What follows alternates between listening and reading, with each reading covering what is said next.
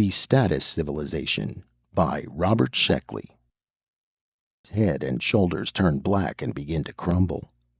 Before he could take aim at the other men, Barent's gun was wrenched violently from his hand. The Hadji's dying shot had creased the end of the muzzle. Desperately, Barent dived for the gun, knowing he could never reach it in time. His skin pricked in expectation of the killing shot. He rolled to his gun, still miraculously alive, and took aim at the nearest Hadji. Just in time, he checked himself from firing. The Hadjis had holstered their weapons. One of them was saying, "Poor old Draken. He simply could not learn to take quick aim." "Lack of practice," the other man said. "Draken never spent much time on the firing range." "Well, if you ask me, it's a good object lesson. One mustn't get out of practice." "And," the other man said, "one mustn't underestimate even a peon." He looked at Barent. "Nice shooting, fellow." "Yes, very nice indeed," the other man said. "It's difficult to fire a handgun accurately while in motion." Barent got to his feet shakily, still holding the girl's weapon, prepared to fire at the first suspicious movement from the Hadjis. But they weren't moving suspiciously. They seemed to regard the entire incident as closed. "What happens now?" Barent asked. "Nothing," one of the Hadjis said. "On landing day, one kill is all that any man or hunting party is allowed. After that, you're out of the hunt." "It's really a very unimportant holiday," the other man said. "Not like the games or the lottery." "All that remains for you to do," the first man said, "is to go to the registration office and collect your inheritance." "My what?" "Your inheritance," the Hadji said patiently. "You're entitled to the entire estate of your victim. In Draken's case, I'm sorry to say, it doesn't amount to much." "He never was a good businessman," the other said sadly. "Still, it'll give you a little something to start life with. And since you've made an authorized kill, even though a highly unusual one, you move upward in status. You become a free citizen." People had come back into the streets, and shopkeepers were unlocking their steel shutters. A truck marked Body Disposal Unit 5 drove up, and 4 uniformed men took away Draken's body. The normal life of Tetrahide had begun again. This, more than any assurances from the Hadjis, told Barent that the moment for murder was over. He put the girl's weapon in his pocket.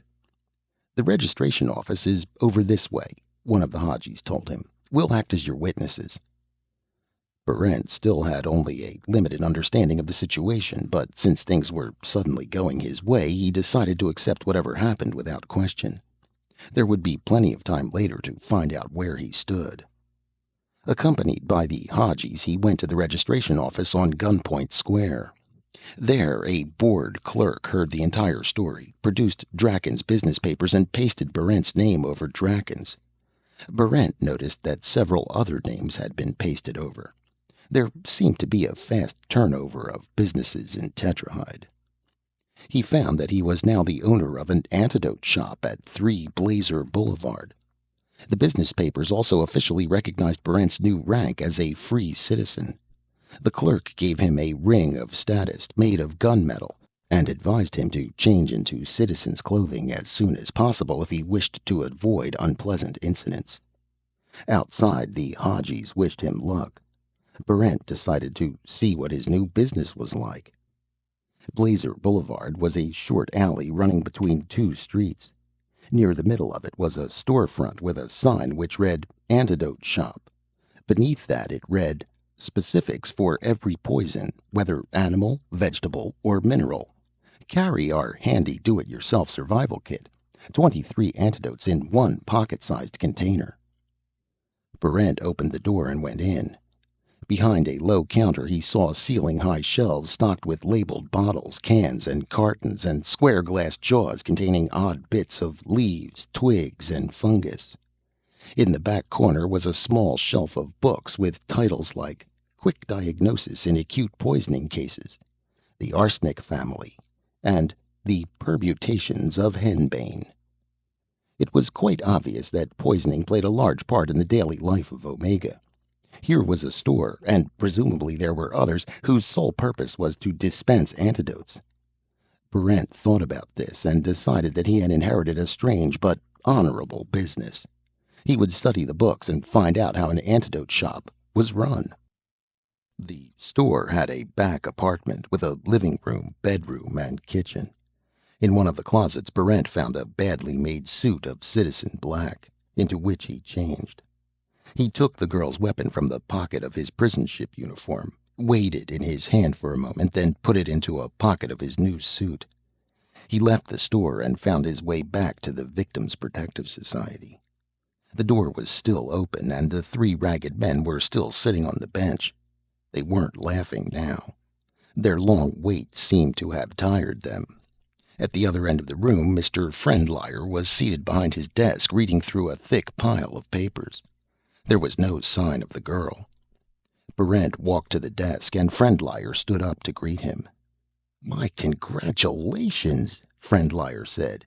"Dear fellow, my very warmest congratulations. That was a splendid bit of shooting, and in motion, too." "Thank you," Barrent said. "The reason I came back here—" "I know why," Friendlier said. "You wish to be advised of your rights and obligations as a free citizen.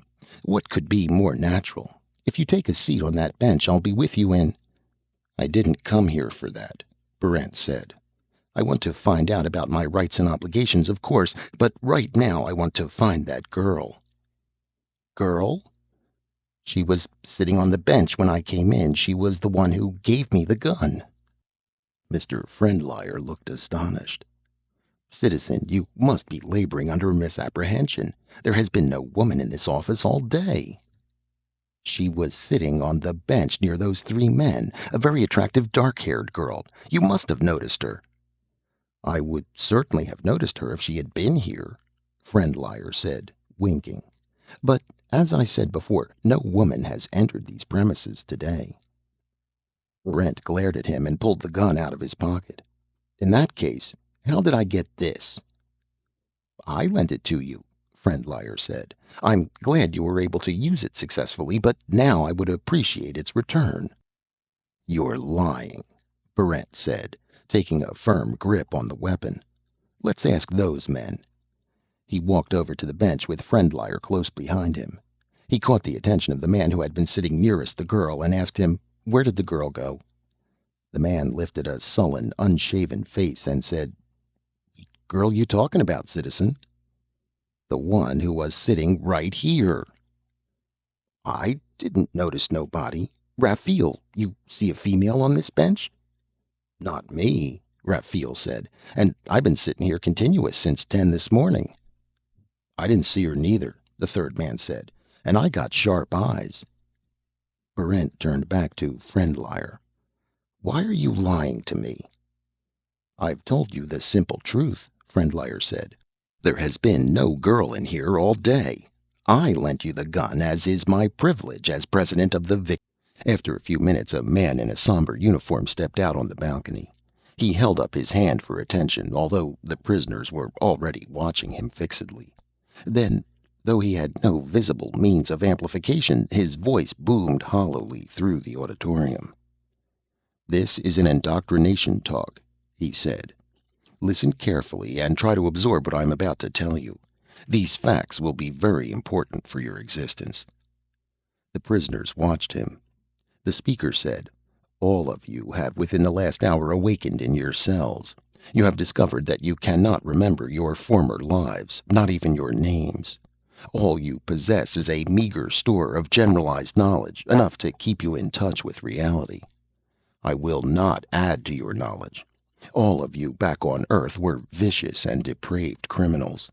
You were people of the worst sort, men who had forfeited any right to consideration by the state. In a less enlightened age, you would have been executed. In our age, you have been deported." The speaker held out his hands to quiet the murmur that ran through the auditorium. He said, "All of you are criminals, and all of you have one thing in common: an inability to obey the basic obligatory rules of human society. Those rules are necessary for civilization to function. By disobeying them, you have committed crimes against all mankind. Therefore, mankind rejects you.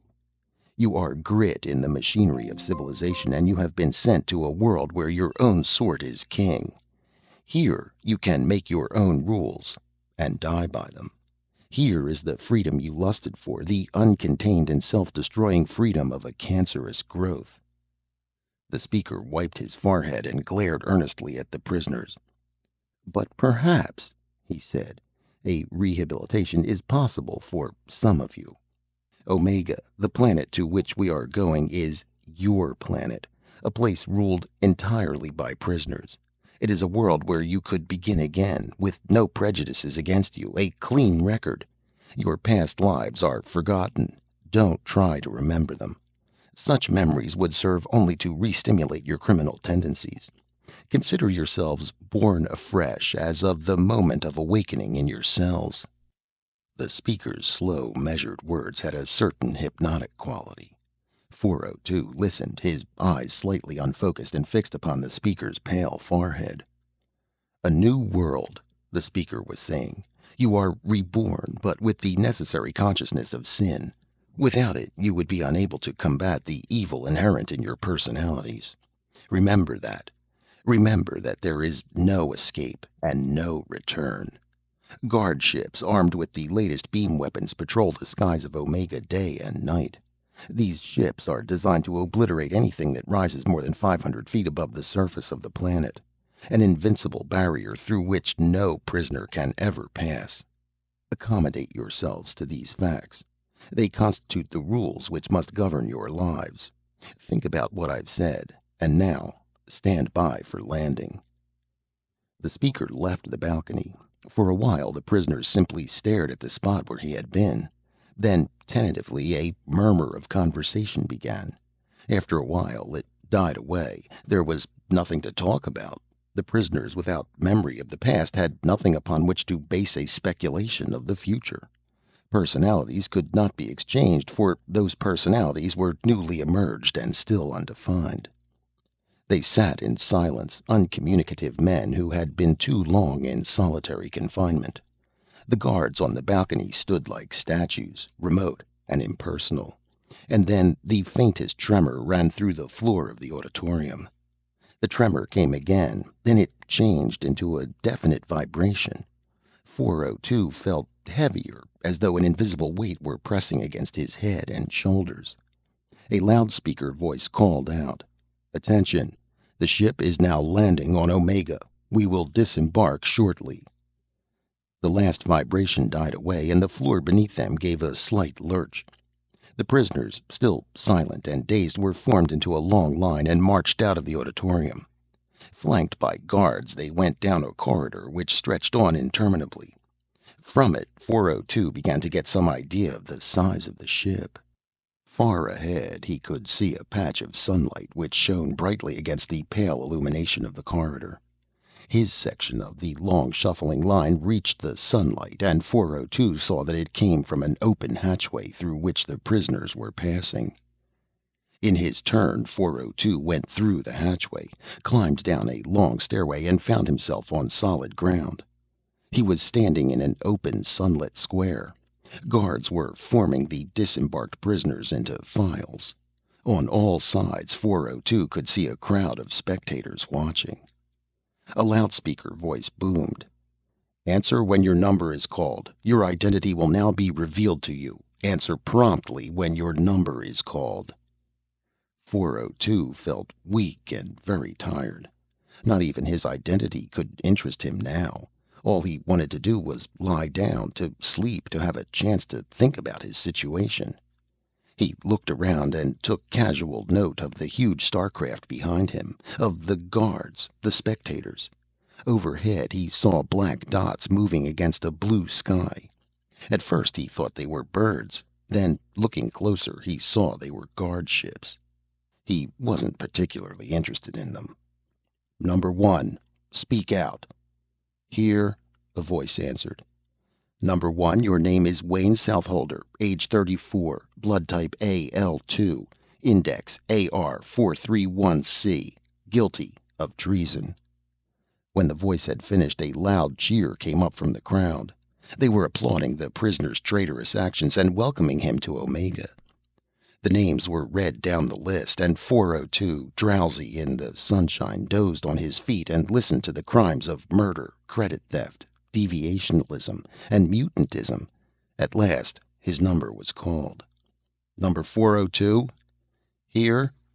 Number 402, your name is Will Barrent, age 27, blood type OL3, index JX221R, guilty of murder. The crowd cheered, but 402 scarcely heard them.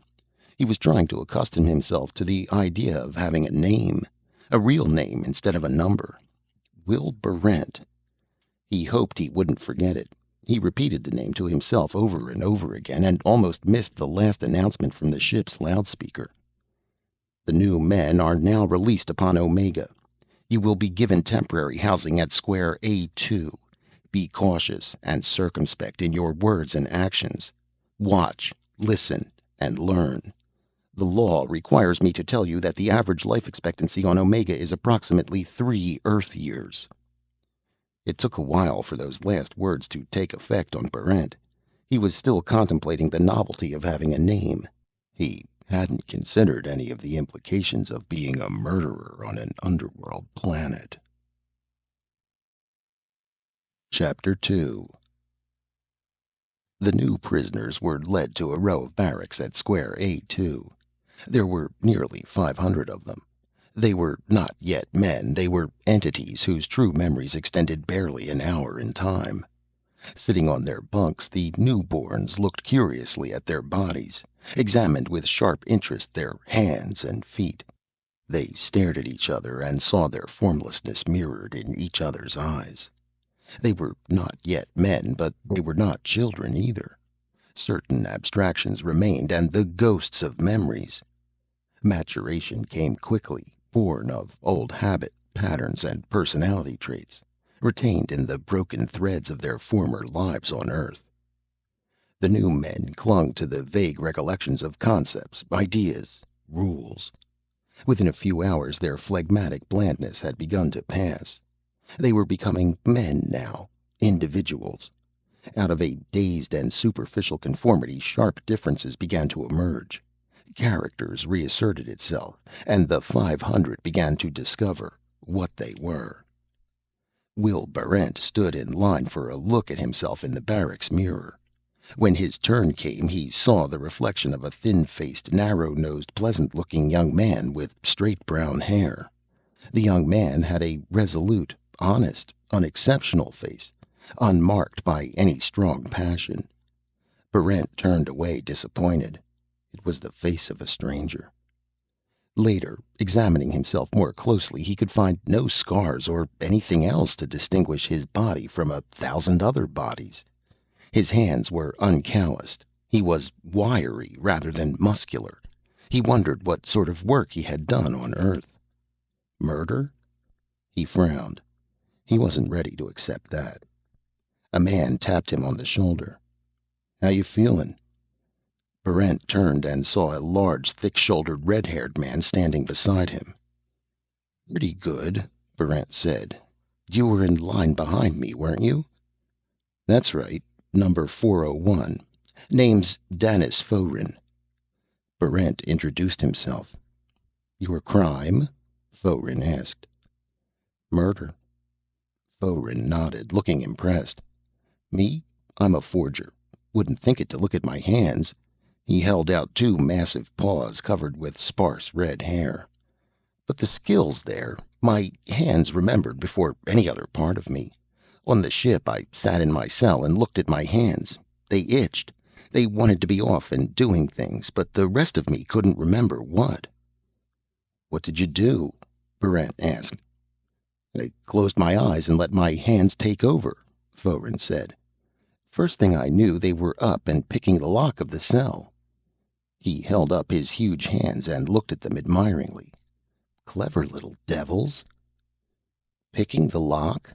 Brent asked. "But I thought you were a forger." "Well, now," Foeren said, "forgery was my main line, but a pair of skilled hands can do almost anything.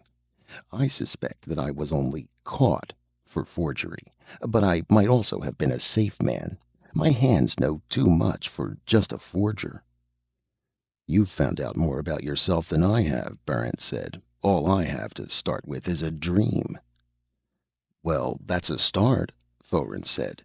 "There must be ways of finding out more. The important thing is, we're on Omega." "Agreed," Barrent said sourly. "Nothing wrong with that," Thorin said. "Didn't you hear what the man said? This is our planet." "With an average life expectancy of 3 Earth years," Barrent reminded him. "That's probably just scare talk," Thorin said. "I wouldn't believe stuff like that from a guard. The big thing is we have our own planet. You heard what they said. Earth rejects us. Nova Earth. Who needs her? We've our own planet here, a whole planet, Barrent. We're free." Another man said, "That's right, friend." He was small, furtive-eyed, and ingratiatingly friendly. "My name is Joe," he told them. "Actually, the name is Joa, but I prefer the archaic form with its flavor of more gracious times. Gentlemen, I couldn't help overhearing your conversation, and I agree most heartily with our red-haired friend. Consider the possibilities. Earth has cast us aside. Excellent. We are better off without her.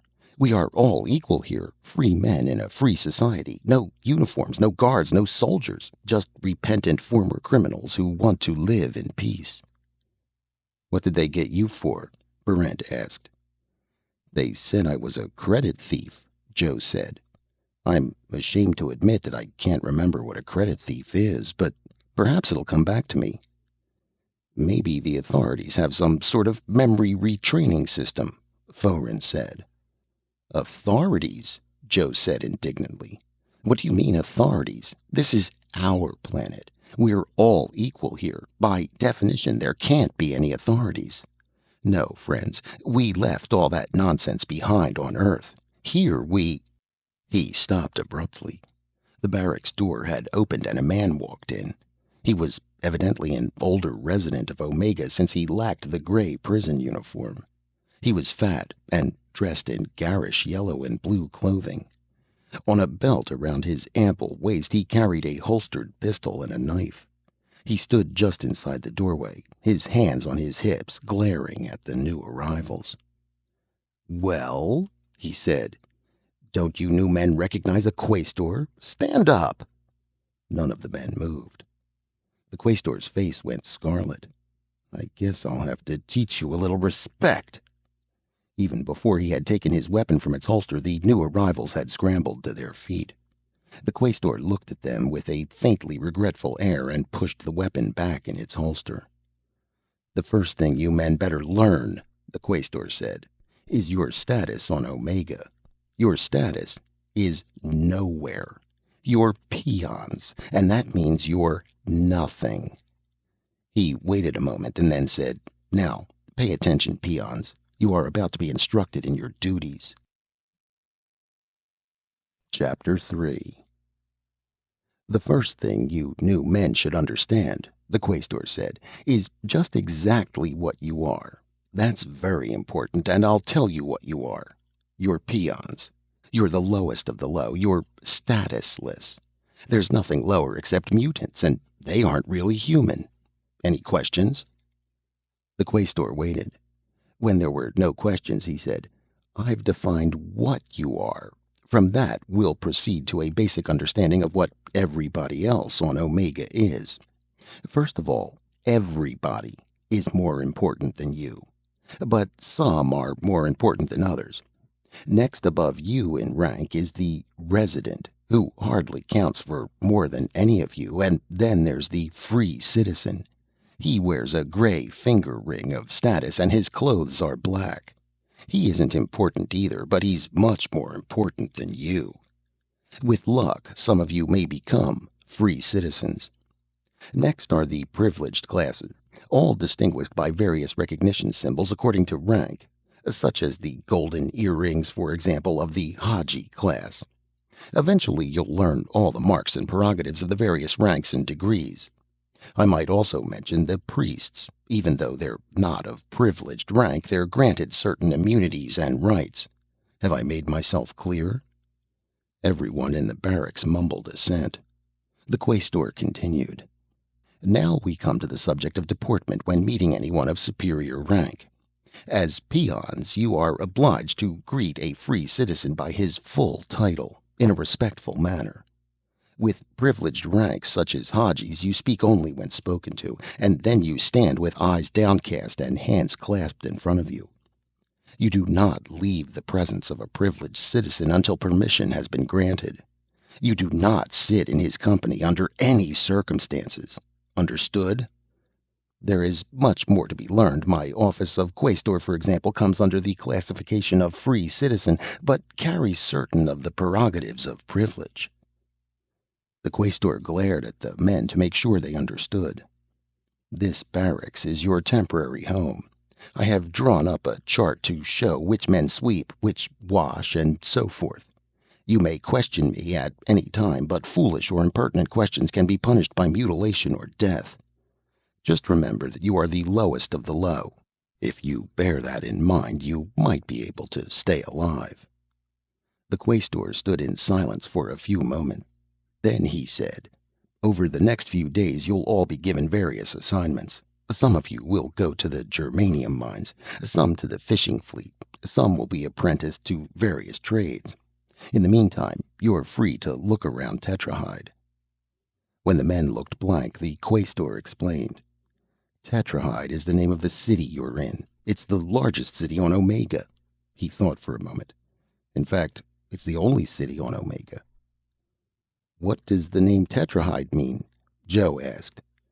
How should I know? The quaestor said, scowling. I suppose it's one of those old Earth names the Screnners are always coming up with. Anyhow, just watch your step when you enter it. Why? Barrent asked. The quaestor grinned. That, peon, is something you'll have to find out for yourself. He turned and strode from the barracks. When he had gone, Barrent went to the window. From it he could see a deserted square, and beyond the streets of Tetrahide. You thinking of going out there? Joe asked. Certainly I am, Barrent said. Coming with me? The little credit thief shook his head. I don't think it's safe. Foeren, how about you? I don't like it either, Foeren said. Might be better to stay around the barracks for a while. That's ridiculous, Barrent said. It's our city now. Isn't anyone coming with me? Looking uncomfortable, Foeren hunched his big shoulders and shook his head. Joe shrugged and lay back on his cot. The rest of the new men didn't even look up. Very well, Barrent said. I'll give you a full report later. He waited a moment longer in case someone changed his mind, then went out the door. The city of Tetrahide was a collection of buildings sprawled along a narrow peninsula which jutted into a sluggish gray sea. The peninsula's landward side was contained by a high stone wall pierced with gates and guarded by sentries. Its largest building was the arena, used once a year for the games. Near the arena was a small cluster of government buildings. Barrent walked along the narrow streets, staring around him, trying to get some idea of what his new home was like. The winding, unpaved roads and dark, weather-beaten houses stirred an elusive tag-end of memory in him. He had seen a place like this on Earth, but he couldn't remember anything about it. The recollection was as tantalizing as an itch, but he couldn't locate its source. Past the arena, he came into the main business district of Tetrahide. Fascinated, he read the store signs. Unlicensed doctor. Abortions performed while you wait. Further on, disbarred lawyer. Political pull. This seemed vaguely wrong to Barrent. He walked further, past stores advertising stolen goods, past a little shop that announced mind readings. Full staff of skrenning mutants, your past on Earth revealed. Barrent was tempted to go in, but he remembered that he hadn't any money, and Omega seemed like the sort of place that put a high value on money. He turned down a side street, walked by several restaurants, and came to a large building called the Poison Institute. Easy terms, up to 3 years to pay, satisfaction guaranteed, or your money back. Next door to it was the Assassin's Guild, Local 452. On the basis of the indoctrination talk on the prison ship, Barrent had expected Omega to be dedicated to the rehabilitation of criminals. To judge by the store signs, this simply wasn't so. Or, if it was, rehabilitation took some very strange forms. He walked on more slowly, deep in thought. Then he noticed that people were moving out of his way. They glanced at him and ducked into doorways and stores. An elderly woman took one look at him and ran. What was wrong? Could it be his prison uniform? No, the people of Omega had seen many of those. What was it then? The street was almost deserted. A shopkeeper near him was hurriedly swinging steel shutters over his display of fencing equipment. "What's the matter?" Barrent asked him. "What's going on?" "Are you out of your head?" the shopkeeper said. "It's landing day." "I beg your pardon?" "Landing day," the shopkeeper said. "The day the prison ship landed. Get back to your barracks, you idiot!" He slammed the last steel shutter into place and locked it. Barrent felt a sudden cold touch of fear. Something was very wrong. He had better get back in a hurry. It had been stupid of him not to find out more about Omegan customs before. 3 men were walking down the street toward him. They were well dressed, and each wore the small golden Hadji earring in his left ear. All 3 men carried sidearms. Barrent started to walk away from them. One of the men shouted, "Stop, peon!" Barrent saw that the man's hand was dangling near his gun. He stopped and said, "What's the matter?" "It's landing day," the man said. He looked at his friends. "Well, who gets him first?" "We'll choose." "Here's a coin." "No, a show of fingers. Ready? 1, 2, 3. "He's mine," said the Hadji on the left. His friends moved back as he drew his sidearm. "Wait!" Barrent called out. "What are you doing?" "I'm going to shoot you," the man said. "But why?" The man smiled. "Because it's a Hadji privilege. On every landing day, we have the right to shoot down any new peon who leaves his barracks area." "But I wasn't told." "Of course not," the man said. "If you knew men were told, none of you would leave your barracks on landing day, and that would spoil all the fun." He took aim.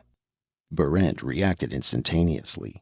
He threw himself to the ground as the Hadji fired, heard a hiss, and saw a jagged heat burn score the brick building next to which he had been standing. "My turn now," one of the men said. "Sorry, old man, I believe it's mine.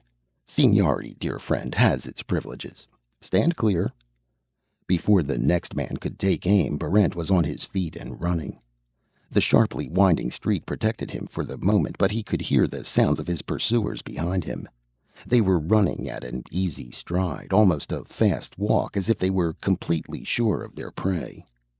Barrent put on a burst of speed, turned down a side street, and knew immediately he had made a mistake. He was facing a dead end. The Hadjis, moving at an easy pace, were coming up behind him. Barrent looked wildly around. Storefronts here were all locked and shuttered. There was nowhere he could climb to, no place to hide. And then he saw an open door halfway down the block in the direction of his pursuers. He had run right by it. A sign protruding from the building above the doorway said, "The Victims Protective Society." That's for me, Barrent thought. He sprinted for it, running almost under the noses of the startled Hadjis. A single gun blast scorched the ground under his heels. Then he had reached the doorway and flung himself inside. He scrambled to his feet. His pursuers had not followed him. He could still hear their voices in the street, amiably arguing questions of precedence. Barrent realized he had entered some sort of sanctuary. He was in a large, brightly lighted room. Several ragged men were sitting on a bench near the door, laughing at a private joke. A little further down, a dark-haired girl sat and watched Barrent with wide, unblinking green eyes. At the far end of the room was a desk with a man sitting behind it. The man beckoned to Barrent. He walked up to the desk. The man behind it was short and bespectacled. He smiled encouragingly, waiting for Barrent to speak. "This is the Victims Protective Society?" Barrent asked. "Quite correct, sir," the man said. "I am Rondolph Friendlier, president of this non-profit organization. Could I be of service?" "You certainly could," Barrent said. "I'm practically a victim."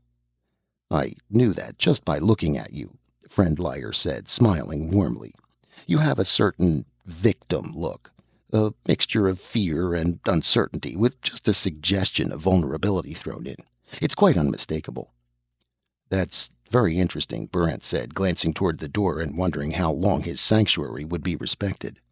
"Mr. Friendlier, I'm not a member of your organization." "That doesn't matter," Friendlier said. "Membership in our group is necessarily spontaneous. One joins when the occasion arises. Our intention is to protect the inalienable rights of all victims." "Yes, sir. Well, there are 3 men outside trying to kill me." "I see," Mr. Friendlier said. He opened a drawer and took out a large book. He flipped through it quickly and found the reference he wanted. "Tell me, did you ascertain the status of these men?" "I believe they were Hadjis," Brent said. "Each of them had a little gold earring in his left ear." "Quite right," Mr. Friendlier said. "And today is landing day. You came off the ship that landed today and have been classified as a peon. Is that correct?"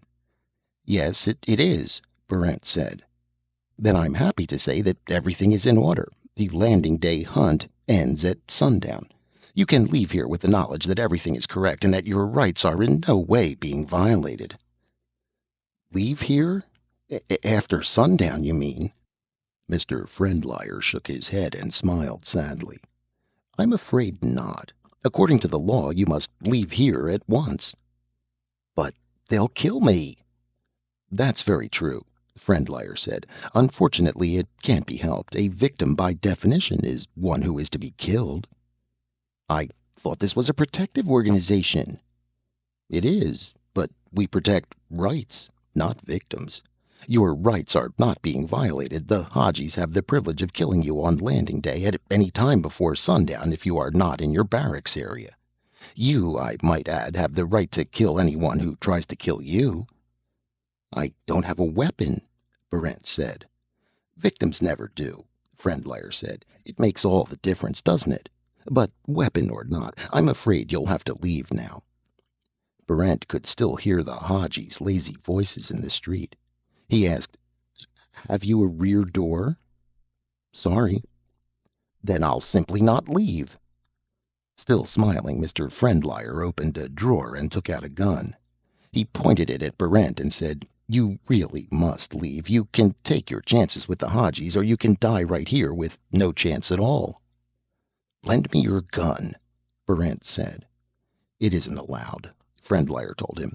"Can't have victims running around with weapons, you know. It would upset things." He clicked off the safety. "Are you leaving?"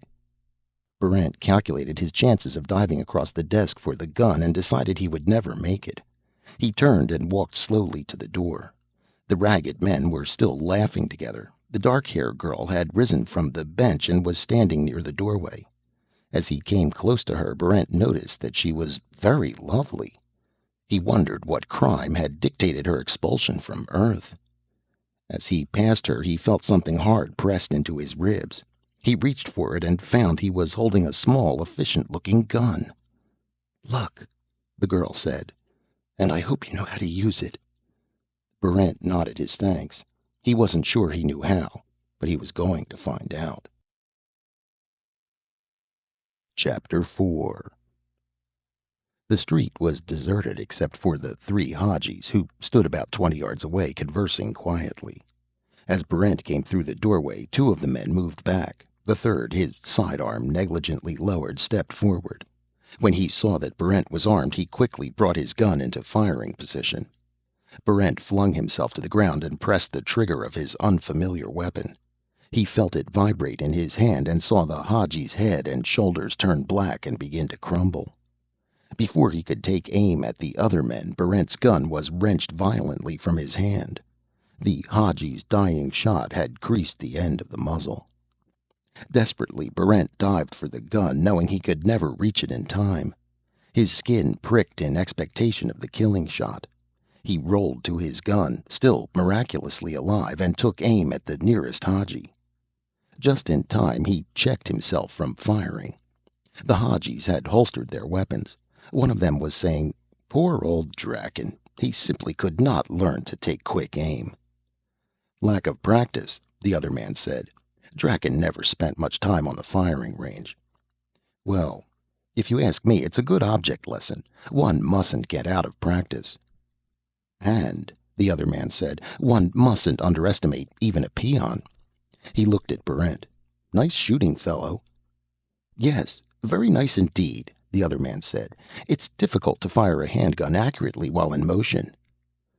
Barrent got to his feet shakily, still holding the girl's weapon, prepared to fire at the first suspicious movement from the Hadjis.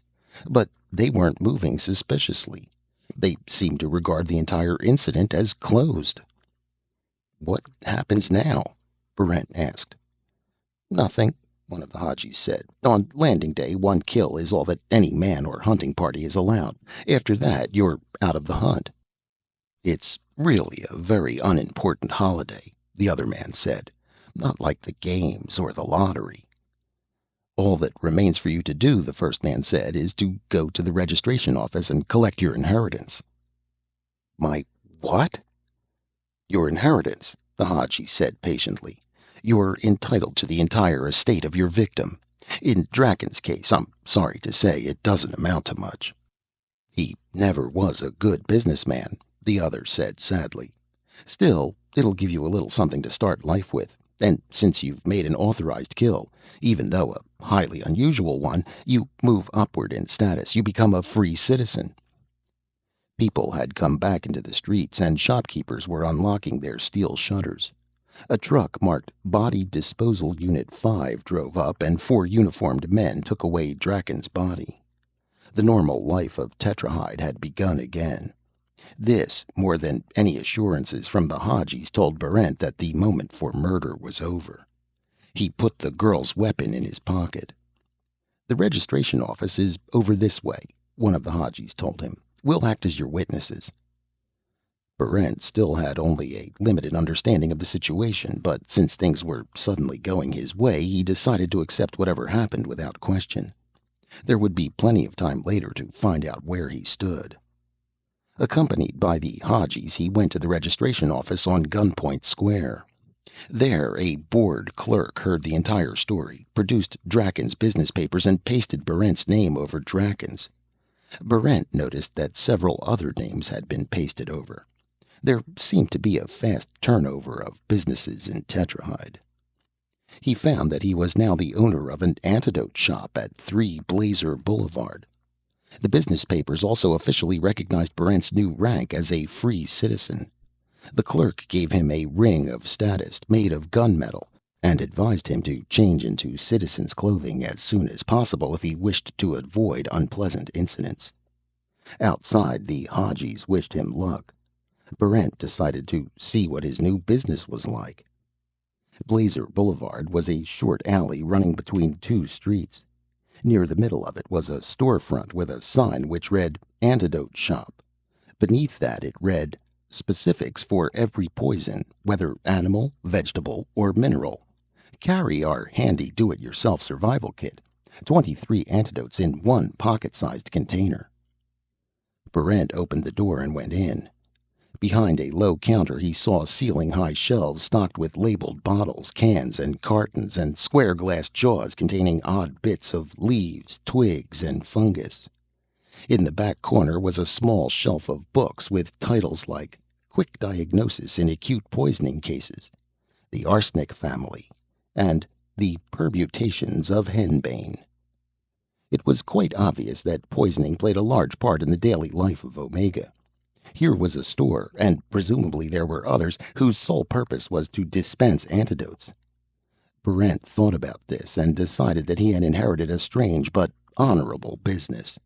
He would study the books and find out how an antidote shop was run. The store had a back apartment with a living room, bedroom, and kitchen. In one of the closets, Barrent found a badly made suit of citizen black, into which he changed. He took the girl's weapon from the pocket of his prison ship uniform, weighed it in his hand for a moment, then put it into a pocket of his new suit. He left the store and found his way back to the Victims' Protective Society. The door was still open, and the three ragged men were still sitting on the bench. They weren't laughing now. Their long wait seemed to have tired them. At the other end of the room, Mr. Friendlier was seated behind his desk, reading through a thick pile of papers. There was no sign of the girl. Barrent walked to the desk, and Friendlier stood up to greet him. "My congratulations," Friendlier said. "Dear fellow, my very warmest congratulations. That was a splendid bit of shooting, and in motion, too." "Thank you," Barrent said. "The reason I came back here—" "I know why," Friendlier said. "You wish to be advised of your rights and obligations as a free citizen. What could be more natural? If you take a seat on that bench, I'll be with you in—" "I didn't come here for that," Barrent said. "I want to find out about my rights and obligations, of course, but right now I want to find that girl." "Girl?" "She was sitting on the bench when I came in. She was the one who gave me the gun." Mr. Friendlier looked astonished. "Citizen, you must be laboring under a misapprehension. There has been no woman in this office all day." "She was sitting on the bench near those three men. A very attractive, dark-haired girl. You must have noticed her." "I would certainly have noticed her if she had been here," Friendlier said, winking. "But, as I said before, no woman has entered these premises today." Brent glared at him and pulled the gun out of his pocket. "In that case, how did I get this?" "I lent it to you," Friendlier said. "I'm glad you were able to use it successfully, but now I would appreciate its return." "You're lying," Barrent said, taking a firm grip on the weapon. "Let's ask those men." He walked over to the bench with Friendlier close behind him. He caught the attention of the man who had been sitting nearest the girl and asked him, "Where did the girl go?" The man lifted a sullen, unshaven face and said, "Girl you talking about, citizen?" "The one who was sitting right here." "I didn't notice nobody. Raphael, you see a female on this bench?" "Not me," Raphael said. "And I've been sitting here continuous since 10 this morning." "I didn't see her neither," the third man said. "And I got sharp eyes." Barrent turned back to Friendlier. "Why are you lying to me?" "I've told you the simple truth," Friendlier said. "There has been no girl in here all day. I lent you the gun, as is my privilege as president of the Victims' Protective Society. I would now appreciate its return." "No," Barrent said. "I'm keeping the gun until I find the girl." "That might not be wise," Friendlier said. He hastily added, "Thievery, I mean, is not condoned under these circumstances." "I'll take my chances on that," Barrent said. He turned and left the Victims' Protective Society.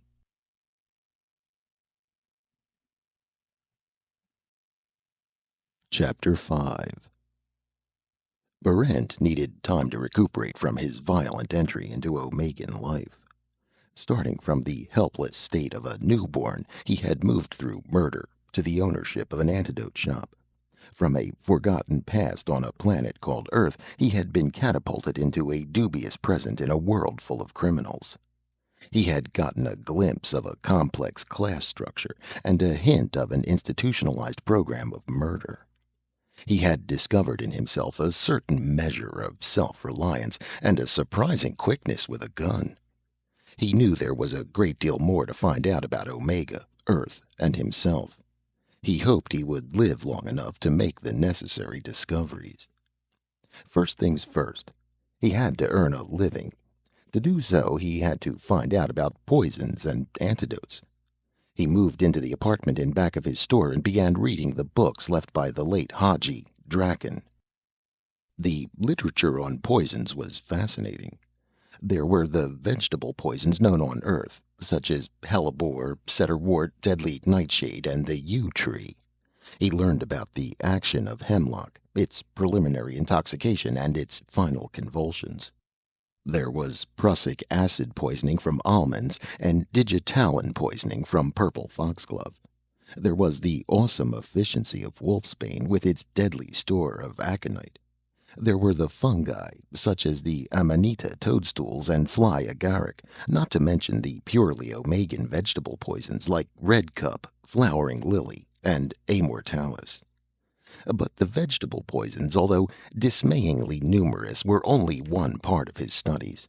He had to consider the animals of earth, sea, and air, the several species of deadly spiders, the snakes, scorpions, and giant wasps. There was an imposing array of metallic poisons, such as arsenic, mercury, and bismuth. There were the commoner corrosives, nitric, hydrochloric, phosphoric, and sulfuric acid. And there were the poisons distilled or extracted from various sources, among which were strychnine, formic acid, hyoscyamine, and belladonna. Each of the poisons had one or more antidotes listed, but those complicated, cautiously worded formulas Barrent suspected were frequently unsuccessful. To make matters more difficult, the efficacy of an antidote seemed to depend upon a correct diagnosis of the poisoning agent, and too often the symptoms produced by one poison resembled those of another. Barrent pondered these problems while he studied his books. In the meantime, with considerable nervousness, he served his first customers. He found that many of his fears were ungrounded. In spite of the dozens of lethal substances recommended by the Poison Institute, most poisoners stuck single-mindedly to arsenic or strychnine. They were cheap, sure, and very painful. Prussic acid had a really discernible odor. Mercury was difficult to introduce into the system, and the corrosives, although gratifyingly spectacular, were dangerous to use. Wolfbane and fly agaric were excellent, of course. Deadly nightshade could not be discounted, and the amanita toadstool had its own macabre charm. But these were the poisons of an older, more leisurely age.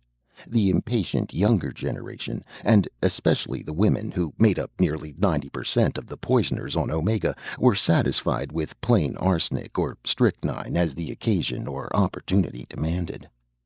Omegan women were conservatives. They simply weren't interested in the never-ending refinements of the poisoner's art. Means didn't interest them. Only ends, as quickly and as cheaply as possible. Omegan women were noted for their common sense. Although the eager theoreticians at the Poison Institute tried to sell dubious mixtures of contact poison or three-day mold, and worked hard to put across complex haywire schemes involving wasps, concealed needles, and double glasses, they found few takers among women. Simple arsenic and fast-acting strychnine continued to be the mainstays of the poison trade. This quite naturally simplified Barrent's work. His remedies, immediate regurgitation, lavage, neutralizing agent, were easy enough to master. He encountered some difficulty with men who refused to believe they had been poisoned by anything so commonplace as arsenic or strychnine. For those cases, Barrent prescribed a variety of roots, herbs, twigs, leaves, and a minute homeopathic dose of poison. But he invariably preceded these with regurgitation, lavage, and a neutralizing agent. After he was settled, Barrent received a visit from Danis Foran and Joe. Foran had a temporary job on the docks unloading fishing boats. Joe had organized a nightly poker game among the government workers of Tetrahide. Neither man had moved much in status. With no kills to their credit, they had progressed only as far as second-class resident. They were nervous about meeting socially with a free citizen, but Barrent put them at ease. They were the only friends he had on Omega, and he had no intention of losing them over a question of social position. Barrent was unable to learn very much from them about the laws and customs of Tetrahide. Even Joe hadn't been able to find out anything definite from his friends in government service. On Omega, the law was kept secret. Older residents used their knowledge of the law to enforce their rule over the newcomers. This system was condoned and reinforced by the doctrine of the inequality of all men, which lay at the heart of the Omegan legal system. Through planned inequality and enforced ignorance, power and status remained in the hands of the older residents. Of course, all social movement upward couldn't be stopped, but it could be retarded, discouraged, and made exceedingly dangerous. The way one encountered the laws and customs of Omega was through a risky process of trial and error. Although the antidote shop took up most of his time, Barrent persisted in his efforts to locate the girl. He was unable to find a hint that she even existed. He became friendly with the shopkeepers on either side of him. One of them, Desmond Harrisburg, was a jaunty, mustachioed man who operated a food store. It was a mundane and slightly ridiculous line of work, but as Harrisburg explained, even criminals must eat. And this necessitated farmers, processors, packagers, and food stores. Harrisburg contended that his business was in no way inferior to the more indigenous Omegan industries centered around violent death. Besides, Harrisburg's wife's uncle was a minister of public works. Through him, Harrisburg expected to receive a murder certificate. With this all-important document, he could make his 6 months kill and move upward to the status of privileged citizen. Barrent nodded his agreement, but he wondered if Harrisburg's wife, a thin, restless woman, wouldn't decide to poison him first. She appeared to be dissatisfied with her husband, and divorce was forbidden on Omega. His other neighbor, Tem Rand, was a lanky, cheerful man in his early 40s. He had a heat scar which ran from just beneath his left ear down almost to the corner of his mouth, a souvenir given him by a status-seeking hopeful. The hopeful had picked the wrong man. Tem Rand owned a weapons shop, practiced constantly, and always carried the articles of his trade with him. According to witnesses, he had performed the counter-kill in exemplary fashion. Tem's dream was to become a member of the Assassin's Guild. His application was on file with that ancient and austere organization, and he had a chance of being accepted within the month. Barrent bought a sidearm from him. On Wren's advice, he chose a Jameson-type needle beam. It was faster and more accurate than any projectile weapon, and it transmitted the same shock power as a heavy-caliber bullet. To be sure, it hadn't the spread of heat weapons such as the Hajis used, which could kill within 6 inches of their target, but wide-range beamers encouraged inaccuracy. They were messy, careless weapons, which reinforced careless traits. Anyone could fire a heat gun, but to use a needle beam effectively, you had to practice constantly, and practice paid off. A good needle beam man was more than a match for any two wide-beam gunmen. Barrent took this advice to heart, coming as it did from an apprentice assassin and the owner of a weapons shop. He put in long hours on Wren's cellar firing range, sharpening his reflexes, getting used to the quick-throw holster. There was a lot to do and a tremendous amount to learn, just in order to survive. Barrent didn't mind hard work as long as it was for a worthwhile goal. He hoped things would stay quiet for a while so he could catch up to the older inhabitants. But things never stayed quiet in Omega. One day, late in the afternoon as he was closing up, Barrent received an unusual-looking caller. He was a man in his 50s, heavy-set, with a stern, swarthy face. He wore a red ankle-length robe and sandals. Around his waist was a rawhide belt from which dangled a small black book and a red-handled dagger. There was an air of unusual force and authority about him. Barrent was unable to tell his status. Barrent said, "I was just closing up, sir, but if there's anything you wish to buy." "I did not come here to buy," the caller said. He permitted himself a faint smile. "I came here to sell." "Sell?" "I am a priest," the man said. "You are a newcomer to my district. I haven't noticed you at my services." "I hadn't known anything about—" The priest held up his hand. "Under both the sacred and the profane law, ignorance is no excuse for non-performance of one's duties.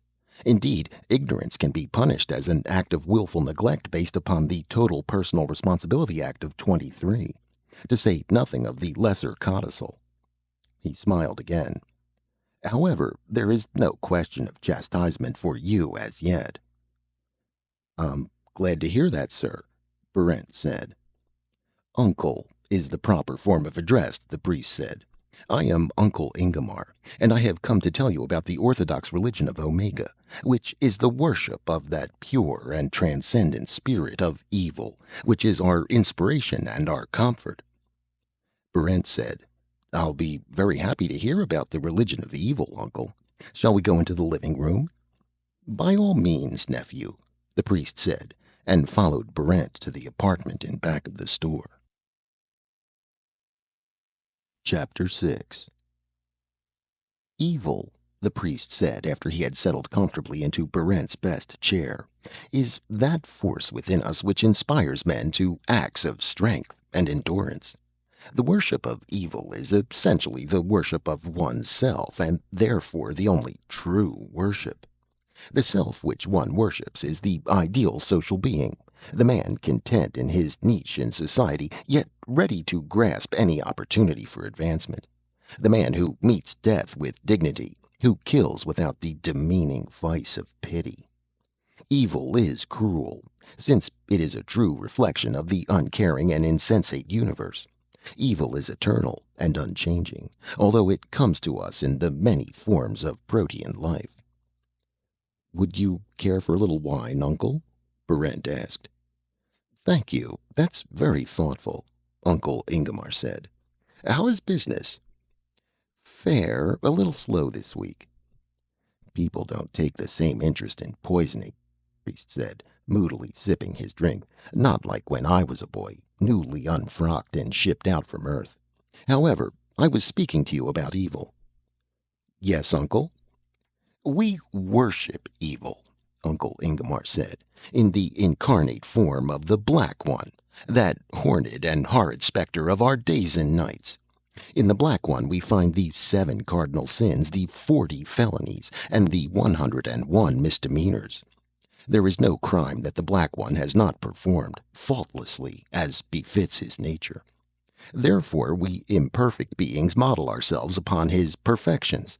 And sometimes the Black One rewards us by appearing before us in the awful beauty of his fiery flesh. Yes, nephew, I have actually been privileged to see him. 2 years ago he appeared at the conclusion of the games, and he also appeared the year before that." The priest brooded for a moment over the divine appearance. Then he said, "Since we recognize in the state man's highest potential for evil, we also worship the state as a suprahuman, though less than divine creation." Barrent nodded. He was having a difficult time staying awake. Uncle Ingomar's low, monotonous voice lecturing about so commonplace a thing as evil had a soporific effect on him. He struggled to keep his eyes open.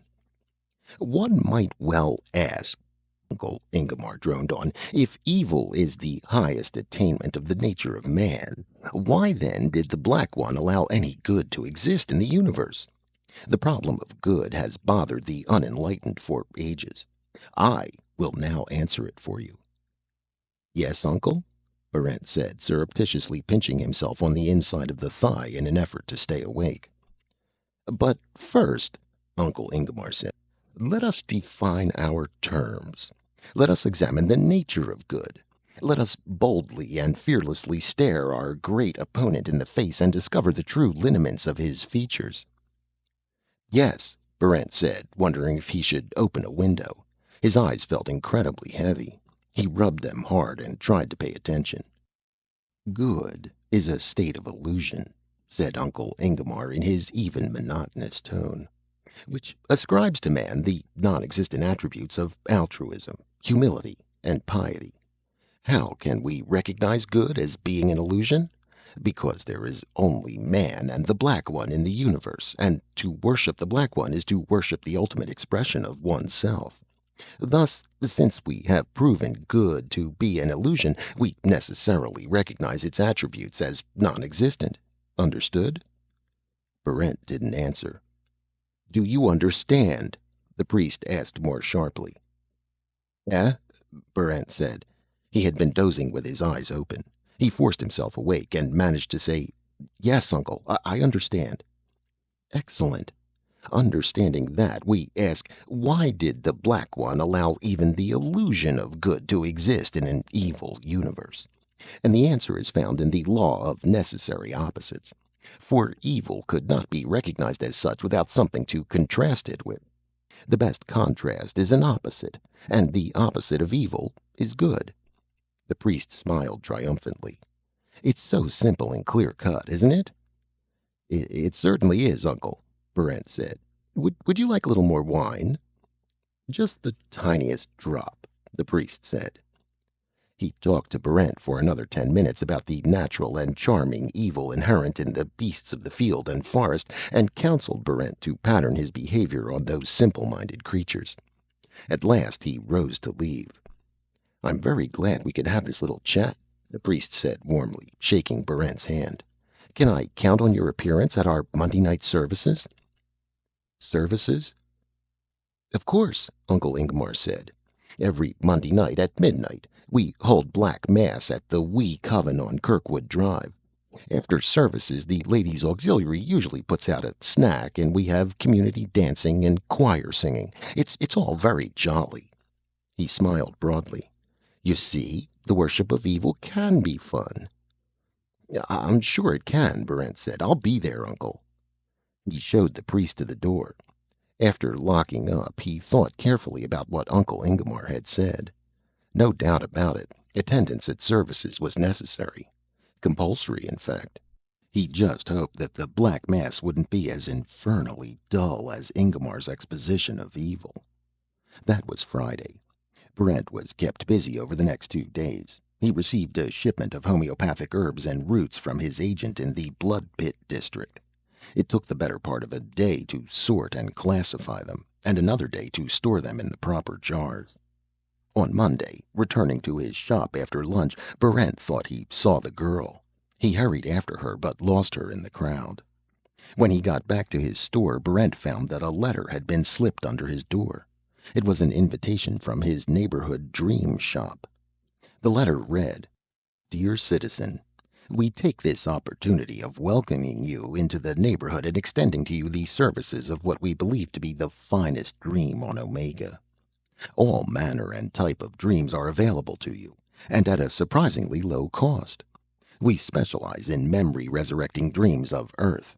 You can be assured that your neighborhood dream shop offers you only the finest in vicarious living. As a free citizen, you will surely wish to avail yourself of these services.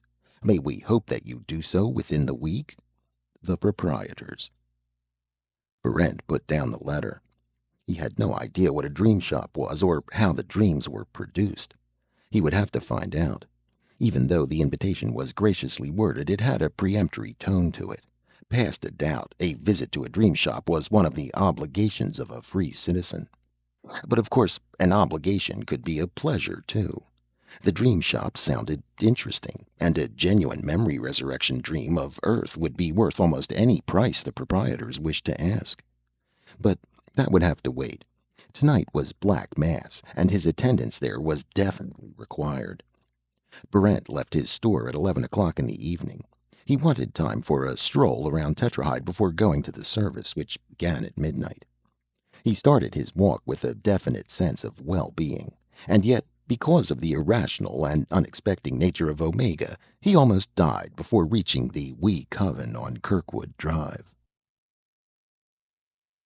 Chapter 7.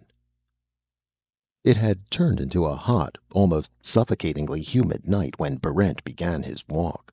Not the faintest breath of air stirred along the darkened streets. Although he was wearing only a black mesh shirt, shorts, gun belt, and sandals, Barrent felt as if he were wrapped in a thick blanket. Most of the people of Tetrahyde, except for those already at the covens, had retired to the coolness of their cellars. The dark streets were nearly deserted. Barrent walked on, more slowly. The few people he met were running to their homes. There was a sense of panic in that silent, dogged sprint through heat which made walking difficult. Barrent tried to find out what the matter was, but no one would stop. One old man shouted over his shoulder, "Get off the street, idiot!" "Why?" Barrent asked him. The old man snarled something unintelligible and hurried on. Barrent kept on walking, nervously fingering the butt of his needlebeam. Something was clearly wrong, but he had no idea what it was. His nearest shelter now was the wee coven about half a mile away. It seemed best to keep on moving in that direction, staying alert, waiting to see what was wrong. In a few minutes, Barrent was alone in a tightly shuttered city. He moved into the center of the street, loosened the needle beam in its holster, and prepared for attack from any side. Perhaps this was some special holiday like Landing Day. Perhaps free citizens were fair game tonight. Anything seemed possible on a planet like Omega. He thought he was ready for any possibility, but when the attack came, it was from an unexpected quarter. A faint breeze stirred the stagnant air. It faded and returned, stronger this time, perceptibly cooling the hot streets. Wind rolled off the mountains of the interior and swept through the streets of Tetrahide, and Barrent could feel the perspiration on his chest and back begin to dry. For a few minutes the climate of Tetrahide was as pleasant as anything he could imagine. Then the temperature continued to fall.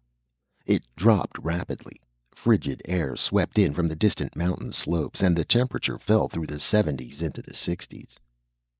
This is ridiculous, Barrent thought to himself. I'd better get to the coven.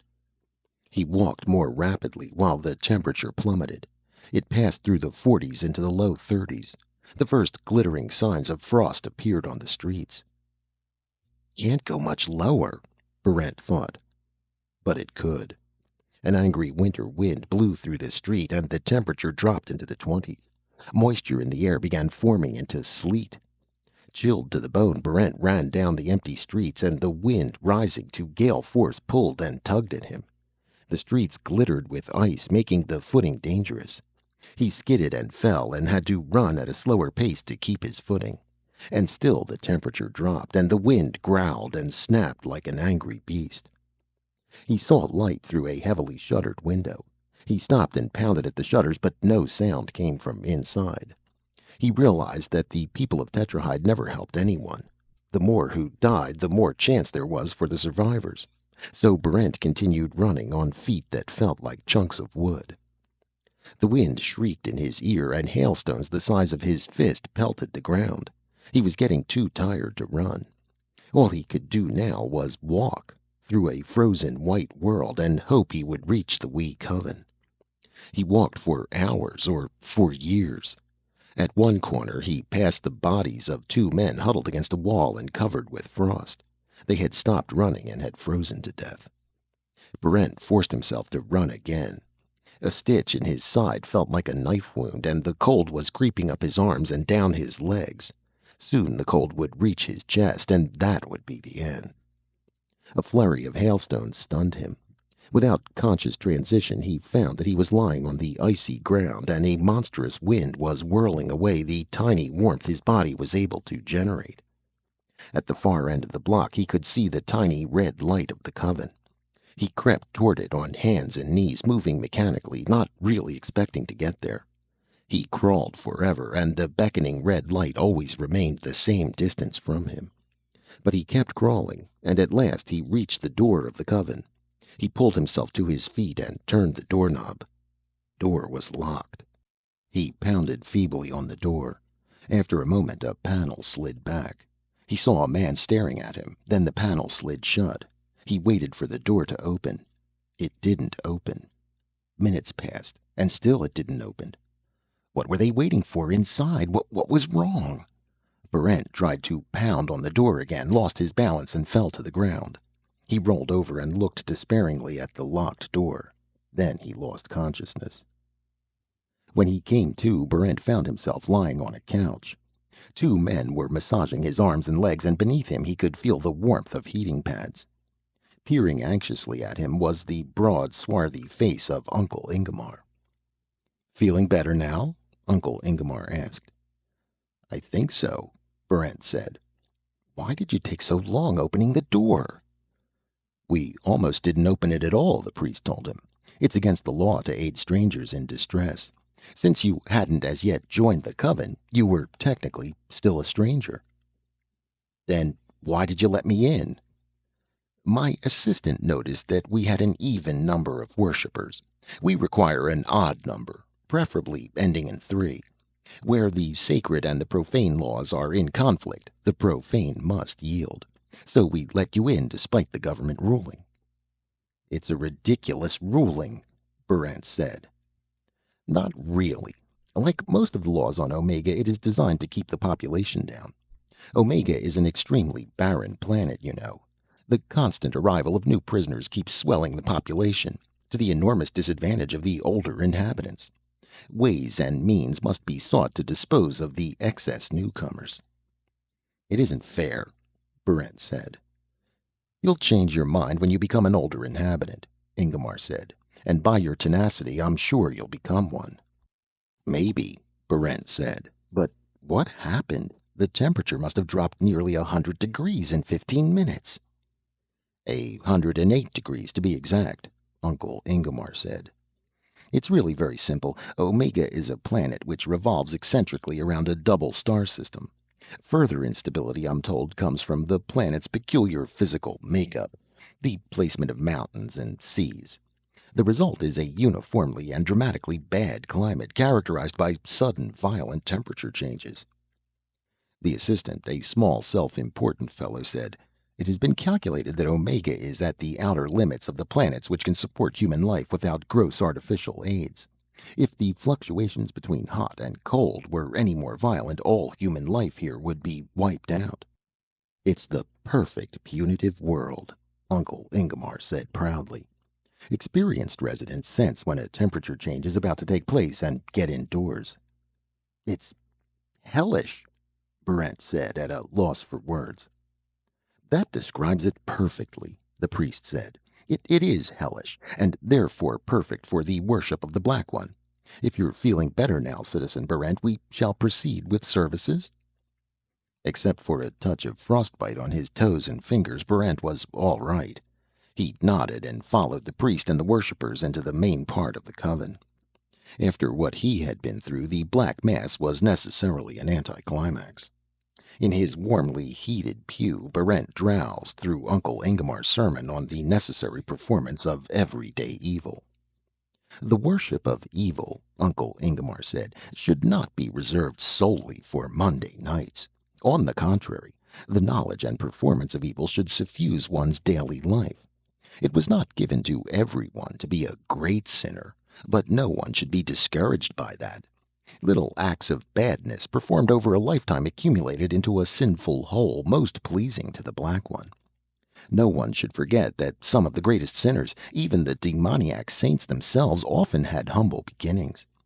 Did not Thrastus start as a humble shopkeeper, cheating his customers of a portion of rice? Who would have expected that simple man to develop into the Red Slayer of Thorndyke Lane? And who could have imagined that Dr. Luen, son of a dockhand, would one day become the world's foremost authority on the practical applications of torture? Perseverance and piety had allowed those men to rise above their natural handicaps to a preeminent position at the right hand of the Black One. And it proved, Uncle Ingomar said, that evil was the business of the poor as well as the rich. That ended the sermon. Berent awoke momentarily when the sacred symbols were brought out and displayed to the reverent congregation, a red-handled dagger and a plaster toad. Then he dozed again through the slow inscribing of the magical pentagon. At last the ceremony neared its end. The names of the interceding evil demons were read: Baal, Phorcus, Bur, Marcosius, Astaroth, and Behemoth. A prayer was read to ward off the effects of good, and Uncle Ingomar apologized for not having a virgin to sacrifice on the red altar. "Our funds were not sufficient," he said, "for the purchase of a government-certified peon virgin.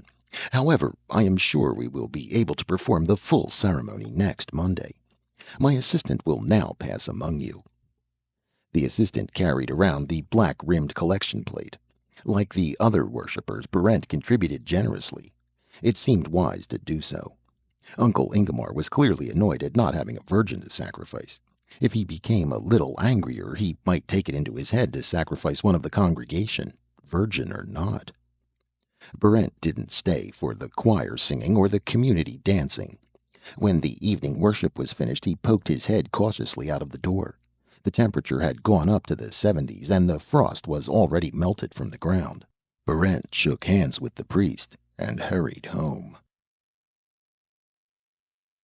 Chapter 8.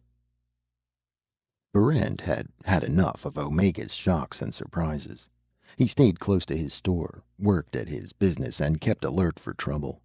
He was beginning to develop the Omegan look. A narrow, suspicious squint, a hand always near gun butt, feet ready to sprint. Like the older inhabitants, he was acquiring a sixth sense for danger. At night, after the doors and windows were barred and the triplex alarm system had been set, Barrent would lie on his bed and try to remember Earth. Probing into the misty recesses of his memory, he found tantalizing hints and traces and fragments of pictures. Here was a great highway curving toward the sun, a fragment of a huge multi-level city, a close-up view of a starship's curving hull. But the pictures were not continuous. They existed for the barest fraction of a second, then vanished.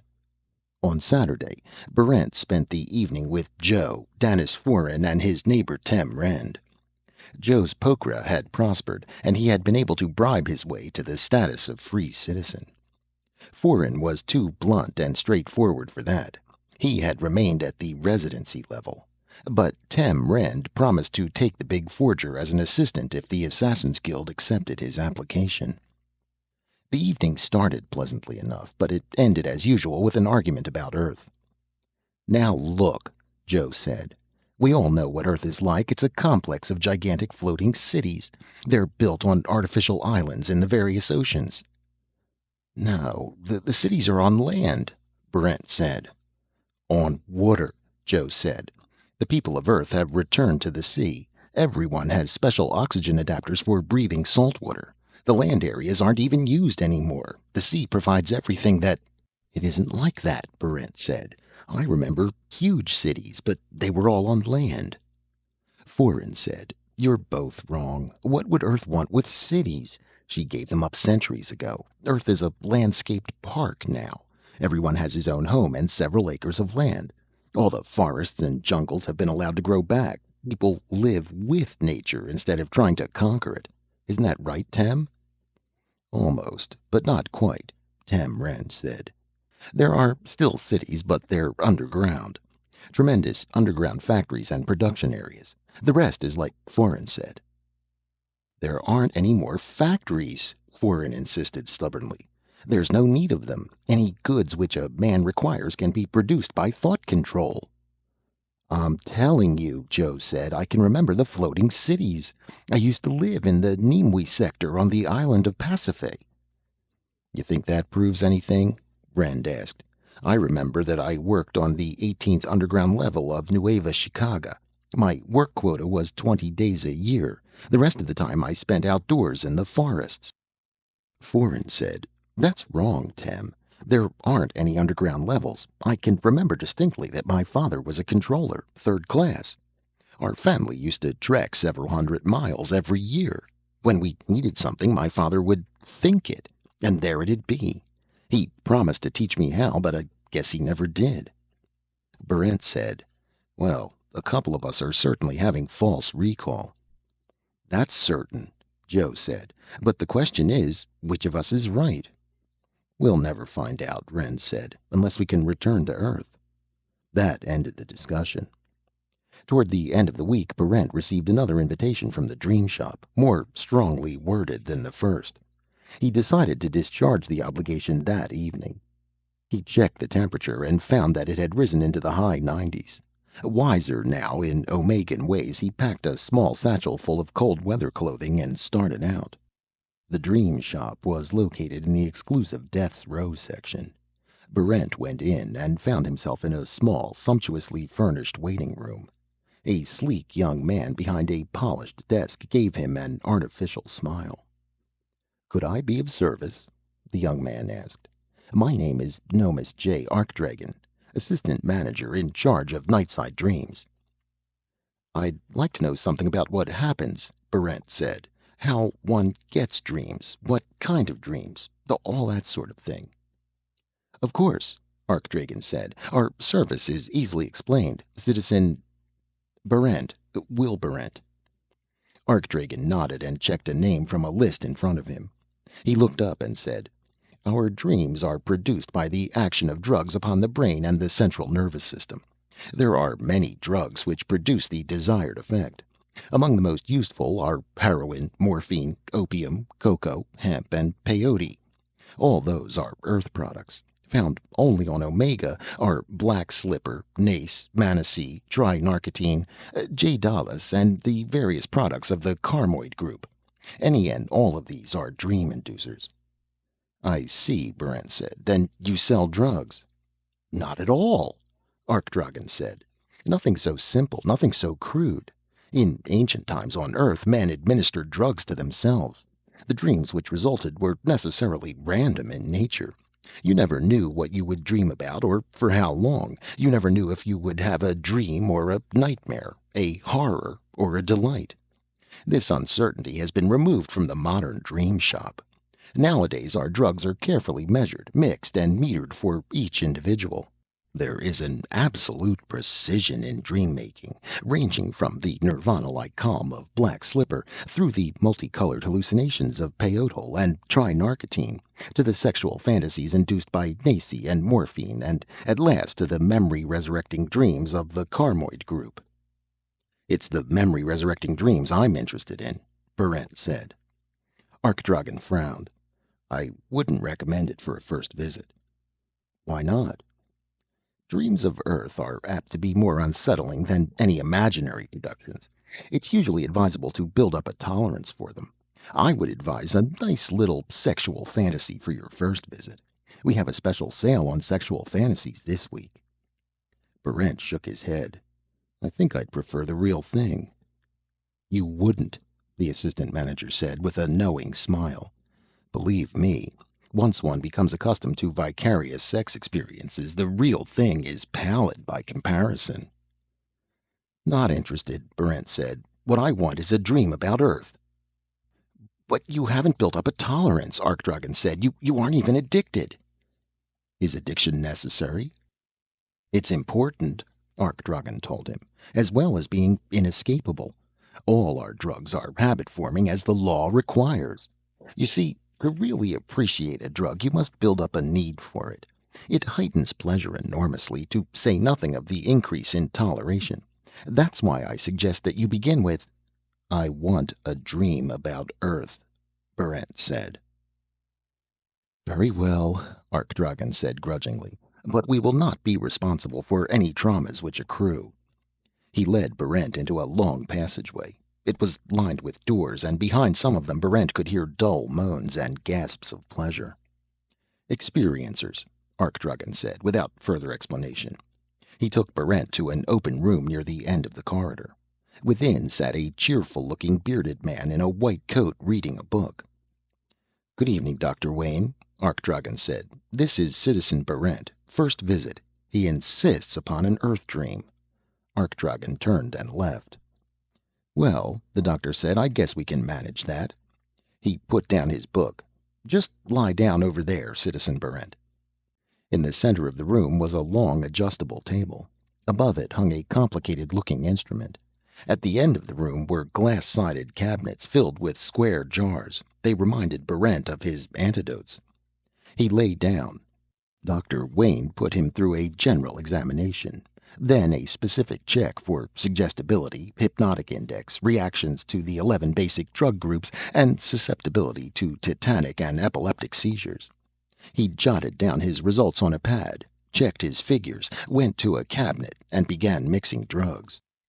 Is this likely to be dangerous? Barent asked. It shouldn't be, Dr. Wayne said. You appear healthy enough. Quite healthy, in fact, and with a low suggestibility rating. Of course, epileptic fits do occur, probably because of cumulative allergic reactions. Can't help that sort of thing. And then there are the traumas, which sometimes result in insanity and death. They form an interesting study in themselves. And some people get stuck in their dreams and are unable to be extricated. I suppose that could be classified as a form of insanity, although actually it isn't. The doctor had finished mixing his drugs. He was loading a hypodermic with the mixture. Barent was having serious doubts about the advisability of the whole thing. Perhaps I should postpone this visit, he said. I'm not sure that I... Don't worry about a thing, the doctor said. This is the finest dream shop on Omega. Try to relax. Tight muscles can result in tetanic convulsions. I think Mr. Arkdragen was right, Berent said. Maybe I shouldn't have a dream about Earth for my first visit. He said it was dangerous. Well, after all, the doctor said, what's life without a little risk? Besides, the most common damage is brain lesions and burst blood vessels, and we have full facilities for taking care of that sort of thing. He poised the hypodermic over Berent's left arm. I've changed my mind, Berent said, and started to get off the bed. Dr. Wayne deftly slid the needle into Berent's arm. One does not change one's mind, he told Berent, inside a dream shop. Try to relax. Berent relaxed. He lay back on the bed and heard a shrill singing in his ears. He tried to focus on the doctor's face, but the face had changed. The face was old, round, and fleshy. Ridges of fat stood out on the chin and neck. The face was perspiring, friendly, worried. It was Berent's fifth-term advisor. Now, Will, the advisor said, you must be careful. You must learn to restrain that temper of yours, Will. You must. I know, sir, Berent said. It's just that I get so mad at that Will. All right, Berent said. I'll watch myself. He left the university office and walked into the city. It was a fantastic city of skyscrapers and multi-level streets, a brilliant city of silver and diamond hues, an ambitious city which administered a far-flung network of countries and planets. Berent walked along the third pedestrian level, still angry, thinking about Andrew Thurcaller. Because of Thurcaller and his ridiculous jealousy, Berent's application for the Space Exploration Corps had been turned down. There was nothing his advisor could do about the matter. Thurcaller had too much influence on the selection board. It would be a full 3 years before Berent could apply again. In the meantime, he was earthbound and unemployable. All his studies had been for extraterrestrial exploration. There was no place for him on Earth, and now he was barred from space. Thurcaller. Berent left the pedestrian level and took the high-speed ramp into the Santee district. As the ramp moved, he fingered the small weapon in his pocket. Handguns were illegal on Earth. He had procured his through untraceable means. He was determined to kill Thurcaller. There was a wash of grotesque faces. The dream blurred. When it cleared, Berent found himself aiming his handgun at a thin, cross-eyed fellow whose scream for mercy was abruptly cut short. The informer, blank-faced and stern, noted the crime and informed the police. The police, in uniforms of gray, took him into custody and brought him before the judge. The judge, with his vague, parchment face, sentenced him to perpetual servitude upon the planet Omega and handed down the obligatory decree that Berent be cleansed of memory. Then the dream turned into a kaleidoscope of horror. Berent was climbing a slippery pole, a sheer mountainside, a smooth-sided well. Behind him, gaining on him, was Thurcaller's corpse, with its chest ripped open. Supporting the corpse on either side were the blank-faced informer and the parchment-faced judge. Berent ran down a hill, a street, a rooftop. His pursuers were close behind him. He entered a dim yellow room, closed and locked the door. When he turned around, he saw that he had locked himself in with Thurcaller's corpse. Fungus was blossoming in the open wound in the chest, and the scarred head was crowned with red and purple mold. The corpse advanced, reached for him, and Berent dived head first through the window. "Come out of it, Berent. You're overdoing it. Come out of the dream." Berent had no time to listen. The window turned into a chute, and he slid down its polished sides into an amphitheater. There, across gray sand, the corpse crept toward him on the stubs of arms and legs. The enormous grandstand was empty except for the judge and the informer, who sat side by side, watching. "He's stuck." "Well, I warned him." "Come out of the dream, Berent. This is Dr. Wayne. You're on Omega in the dream shop. Come out of the dream. There's still time if you pull yourself out immediately." Omega? Dream? There was no time to think about it. Berent was swimming across a dark, evil-smelling lake. The judge and the informer were swimming just behind him, flanking the corpse whose skin was slowly peeling away. Berent!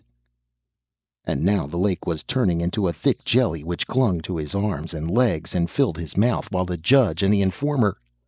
Berent! Berent opened his eyes and found himself on the adjustable bed in the dream shop. Dr. Wayne, looking somewhat shaken, was standing over him. A nurse was nearby with a tray of hypodermics and an oxygen mask. Behind her was Arkdragen, wiping perspiration from his forehead. "I didn't think you were going to make it," Dr. Wayne said. I really didn't." "He pulled out just in time," the nurse said. "I warned him," Arkdragen said, and left the room. Berent sat up. "What happened?" he asked. Dr. Wayne shrugged his shoulders. "It's hard to tell. Perhaps you were prone to circular reaction, and sometimes the drugs aren't absolutely pure, but these things usually don't happen more than once. Believe me, Citizen Berent, the drug experience is very pleasant. I'm sure you'll enjoy it the second time." Still shaken by his experience, Berent was certain there would be no second time for him. Whatever the cost, he was not going to risk a repetition of that nightmare. "Am I addicted now?" he asked. "Oh, no," Dr. Wayne said. "Addiction occurs with the third or fourth visit." Berent thanked him and left. He passed Arkdragen's desk and asked how much he owed. "Nothing," Arkdragen said. "The first visit is always on the house." He gave Berent a knowing smile. Berent left the dream shop and hurried home to his apartment. He had a lot to think about. Now, for the first time, he had proof that he was a willful and premeditated murderer. Chapter 9. Being accused of a murder you can't remember is one thing. Remembering a murder you have been accused of is another thing entirely. Such evidence is hard to disbelieve. Berent tried to sort out his feelings on the matter. Before his visit to the dream shop, he had never felt himself a murderer, no matter what the Earth authorities had accused him of. At worst, he had thought that he might have killed a man in a sudden uncontrollable fit of rage, but to plan and perform a murder in cold blood. Why had he done it? Had his lust for revenge been so great as to throw off all the restraint of Earth's civilization? Apparently so. He had killed, and someone had informed on him, and a judge had sentenced him to Omega. He was a murderer on a criminal's planet. To live here successfully, he simply had to follow his natural bias towards murder. And yet, Berent found this extremely difficult to do. He had surprisingly little taste for bloodshed. On Free Citizens' Day, although he went into the streets with his needlebeam, he couldn't bring himself to slaughter any of the lower classes. He didn't want to kill. It was a ridiculous prejudice, considering where and what he was, but there it was. No matter how often Tem Rend or Joe lectured him on his citizen's duties, Berent still found murder quite distasteful. He sought the aid of a psychiatrist, who told him that his rejection of murder had its roots in an unhappy childhood. The phobia had been further complicated by the traumatic qualities of his experience in the dream shop. Because of this, murder, the highest social good, had become repugnant to him. This anti-murder neuroses in a man eminently suited for the art of killing would, the psychiatrist said, inevitably lead to Berent's destruction. The only solution was to displace the neurosis. The psychiatrist suggested immediate treatment in a sanitarium for the criminally non-murderous. Berent visited a sanitarium and heard the mad inmates screaming about goodness, fair play, the sanctity of life, and other obscenities. He had no intention of joining them. Perhaps he was sick, but he wasn't that sick. His friends told him that his uncooperative attitude was bound to get him into trouble. Berent agreed, but he hoped by killing only when it became necessary that he would escape the observation of the highly placed individuals who administered the law. For several weeks his plans seemed to work. He ignored the increasingly peremptory notes from the dream shop and did not return to services at the Wee Coven. Business prospered, and Berent spent his time studying the effects of the rarer poisons and practicing with his needlebeam. He often thought about the girl. He still had the gun she had lent him. He wondered if he would ever see her again. And he thought about Earth. Since his visit to the dream shop, he had occasional flashes of recall. Isolated pictures of a weathered stone building, a stand of live oaks, the curve of a river seen through willows. This half-remembered Earth filled him with an almost unbearable longing. Like most of the citizens of Omega, his only real wish was to go home, and that was impossible. The days passed, and when trouble came, it came unexpectedly. One night there was a heavy knocking at his door. Half asleep, Barrent answered it. 4 uniformed men pushed their way inside and told him he was under arrest. "What for?" Barrent asked. "Non-drug addiction," one of the men told him. "You have 3 minutes to dress." "What's the penalty?" "You'll find out in court," the man said. He winked at the other guards and added, "But the only way to cure a non-addict is to kill him, eh?" Barrent dressed. He was taken to a room in the sprawling Department of Justice. The room was called the Kangaroo Court, in honor of ancient Anglo-Saxon judicial proceedings. Across the hall from it, also of antique derivation, was the Star Chamber. Just past that was the Court of Last Appeal. The Kangaroo Court was divided in half by a high wooden screen, for it was fundamental to Omegan justice that the accused should not see his judge nor any of the witnesses against him. "Let the prisoner rise," a voice said from behind the screen. The voice, thin, flat, and emotionless, came through a small amplifier. Barrent could barely understand the words. Tone and inflection were lost, as had been planned for. Even in speaking, the judge remained anonymous. "Will Barrent," the judge said, "you have been brought before this court on a major charge of non-drug addiction and a minor charge of religious impiety. On the minor count, we have the sworn statement of a priest. On the major count, we have the testimony of the dream shop. Can you refute either of these charges?" Barrent thought for a moment, then answered, "No, sir, I can't." "For the present," the judge said, "your religious impiety can be waived since it is a first offense. But non-drug addiction is a major crime against the state of Omega. The uninterrupted use of drugs is an enforced privilege of every citizen. It is well known that privileges must be exercised, otherwise they will be lost. To lose our privileges would be to lose the very cornerstone to our liberty. Therefore, to reject or otherwise fail to perform a privilege is tantamount to high treason." There was a pause. The guards shuffled their feet restlessly. Barrent, who considered his situation hopeless, stood at attention and waited. "Drugs serve many purposes," the hidden judge went on. "I need not enumerate their desirable qualities for the user. But speaking from the viewpoint of the state, I will tell you that an addicted populace is a loyal populace. That drugs are a major source of tax revenue. That drugs exemplify our entire way of life. Furthermore, I say to you that the non-addicted minorities have invariably proven hostile to native Omegan institutions. I give you this lengthy explanation, Will Barrent, in order that you may better understand the sentence which is to be passed upon you." "Sir," Barrent said, "I was wrong in avoiding addiction. I won't plead ignorance, because I know the law doesn't recognize that excuse. But I will ask you most humbly for another chance. I ask you to remember, sir, that addiction and rehabilitation are still possibilities for me." "The court recognizes that," the judge said. "For that reason, the court is pleased to exercise its fullest powers of judicial mercy.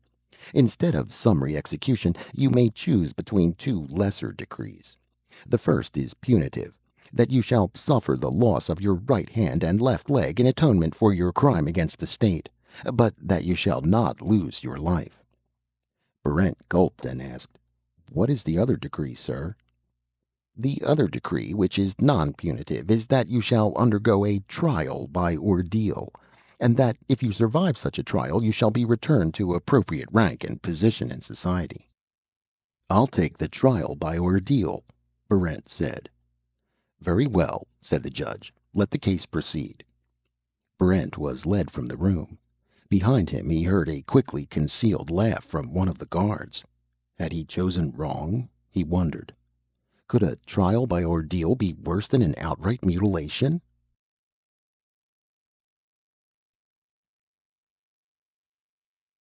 Chapter 10. On Omega, so the saying went, you couldn't fit a knife blade between the trial and the execution of the sentence. Brent was taken at once to a large circular stone room in the basement of the Department of Justice. White arc lights glared down at him from a high arched ceiling. Below, one section of wall had been cut away to provide a reviewing stand for spectators. The stands were almost filled when Brent arrived, and hawkers were selling copies of the day's legal calendar. For a few moments Brent was alone on the stone floor. Then a panel slid away in one curved wall, and a small machine rolled out. A loudspeaker set high in the reviewing stand announced, "Ladies and gentlemen, your attention, please. You are about to witness Trial 642BG223 by ordeal between Citizen Will Brent and GME 213. Take your seats, please. The contest will begin in a few minutes." Brent looked over his opponent. It was a glistening black machine shaped like a half sphere, standing almost 4 feet high. It rolled restlessly back and forth on small wheels. A pattern of red, green, and amber lights from recessed glass bulbs flashed across its smooth metal hide. It stirred in Brent a vague memory of some creature from Earth's oceans. "For the benefit of those who are visiting our gallery for the first time," the loudspeaker said, "a word of explanation is in order. The prisoner, Will Brent, has freely chosen the trial by ordeal. The instrument of justice, which in this instance is GME 213, is an example of the finest creative engineering which Omega has produced. The machine, or Max, as its many friends and admirers call it, is a murder weapon of exemplary efficiency, able to utilize no less than 23 killing modes, many of them extremely painful. For trial purposes, it is set to operate upon a random principle. This means that Max has no choice over the way in which it kills. The modes are selected and abandoned by a random arrangement of 23 numbers, linked to an equally random time selection of 1 to 6 seconds. Max suddenly moved toward the center of the room, and Brent backed away from it. "It is within the prisoner's power," the loudspeaker voice continued, "to disable the machine, in which case the prisoner wins the contest and is set free with full rights and privileges of his station. The method of disabling varies from machine to machine. It is always theoretically possible for a prisoner to win. Practically speaking, this has happened on an average of 3.5 times out of 100. Brent looked up at the gallery of spectators. To judge by their dress, they were all men and women of status, high in the ranks of the privileged classes. Then he saw, sitting in a front row seat, the girl who had lent him her gun on his first day in Tetrahide. She was as beautiful as he had remembered her, but no hint of emotion touched her pale, oval face. She stared at him with the frank and detached interest of someone watching an unusual bug under a jar. "Let the contest begin," the loudspeaker announced. Brent had no more time to think about the girl, for the machine was rolling toward him. He circled warily away from it. Max extruded a single slender tentacle with a white light winking in the end of it. The machine rolled toward Brent, backing him toward a wall. Abruptly it stopped. Brent heard the clank of gears. The tentacle was withdrawn, and in its place appeared a jointed metal arm which ended in a knife edge. Moving more quickly now, the machine cornered him against the wall. The arm flicked out, but Brent managed to dodge it. He heard the knife edge scrape against stone. When the arm withdrew, Brent had a chance to move again into the center of the room. He knew that his only chance to disable the machine was during the pause when its selector changed it from one killing mode to another. But how do you disable a smooth-surfaced, turtle-backed machine? Max came at him again, and now its metal hide glistened with a dull green substance which Brent immediately recognized as contact poison. He broke into a spring, circling the room, trying to avoid the fatal touch. The machine stopped. Neutralizer washed over its surface, clearing away the poison. Then the machine was coming toward him again, this time with no weapons visible, apparently intending to ram. Brent was badly winded. He dodged, and the machine dodged with him. He was standing against the wall, helpless, as the machine picked up speed. It stopped inches from him. Its selector clicked. Max was extruding some sort of club. This, Barrent thought, was an exercise in applied sadism. If it went on much longer, the machine would run him off his feet and kill him at its leisure. Whatever he was going to do, he had better do it at once, while he still had the strength. Even as he thought that, the machine swung a clubbed metal arm. Barrent couldn't avoid the blow completely. The club struck his left shoulder, and he felt his arm go numb. Max was selecting again. Barrent threw himself on its smooth, rounded back. At the very top, he saw two tiny holes. Praying that they were air intake openings, Barrent plugged them with his fingers. The machine stopped dead, and the audience roared.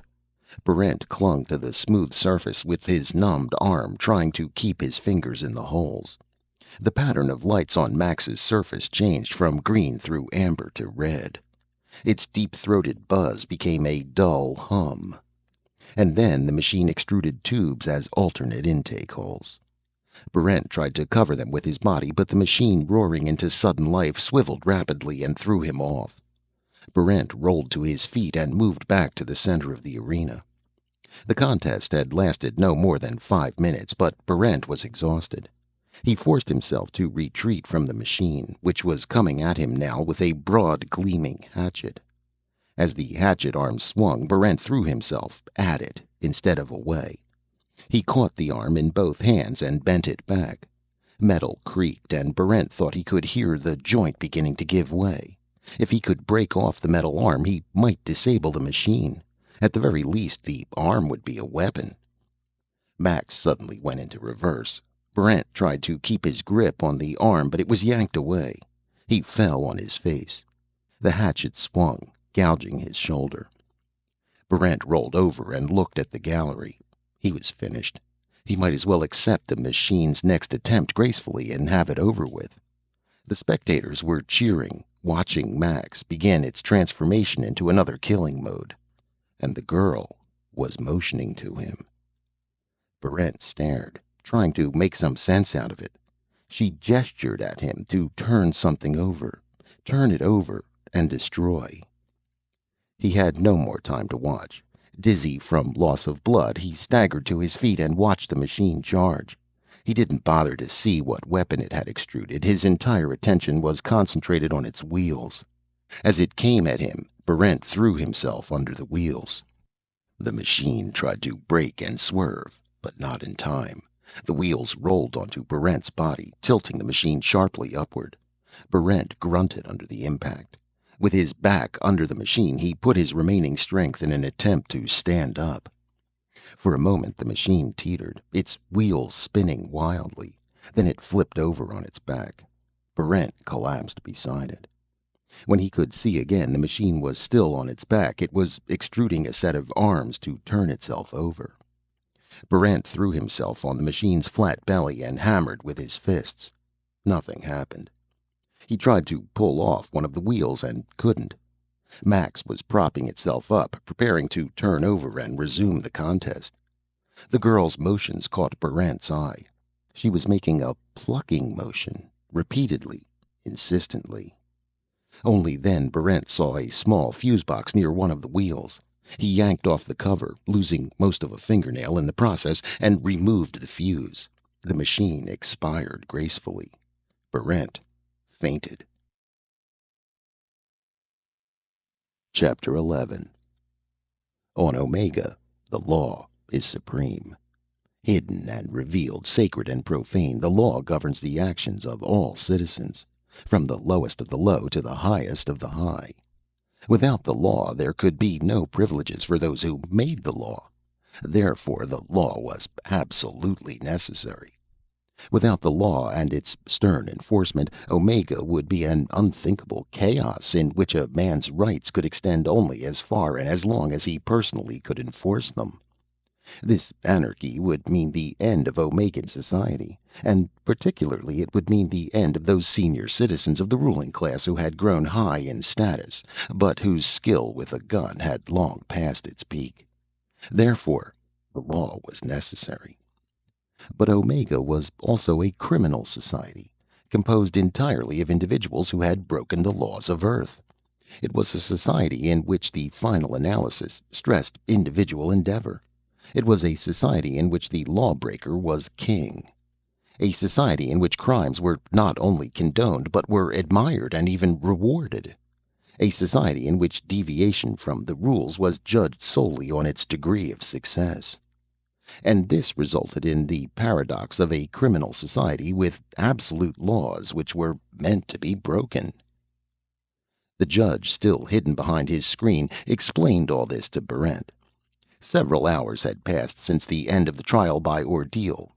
Barrent had been taken to the infirmary where his injuries were patched up. They were minor, for the most part. 2 cracked ribs, a deep gouge in his left shoulder, and various cuts and bruises. Accordingly, the judge went on, the law must simultaneously be broken and not broken. Those who never break a law never rise in status. They are usually killed off in one way or another since they lack the necessary initiative to survive. For those who, like yourself, break laws, the situation is somewhat different. The law punishes them with absolute severity, unless they can get away with it. The judge paused. In a thoughtful voice, he continued. The highest type of man on Omega is the individual who understands the laws, appreciates their necessity, knows the penalties for infraction, then breaks them, and succeeds. That, sir, is your ideal criminal and your ideal Omegan. And that is what you have succeeded in doing, Will Barrent, by winning the trial by ordeal. Thank you, sir, Barrent said. I wish you to understand, the judge continued, that success in breaking the law once does not imply that you will succeed a second time. The odds are increasingly against you each time you try, just as the rewards are increasingly greater if you succeed. Therefore, I counsel you not to act rashly upon your new acquisition of knowledge. I won't, sir, Barrent said. Very well. You are hereby elevated to the status of privileged citizen, with all the rights and obligations which that entails. You are allowed to keep your business as before. Furthermore, you are granted a week's free vacation in the Lake of Clouds region, and you may go on that vacation with any female of your choice. I beg pardon? Barrent said. What was that last?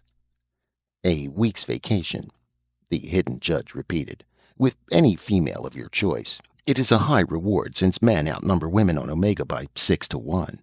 You may pick any unmarried woman, willing or unwilling. I will grant you 3 days in which to make a choice. I don't need 3 days, Barrent said. I want the girl who was sitting in the front row of the spectators' gallery. The girl with black hair and green eyes. Do you know which one I mean? Yes, the judge said slowly. I know which one you mean. Her name is Moira Ermaeus. I suggest that you choose someone else. Is there any reason? No, but you would be much better advised if you selected someone else. My clerk will be pleased to furnish you with a list of suitable young ladies. All of them have affidavits of good performance. Several are graduates of the Women's Institute, which, as you perhaps know, gives a rigorous 2-year course in the Gatian arts and sciences. I can personally recommend your attention to... Moira is the one I want, Barrent said. Young man, you err in your judgment. I'll have to take that chance. Very well, the judge said. Your vacation starts at 9 tomorrow morning. I sincerely wish you good fortune.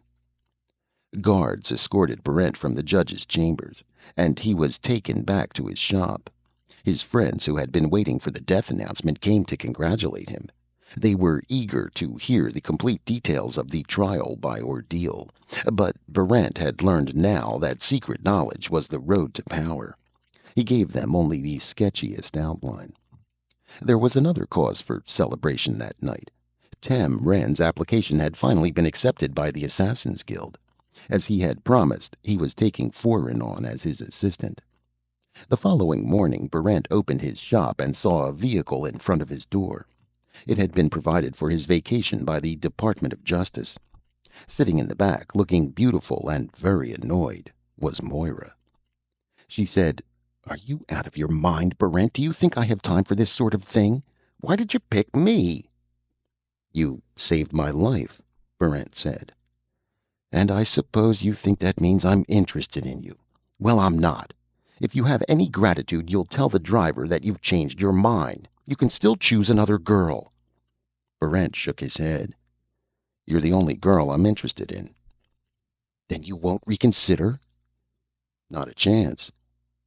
Moira sighed and leaned back. Are you really interested in me? Much more than interested, Barrent said. Well, Moira said, if you won't change your mind, I suppose I'll just have to put up with you. She turned away, but before she did, Barrent caught the faintest suggestion of a smile. Chapter 12. The Lake of Clouds was Omega's finest vacation resort. Upon entering the district, all weapons had to be checked at the main gate. No duels were allowed under any circumstances. Quarrels were arbitrarily decided by the nearest barman, and murder was punished by immediate loss of all status. Every amusement was available at the Lake of Clouds. There were the exhibitions, such as fencing bouts and bullfighting and bear baiting. There were sports like swimming, mountain climbing, and skiing. In the evenings there was dancing in the main ballroom, behind glass walls which separated residents from citizens and citizens from the elite. There was a well-stocked drug bar, containing anything the fashionable addict could desire, as well as a few novelties he might wish to sample. For the gregarious, there was an orgy every Wednesday and Saturday night in the Satyr's Grotto. For the shy, the management arranged masked trysts in the dim passageways beneath the hotel. But most important of all, there were gently rolling hills and shadowy woods to walk in, free from the tensions of the daily struggle for existence in Tetrahide. Barrent and Moira had adjoining rooms, and the door between them was unlocked. But on the first night, Barrent did not go through the door.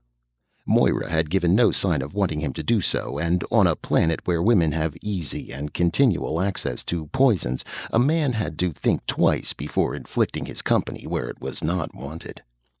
Even the owner of an antidote shop had to consider the possibility of not being able to recognize his own symptoms in time. On their second day, they climbed high into the hills. They ate a basket lunch on a grassy incline which sloped away to the gray sea. After they had eaten, Barrent asked Moira why she had saved his life. You won't like the answer, she told him. I'd still like to hear it. Well, you looked so ridiculously vulnerable that day in the Victim Society. I would have helped anyone who looked that way. Barrent nodded uncomfortably. What about the second time? By then, I suppose I had an interest in you. Not a romantic interest, you understand. I'm not at all romantic. What kind of an interest? Barrent asked. I thought you might be good recruitment material. I'd like to hear more about it, Barrent said. Moira was silent for a while, watching him with unblinking green eyes. She said, There's not much I can tell you. I'm a member of an organization. We're always on the lookout for good prospects. Usually we screen directly from the prison ships. After that, recruiters like me go out in search of people we can use. What type of people do you look for? Not your type, Will. I'm sorry. Why not me? At first, I thought seriously about recruiting you, Moira said. You seemed just like the sort of person we needed. Then I checked into your record. And? We don't recruit murderers. Sometimes we employ them for specific jobs, but we don't take them into the organization. There are certain extenuating circumstances which we recognize. Self-defense, for example. But aside from that, we feel that a man who has committed premeditated murder on Earth is the wrong man for us. I see, Brent said. Would it help any if I told you I don't have the usual Omegan attitude toward murder? I know you don't, Moira said. If it were up to me, I'd take you into the organization, but it's not my choice. Will, are you sure you're a murderer? I believe I am, Brent said. I probably am. Too bad, Moira said. Still, the organization needs high survival types, no matter what they did on Earth. I can't promise anything, but I'll see what I can do. It would help if you could find out more about why you committed murder. Perhaps there were extenuating circumstances." "Perhaps," Brent said doubtfully. "I'll try to find out." That evening, just before he went to sleep, Moira opened the adjoining door and came into his room. Slim and warm, she slipped into his bed. When he started to speak, she put a hand over his mouth, and Barrent, who had learned not to question good fortune, kept quiet. The rest of the vacation passed much too quickly. The subject of the organization did not come up again, but perhaps as compensation, the adjoining door was not closed. At last, late on the seventh day, Barrent and Moira returned to Tetrahyde. "When can I see you again?" Barrent asked. "I'll get in touch with you." "That's not a very satisfactory arrangement." "It's the best I can do," Moira said. "I'm sorry, Will. I'll see what I can do about the organization." Barrent had to be satisfied with that. When the vehicle dropped him at his store, he still didn't know where she lived or what kind of an organization she represented. Back in his apartment, he considered carefully the details of his dream in the dream shop. It was all there. His anger at Thurcaller, the illicit weapon, the encounter, the corpse, and then the informer and the judge. Only one thing was missing. He had no recollection of the actual murder. No memory of aiming the weapon and activating it. The dream stopped when he met Thurcaller, and started again after he was dead. Perhaps he had blocked the moment of actual murder out of his mind, but perhaps there had been some provocation, some satisfactory reason why he had killed the man. He would have to find out. There were only two ways of getting information about Earth. One lay through the horror-tinged visions of the dream shop, and he was determined not to go there again. The other way was through the services of a skrenning mutant. Barrent had the usual distaste for mutants. They were another race entirely, and their status of untouchability was no mere prejudice. It was well known that mutants often carried strange and incurable diseases. They were shunned, and they had reacted to exclusion by exclusiveness. They lived in the Mutant Quarter, which was almost a self-contained city within Tetrahyde. Citizens with good sense stayed away from the quarter, especially after dark. Everyone knew that mutants could be vindictive. But only mutants had the skrenning ability. In their misshapen bodies were unusual powers and talents, odd and abnormal abilities which the normal man shunned by day, but secretly courted by night. Mutants were said to be in the particular favor of the Black One.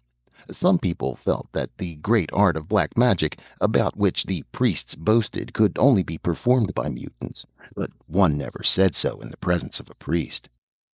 Mutants, because of their strange talents, were reputed to remember much more of Earth than was possible for normal men and women. Not only could they remember Earth in general, but in particular they could skren the life thread of a man backward through space and time, pierce the wall of forgetfulness, and tell what really had happened to him. Other people believed that mutants had no unusual abilities at all. They considered them clever rogues who lived off people's credulity. Barrent decided to find out for himself. Late one night, suitably cloaked and armed, he left his apartment and went to the mutant court. Chapter 13. Barrent walked through the narrow, twisting streets of the quarter, one hand never far from his weapon. He walked among the lame and the blind, past hydrocephaloid and microcephalous idiots, past a juggler who kept 12 flaming torches in the air with the aid of a rudimentary third hand growing out of his chest. There were vendors selling clothing, charms, and jewelry. There were carts loaded with pungent and unsanitary-looking food. He walked past a row of brightly painted brothels. Girls crowded the windows and shrieked at him, and a four-armed, six-legged woman told him he was just in time for the Delphian rites.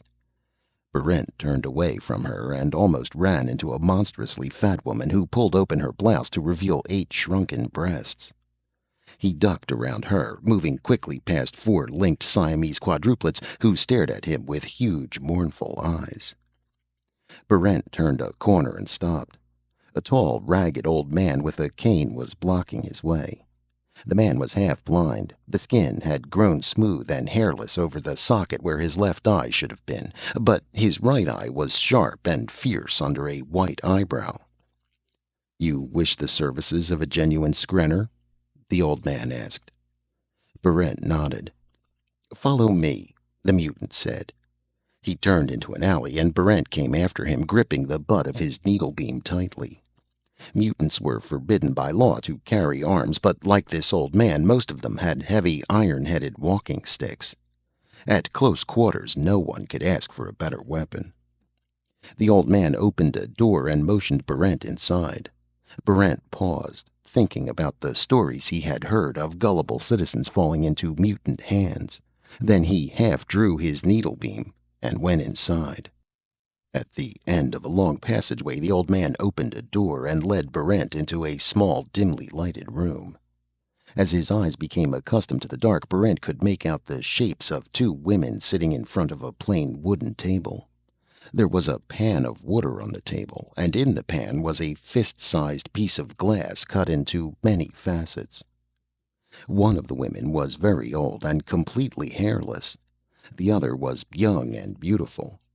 As Barrent moved closer to the table, he saw with a sense of shock that her legs were joined below the knee by a membrane of scaly skin, and her feet were of a rudimentary fish-tail shape. "What do you wish us to skren for you, Citizen Barrent?" the young woman asked. "How did you know my name?" Barrent asked. When he got no answer, he said, "All right, I want to find out about a murder I committed on Earth." "Why do you want to find out about it?" the young woman asked. "Won't the authorities credit it to your record?" "They credit it, but I want to find out why I did it. Maybe there were extenuating circumstances. Maybe I did it in self-defense." "Is it really important?" the young woman asked. "I think so," Barrent said. He hesitated a moment, then took the plunge. The fact of the matter is, I have a neurotic prejudice against murder. I would rather not kill. So I want to find out why I committed murder on Earth." The mutants looked at each other. Then the old man grinned and said, "Citizen, we'll help you all we can. We mutants also have a prejudice against killing, since it's always someone else killing us. We're all in favor of citizens with a neuroses against murder." "Then you'll skren my past?" "It's not as easy as that," the young woman said. "The skrenning ability, which is one of a cluster of psi talents, is difficult to use. It doesn't always function, and when it does, it often doesn't reveal what it's supposed to." "I thought all mutants could look into the past whenever they wanted to," Barrent said. "No," the old man told him, that isn't true. For one thing, not all of us who are classified mutants are true mutants. Almost any deformity or abnormality these days is called mutantism. It's a handy term to cover anyone who doesn't conform to the Terran standard of appearance." "But some of you are true mutants." "Certainly, but even then there are different types of mutantism.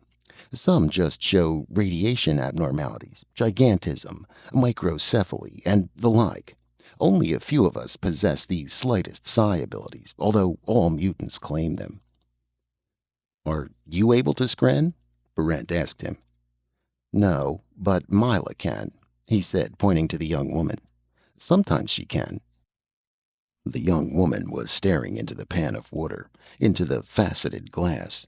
Her pale eyes were open very wide, showing almost all pupil, and her fish-tailed body was rigidly upright, supported by the old woman. "She's beginning to see something," the man said. "The water and the glass are just devices to focus her attention. Myla's good at skrenning, though sometimes she gets the future confused with the past. That sort of thing is embarrassing, and it gives skrenning a bad name.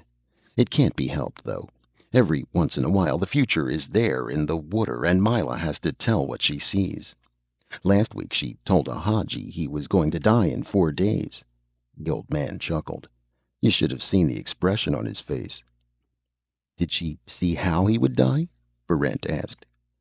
"Yes, by a knife thrust. The poor man stayed in his house for the entire 4 days." "Was he killed?" "Of course. His wife killed him. She was a strong-minded woman, I'm told. Brent hoped that Myla would not scren any future for him. Life was difficult enough without a mutant's predictions to make it worse. She was looking up from the faceted glass now, shaking her head sadly. There's very little I can tell you. I was not able to see the murder performed. But I screnned a graveyard, and in it I saw your parents' tombstone. It was an old tombstone, perhaps 20 years old. The graveyard was on the outskirts of a place on Earth called Youngerston. Brent reflected a moment. The name meant nothing to him. Also, Myla said, I screnned a man who knows about the murder. He can tell you about it if he will. This man saw the murder? Yes. Is he the man who informed on me? I don't know, Myla said. I screnned the corpse whose name was Thurcaller, and there was a man standing near it. That man's name was Ilardi. Is he here on Omega? Yes. You can find him right now in the Euphoritorium on Little Axe Street. Do you know where that is? I can find it, Brent said. He thanked the girl and offered payment, which she refused to take. She looked very unhappy. As Brent was leaving, she called out, Be careful. Brent stopped at the door and felt an icy chill settle across his chest. Did you scren my future? He asked. Only a little, Myla said. Only a few months ahead. What did you see? I can't explain it, she said. What I saw is impossible. Tell me what it was.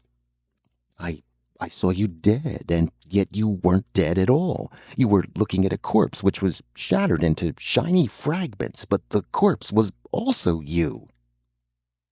What does it mean? I don't know, Myla said.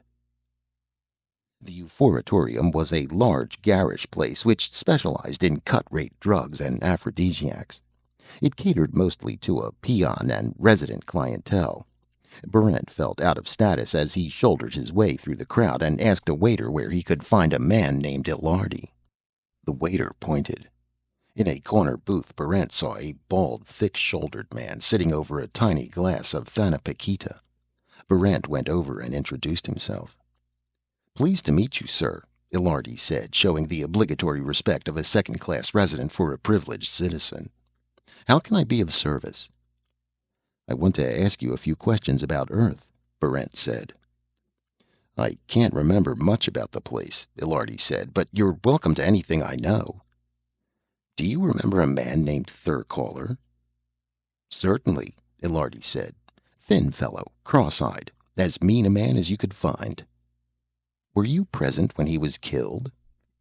I was there. It was the first thing I remembered when I got off the ship. Did you see who killed him? Ilardi looked puzzled. I didn't have to see. I killed him. Brent forced himself to speak in a calm, steady voice. Are you sure of that? Are you absolutely certain? Of course I'm sure, Ilardi said, and I'll fight any man who tries to take credit for it. I killed Thurcaller, and he deserved worse than that. When you killed him, Brent asked, did you see me anywhere around? Ilardi looked at him carefully, then shook his head. No, I don't think I saw you, but I can't be sure. Right after I killed Thurcaller, everything goes sort of blank. Thank you, Brent said. He left the Euphoritorium.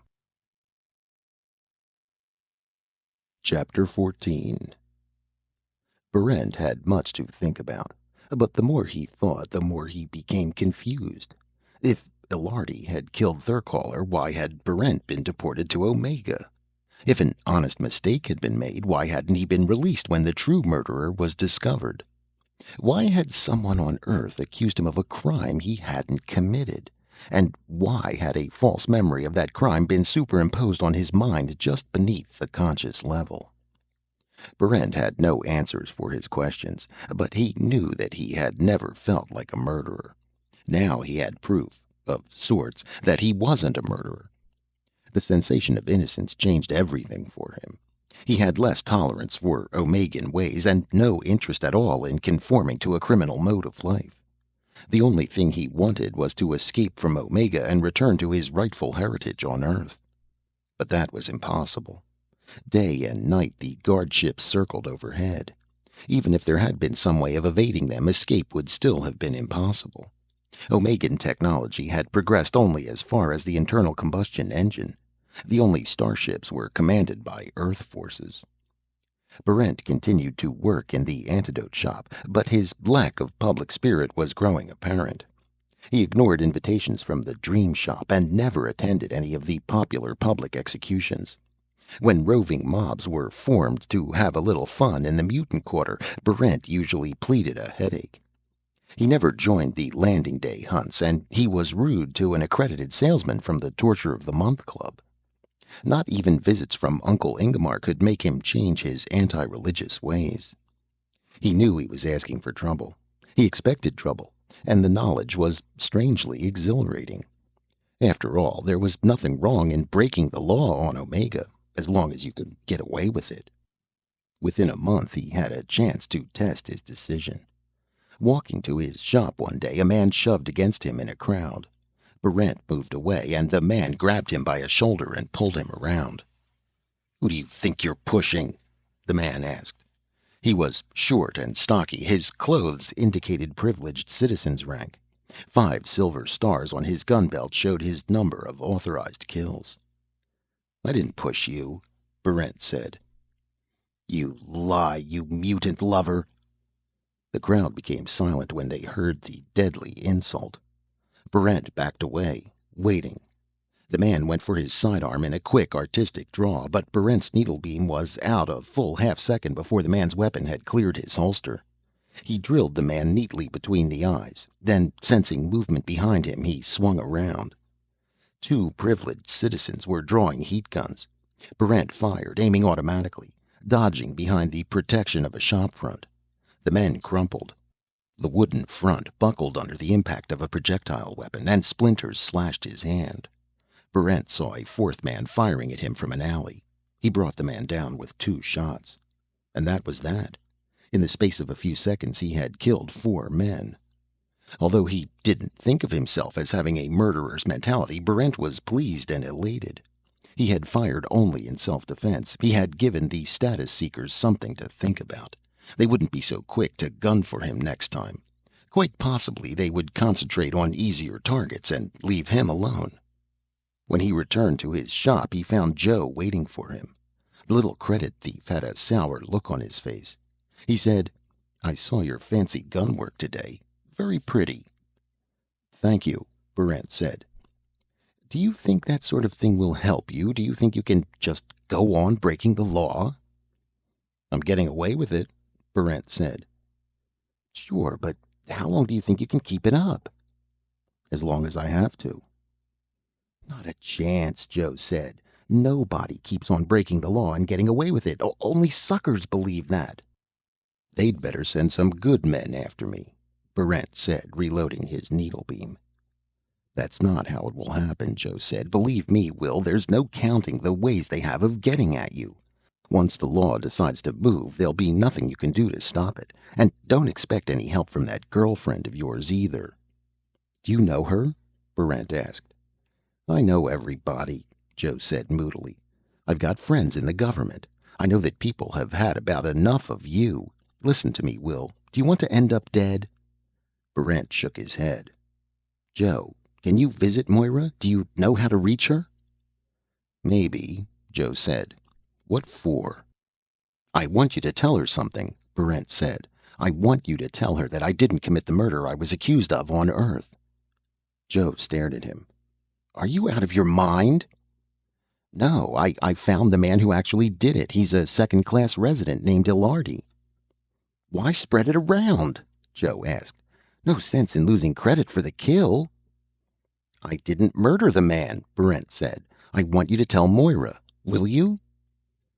"I'll tell her," Joe said, "if I can locate her. Look, will you remember what I've said? Maybe you still have some time to do something about it. Go to a black mass or something. It might help." "Maybe I'll do that," Barrent said. "You'll be sure to tell her?" "I'll tell her," Joe said. He left the antidote shop, shaking his head sadly. Chapter 15. 3 days later, Berent received a visit from a tall, dignified man who stood as rigidly erect as the ceremonial sword that hung from his side. The old man wore a high-collared coat, black pants, and gleaming black boots. From his clothing, Berent knew he was a high government official. "The government of Omega sends you greetings," said the official. "I am Norins J, Sub-Minister of Games. I am here as required by law to inform you personally of your good fortune." Berent nodded warily and invited the old man into his apartment, but Jay, erect and proper, preferred to stay in the store. "The yearly lottery drawing was held last night," Jay said. "You, Citizen Berent, are one of the prize winners. I congratulate you." "What is the prize?" Berent asked. He had heard of the yearly lottery, but had only a vague idea of its significance. "The prize," Jay said, "is honor and fame. Your name inscribed on the civic rolls, your record of kills preserved for posterity. More concretely, you will receive a new government-issue needle beam, and afterwards you will be awarded posthumously the Silver Sunburst decoration." "Posthumously?" "Of course," Jay said. "The Silver Sunburst is always awarded after death. It is no less an honor for that." "I'm sure it isn't," Berent said. "Is there anything else?" "Just one other thing," Jay said. "As a lottery winner, you will take part in the symbolic ceremony of the hunt, which marks the beginning of the yearly games. The hunt, as you may know, personifies our Omegan way of life.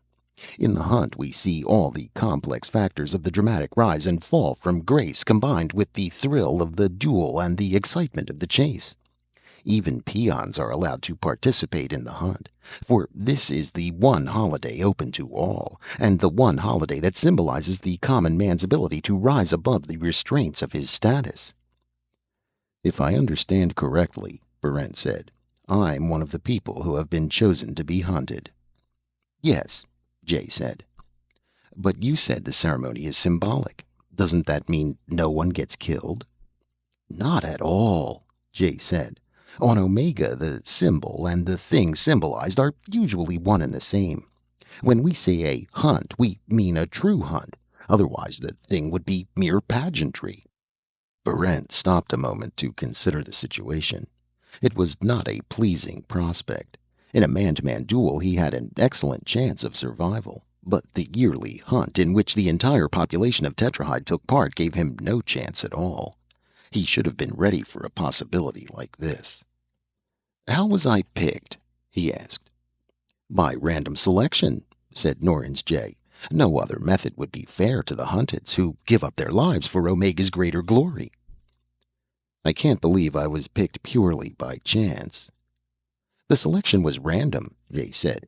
"It was made, of course, from a list of suitable victims. Not everyone can be a quarry in a hunt. A man must have demonstrated a considerable degree of tenacity and skill before the Games Committee would think of considering him for the selection. Being hunted is an honor. It is not one which we confer lightly." "I don't believe it," Berent said. "You people in the government were out to get me. Now it seems you've succeeded. As simple as that." "Not at all. I can assure you that none of us in the government bear you the slightest ill will. You may have heard foolish stories about vindictive officials, but they simply aren't true. You have broken the law, but that is no longer the government's concern. Now it's entirely a matter between you and the law." Jay's frosty blue eyes flashed when he spoke of the law. His back stiffened, and his mouth grew firm. "The law," he said, "is above the criminal and the judge, and rules them both. The law is inescapable, for any action is either lawful or unlawful. The law, indeed, may be said to have a life of its own, an existence quite apart from the finite lives of the beings who administer it. The law governs every aspect of human behavior. Therefore, to the same extent that humans are lawful beings, the law is human. And being human, the law has its idiosyncrasies, just as a man has his. For a citizen who abides by the law is distant and difficult to find. For those who reject and violate it, the law emerges from its musty sepulchres and goes in search of the transgressor." "And that," Berent said, "is why I was chosen for the hunt." Of course, Jay said. If you had not been chosen in that way, the zealous and never-sleeping law would have selected another means, using whatever instruments were at its disposal. Thanks for telling me, Brent said. How long do I have before the hunt begins? Until dawn. The hunt begins then, and ends at dawn of the following day. What happens if I'm not killed? Norins Jay smiled faintly. That doesn't happen often, Citizen Barrent. I'm sure it need not worry you. It happens, doesn't it? Yes, those who survive the hunt are automatically enrolled in the games. And if I survive the games? Forget it, Jay said in a friendly manner. But what if I do? Believe me, citizen, you won't. I still would like to know what happens if I do. Those who live through the games are beyond the law. That sounds promising, Barrent said. It isn't. The law, even at its most threatening, is still your guardian. Your rights may be few, but the law guarantees their observance. It is because of the law that I do not kill you here and now. Jay opened his hand, and Barrent saw a tiny single-charge weapon. The law sets limits and acts as a modifier upon the behavior of the lawbreaker and the law enforcer. To be sure, the law now states that you must die, but all men must die. The law, by its ponderous and introspective nature, gives you time in which to die. You have a day at least, and without the law, you would have no time at all. What happens, Barrent asked, if I survive the games and pass beyond the law? There is only one thing beyond the law, Norins Jay said reflectively, and that is the Black One himself. Those who pass beyond the law belong to him, but it would be better to die 1,000 times than to fall living into the hands of the Black One. Barrent had long ago dismissed the religion of the Black One as superstitious nonsense, but now, listening to Jay's earnest voice, he began to wonder. There might be a difference between the commonplace worship of evil and the actual presence of evil itself. But if you have any luck, Jay said, you will be killed early. Now I will end the interview with your final instructions.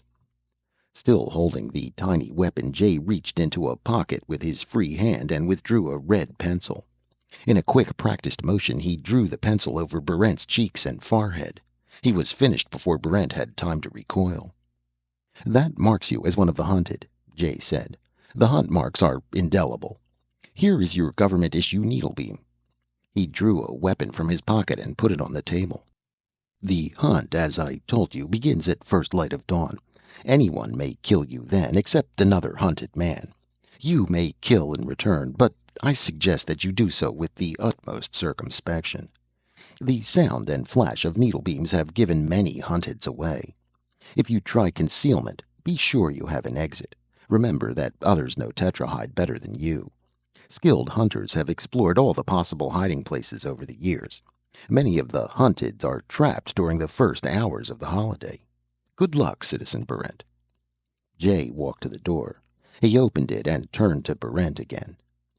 There is, I might add, one barely possible way of preserving both life and liberty during the hunt, but since it is forbidden, I cannot tell you what it is. Norins Jay bowed and went out. Barrent found, after repeated washings, that the crimson hunt marks on his face were indeed indelible. During the evening he disassembled the government-issue needlebeam and inspected its parts. As he had suspected, the weapon was defective. He discarded it in favor of his own. He made preparations for the hunt, putting food, water, a coil of rope, a knife, extra ammunition, and a spare needlebeam into a small knapsack. Then he waited, hoping against all reason that Moira and her organization would bring him a last-minute reprieve. But no reprieve came.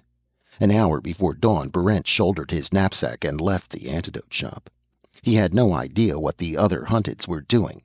He had already decided on a place that might be secure from the hunters.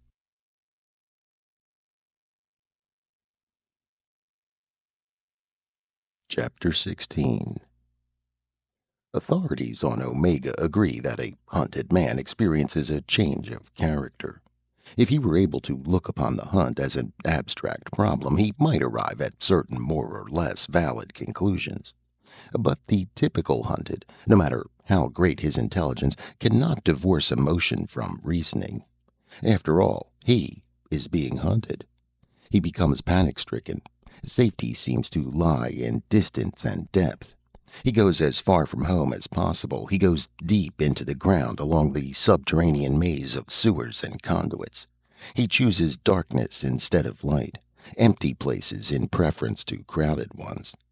This behavior is well known to experienced hunters. Quite naturally, they look first in the dark, empty places, in the underground passageways, in deserted stores and buildings. Here they find and flush the hunted with inexorable precision. Brent had thought about this. He had discarded his first instinct, which was to hide in the intricate tetrahide cloaca. Instead, an hour before dawn, he went directly to the large, brightly lighted building that housed the Ministry of Games. When the corridors seemed to be deserted, he entered quickly, read the directory, and climbed the stairs to the third floor.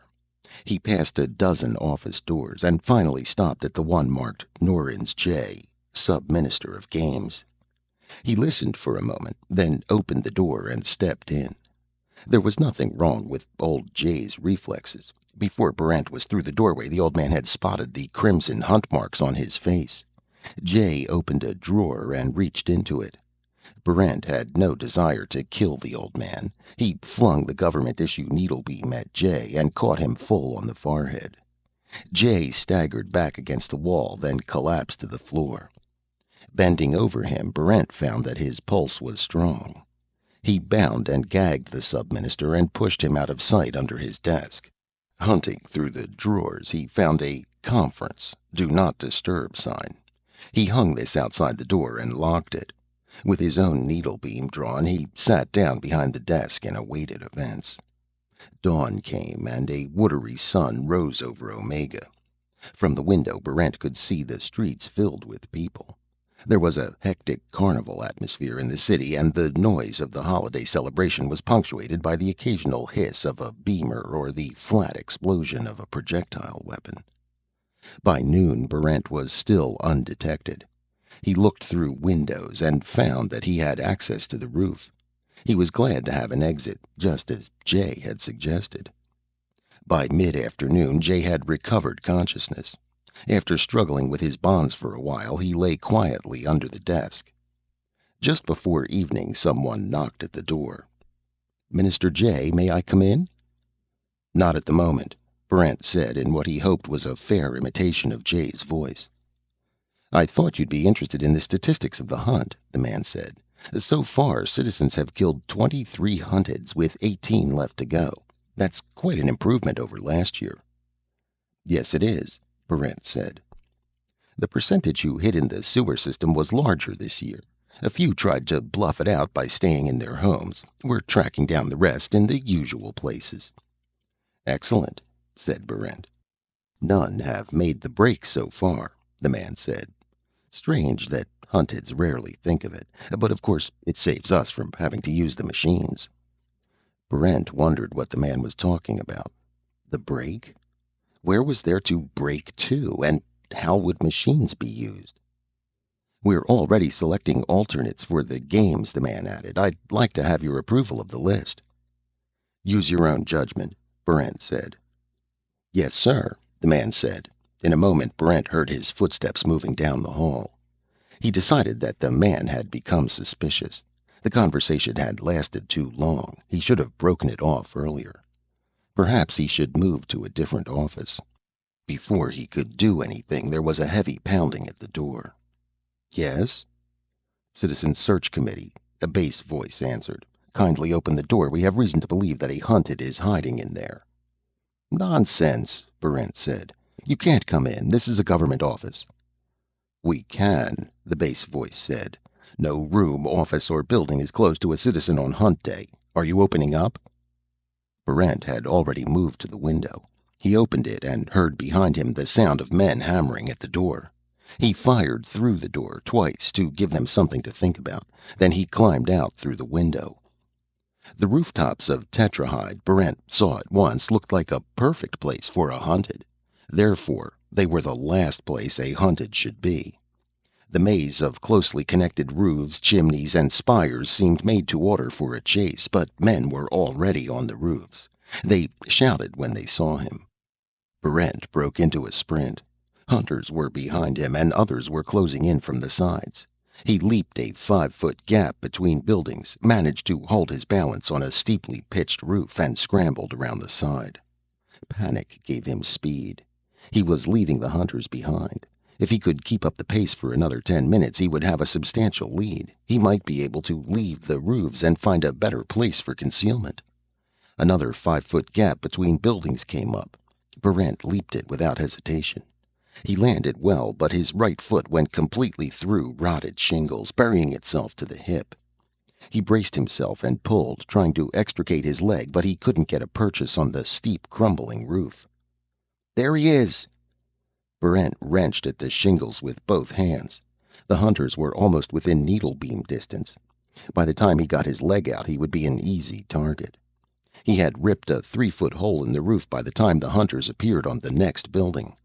Brent pulled his leg free, then, seeing no alternative, he jumped into the hole. For a second he was in the air, then he landed feet first on a table which collapsed under him, spilling him to the floor. He got up and saw that he was in a Haji-class living room. An old woman sat in a rocking chair less than 3 feet away. Her jaw was slack with terror. She kept on rocking automatically. Brent heard the hunters crossing to the roof. He went through the kitchen and out the back door, under a tangle of clotheslines and through a small hedge. Someone fired at him from a second-story window. Looking up, he saw a young boy trying to aim a heavy heat beamer. His father had probably forbidden him to hunt in the streets. Brent turned into a street and sprinted until he reached an alley. It looked familiar. He realized that he was in the mutant quarter, not far from Mila's house. He could hear the cries of the hunters behind him. He reached Mila's house and found the door unlocked. They were all together, the one-eyed man, the bald woman, and Mila. They showed no surprise at his entrance. "So, they picked you in the lottery," the old man said. "Well, it's what we expected." Brent asked, "Did Mila scren it in the water?" "There was no need to," the old man said. "It was quite predictable, considering the sort of person you are. Bold, but not ruthless. That's your trouble, Brent." The old man had dropped the obligatory form of address for a privileged citizen, and that, under the circumstances, was predictable, too. "I've seen it happen year after year," the old man said. "You'd be surprised how many promising young men like yourself end up in this room, out of breath, holding a needle beam as though it weighed a ton, with hunters 3 minutes behind them. They expect us to help them, but mutants like to stay out of trouble." "Shut up, Dem," the old woman said. "I guess we have to help you," Dem said. "Mila's decided on it for reasons of her own." He grinned sardonically. "Her mother and I told her she was wrong, but she insisted. And since she's the only one of us who can scren, we must let her have her own way." Mila said, "Even with helping you, there's very little chance that you'll live through the hunt." "If I'm killed," Brent said, "how will your prediction come true? Remember, you saw me looking at my own corpse, and it was in shiny fragments." "I remember," Mila said, "but your death won't affect the prediction. If it doesn't happen to you in this lifetime, it will simply catch up to you in a different incarnation." Brent was not comforted. He asked, "What should I do?" The old man handed him an armful of rags. "Put these on, and I'll go to work on your face. You, my friend, are going to become a mutant." In a short time, Brent was back on the street. He was dressed in rags. Beneath them, he was holding his needle beam, and in his free hand was a begging cup. The old man had worked lavishly with a pinkish-yellow plastic. Brent's face was now monstrously swollen at the forehead, and his nose was flat and spread out almost to the cheekbones. The shape of his face had been altered, and the livid hunt marks were hidden. A detachment of hunters raced past, barely giving him a glance. Brent began to feel more hopeful. He had gained valuable time. The last light of Omega's watery sun was disappearing below the horizon. Night would give him additional opportunities, and with any luck he could elude the hunters until dawn. After that were the games, of course, but Brent wasn't planning on taking part in them. If his disguise was good enough to protect him from an entire hunting city, there was no reason why he should be captured for the games. Perhaps after the holiday was over he could appear again in Omegan society. Quite possibly, if he managed to survive the hunt and altogether escape the games, he would be especially rewarded. Such a presumptuous and successful breaking of the law would have to be rewarded. He saw another group of hunters coming toward him. There were 5 in the group, and with them was Tem Rend, looking somber and proud in his new assassin's uniform. "You!" one of the hunters shouted. "Have you seen a quarry pass this way?" "No, citizen," Barrent said, bowing his head respectfully, his needle-beam ready under his rags. "Don't believe him," a man said. "These damned mutants never tell us a thing." "Come on, we'll find him," another man said. The group moved away, but Tem Rend stayed behind. "You sure you haven't seen one of the hunted go by here?" Rend asked. "Positive, citizen," Barrent said, wondering if Rend had recognized him. He didn't want to kill him. In fact, he wasn't sure he could, for Rend's reflexes were uncannily fast. Right now, Rend's needlebeam was hanging loosely from his hand, while Barrent's was already aimed. That split-second advantage might cancel out Rend's superior speed and accuracy, but if it came to conclusions, Barrent thought it would probably be a tie, in which case they would more than likely kill each other. "Well," Rend said, "if you do see any of the hunted, tell them not to disguise themselves as mutants." "Why not?" "That trick never works for long," Rend said evenly. "It gives a man about an hour's grace. Then the informers spot him. Now, if I were being hunted, I might use mutant's disguise, but I wouldn't just sit on a curbstone with it. I'd make a break out of tetrahide." "You would?" "Most certainly. A few hunteds every year escape into the mountains. The officials won't talk about it, of course, and most citizens don't know, but the Assassin's Guild keeps complete records of every trick, device, and escape ever used. It's part of our business." "That's very interesting," Barrent said. He knew that Rend had seen through his disguise. Tem was being a good neighbor, though a bad assassin.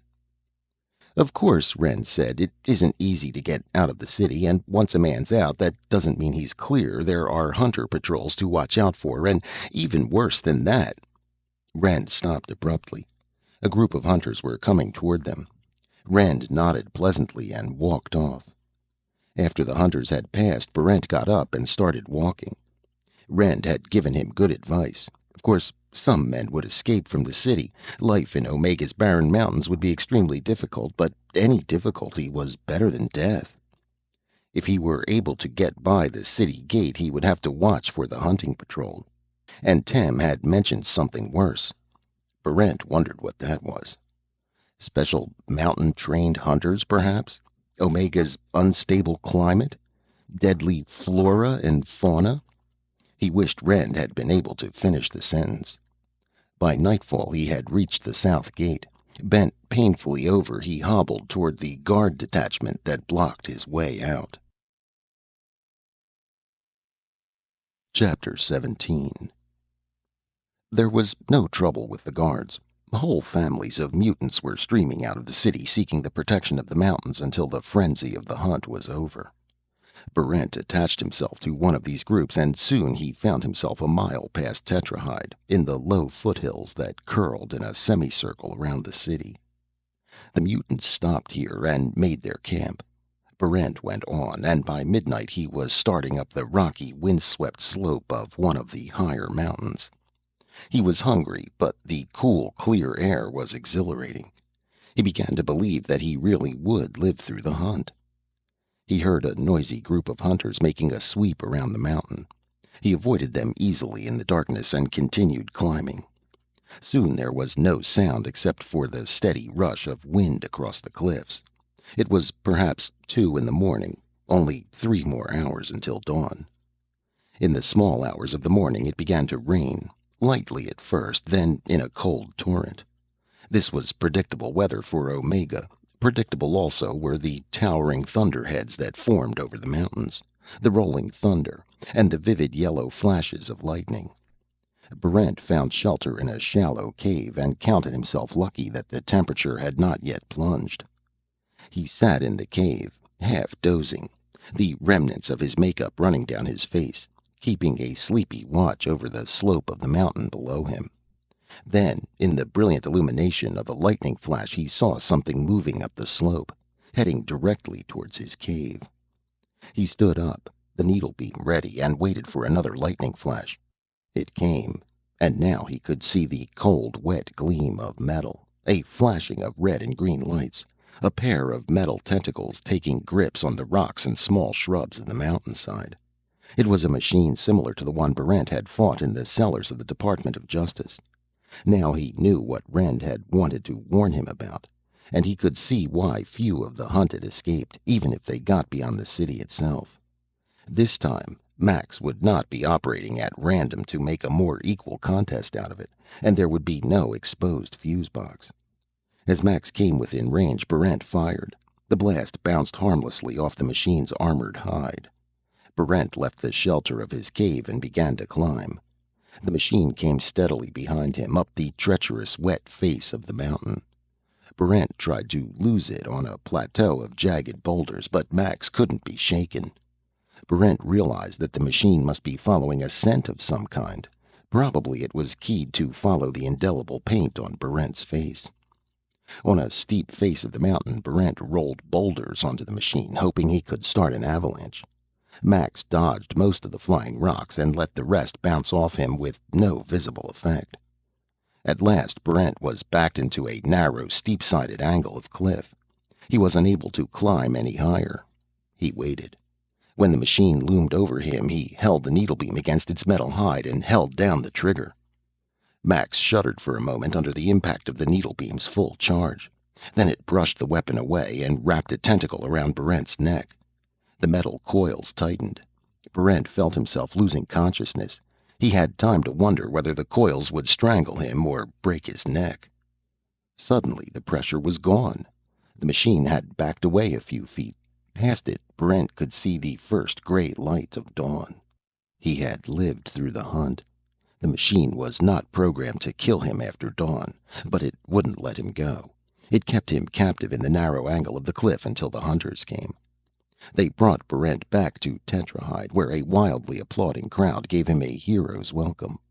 After a 2-hour procession, Barrent and 4 other survivors were taken to the office of the awards committee. The chairman made a short and moving speech about the skill and courage each had shown in surviving the hunt. He gave each of them the rank of Haji and presented them with the tiny golden earrings which showed their status. At the end of the ceremony, the chairman wished each of the new Hajis an easy death in the games. Chapter 18.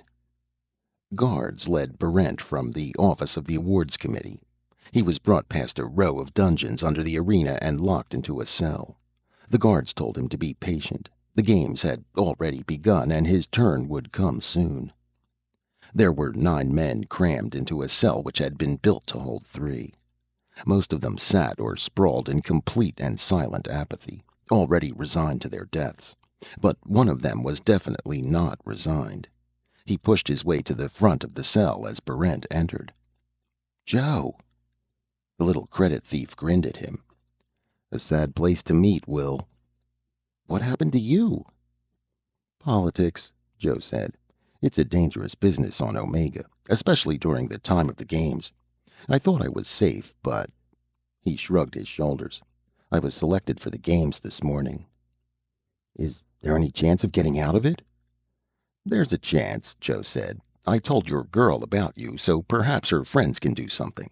As for me, I'm expecting a reprieve." "Is that possible?" Barrent asked. "Anything is possible. It's better not to hope for it, though." "What are the games like?" Barrent asked. "They're the sort of thing you'd expect," Joe said. "Man-to-man combats, battles against various types of Omegan flora and fauna, needle beam and heat gun duels. It's all copied from an old Earth festival, I'm told." "And if anyone survives," Barrent said, "they're beyond the law?" "That's right." "But what does it mean to be beyond the law?" "I don't know," Joe said. Nobody seems to know much about that. All I could find out is survivors of the games are taken by the Black One. It's not supposed to be pleasant." "I can understand that. The very little on Omega is pleasant." "It isn't a bad place," Joe said. "You just haven't the proper spirit of—" He was interrupted by the arrival of a detachment of guards. It was time for the occupants of Barrent's cell to enter the arena. "No reprieve," Barrent said. "Well, that's how it goes," Joe said. They were marched out under heavy guard and lined up at the iron door that separated the cell block from the main arena. Just before the captain of the guards opened the door, a fat, well-dressed man came hurrying down a side corridor waving a paper. "What's this?" the captain of the guards asked. "A writ of recognizance," the fat man said, handing his paper to the captain. "On the other side you'll find a cease and desist order." He pulled more papers out of his pockets. "And here is a bankruptcy transferal notice, a chattel mortgage, a writ of habeas corpus, and a salary attachment." The captain pushed back his helmet and scratched his narrow forehead. "I can never understand what you lawyers are talking about. What does it mean?" "It releases him," the fat man said, pointing to Joe. The captain took the papers, gave them a single puzzled glance, and handed them to an aide. "All right," he said. "Take him with you. But it wasn't like this in the old days. Nothing stopped the orderly progression of the games." Grinning triumphantly, Joe stepped through the ranks of guards and joined the fat lawyer. He asked him, "Do you have any papers for Will Barrent?" "None," the lawyer said. "His case is in different hands. I'm afraid it might not be completely processed until after the games are over." "But I'll probably be dead by then," Barrent said. "That, I can assure you, won't stop the papers from being properly served," the fat lawyer said proudly. "Dead or alive, you will retain all your rights." The captain of the guard said, "All right, let's go." "Luck," Joe called out, and then the line of prisoners had passed through the iron door into the glaring light of the arena. Barrent lived through the hand-to-hand duels in which a quarter of the prisoners were killed. After that, men armed with swords were matched against the deadlier Omegan fauna. The beasts they fought included the Hintolite and the Hintosed, big-jawed, heavy-armored monsters whose natural habitat was the desert region far to the south of Tetrahide. 15 men later, these beasts were dead. Barrent was matched with a Saunus, a flying black reptile from the western mountains. For a while he was hard-pressed by this ugly, poison-toothed creature, but in time he figured out a solution. He stopped trying to jab the Saunus's leathery hide and concentrated on severing its broad fan of tail feathers. When he had succeeded, the Saunus's flying balance was thrown badly off. The reptile crashed into the high wall that separated the combatants from the spectators, and it was relatively easy to administer the final stroke through the Saunus's single huge eye. The vast and enthusiastic crowd in the stadium gave Barrent a lengthy round of applause.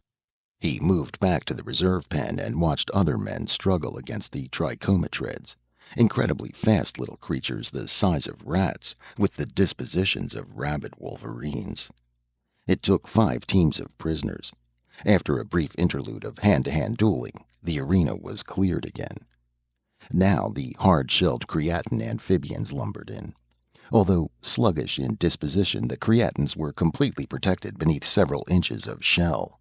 Their narrow, whiplash tails, which also served them as antennae, were invariably fatal to any man who approached them. Barrent had to fight one of these after it had dispatched 4 of his fellow prisoners. He had watched the earlier combats carefully and had detected the one place where the creatin antennae could not reach. Barrent waited for his chance and jumped for the center of the creatin's broad back. When the shell split into a gigantic mouth, for this was the creatin method of feeding, Barrent jammed his sword into the opening. The creatin expired with gratifying promptness, and the crowd signified its approval by showering the arena with cushions. The victory left Barrent standing alone on the blood-stained sand. The rest of the prisoners were either dead or too badly maimed to fight. Barrent waited, wondering what beast the Games Committee had chosen next. A single tendril shot up through the sand, and then another. Within seconds, a short, thick tree was growing in the arena, sending out more roots and tendrils and pulling all flesh, living or dead, into 5 small feeding mouths which circled the base of the trunk. This was the carrion tree, indigenous to the northeastern swamps and imported with great difficulty. It was said to be highly vulnerable to fire, but Barrent had no fire available. Using his sword, two-handed, Barrent lopped off vines. Others grew in their place. He worked with frantic speed to keep the vines from surrounding him. His arms were becoming tired, and the tree regenerated faster than he could cut it down. There seemed no way of destroying it. His only hope lay in the tree's slow movements. These were fast enough, but nothing compared with human musculature. Barrent ducked out of a corner in which the creeping vines were trapping him. Another sword was lying 20 yards away, half buried in the sand. Barrent reached it and heard warning shouts from the crowd. He felt a vine close around his ankles. He hacked at it, and other vines coiled around his waist. He dug his heels into the sand and clashed the swords together, trying to produce a spark. On his first try, the sword in his right hand broke in half. Barrent picked up the halves and kept on trying as the vines dragged him closer to the feeding mouths. A shower of sparks flew from the clanging steel. One of them touched a vine. With incredible suddenness, the vine burst into flames. The flames spurted down the length of the vine to the main tree system. The 5 mouths moaned as the fire leaped toward them. If matters had been left to continue, Barrent would have been burned to death, for the arena was nearly filled with the highly combustible vines. But the flames were endangering the wooden walls of the arena. The Tetrahide Guard detachment put the fire out in time to save both Barrent and the spectators. Swaying with exhaustion, Barrent stood in the center of the arena, wondering what would be used next against him. But nothing happened. After a moment, a signal was made from the president's box, and the crowd roared in applause. The games were over. Barrent had survived. Still, no one left his seat. The audience was waiting to see the final disposition of Barrent, who had passed beyond the law. He heard a low, reverent gasp from the crowd. Turning quickly, Barrent saw a fiery dot of light appear in mid-air. It swelled, threw out streamers of light, and gathered them in again. It grew rapidly, too brilliant to look upon, and Barrent remembered Uncle Ingomar saying to him, "Sometimes the Black One rewards us by appearing in the awful beauty of his fiery flesh." Yes, nephew, I have actually been privileged to see him. 2 years ago he appeared at the games, and he also appeared the year before that. The dot became a red and yellow globe about 20 feet in diameter, its lowest curve not quite touching the ground. It grew again. The center of the globe became thinner. A waist appeared, and above the waist the globe turned an impenetrable black. It was 2 globes now, one brilliant, one dark, joined by a narrow waist.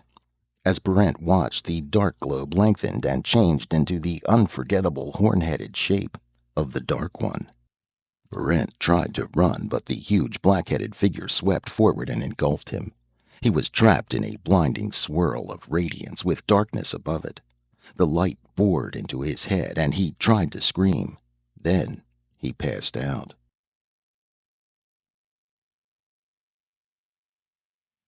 Chapter 19. Barrent recovered consciousness in a dim, high-ceilinged room. He was lying on a bed. 2 people were standing nearby. They seemed to be arguing. "There simply isn't any more time to wait," a man was saying. "You fail to appreciate the urgency of the situation." "The doctor said he needs at least another 3 days of rest." It was a woman's voice. After a moment, Barrent realized that Moira was speaking. "He can have 3 days." "And he needs time for indoctrination."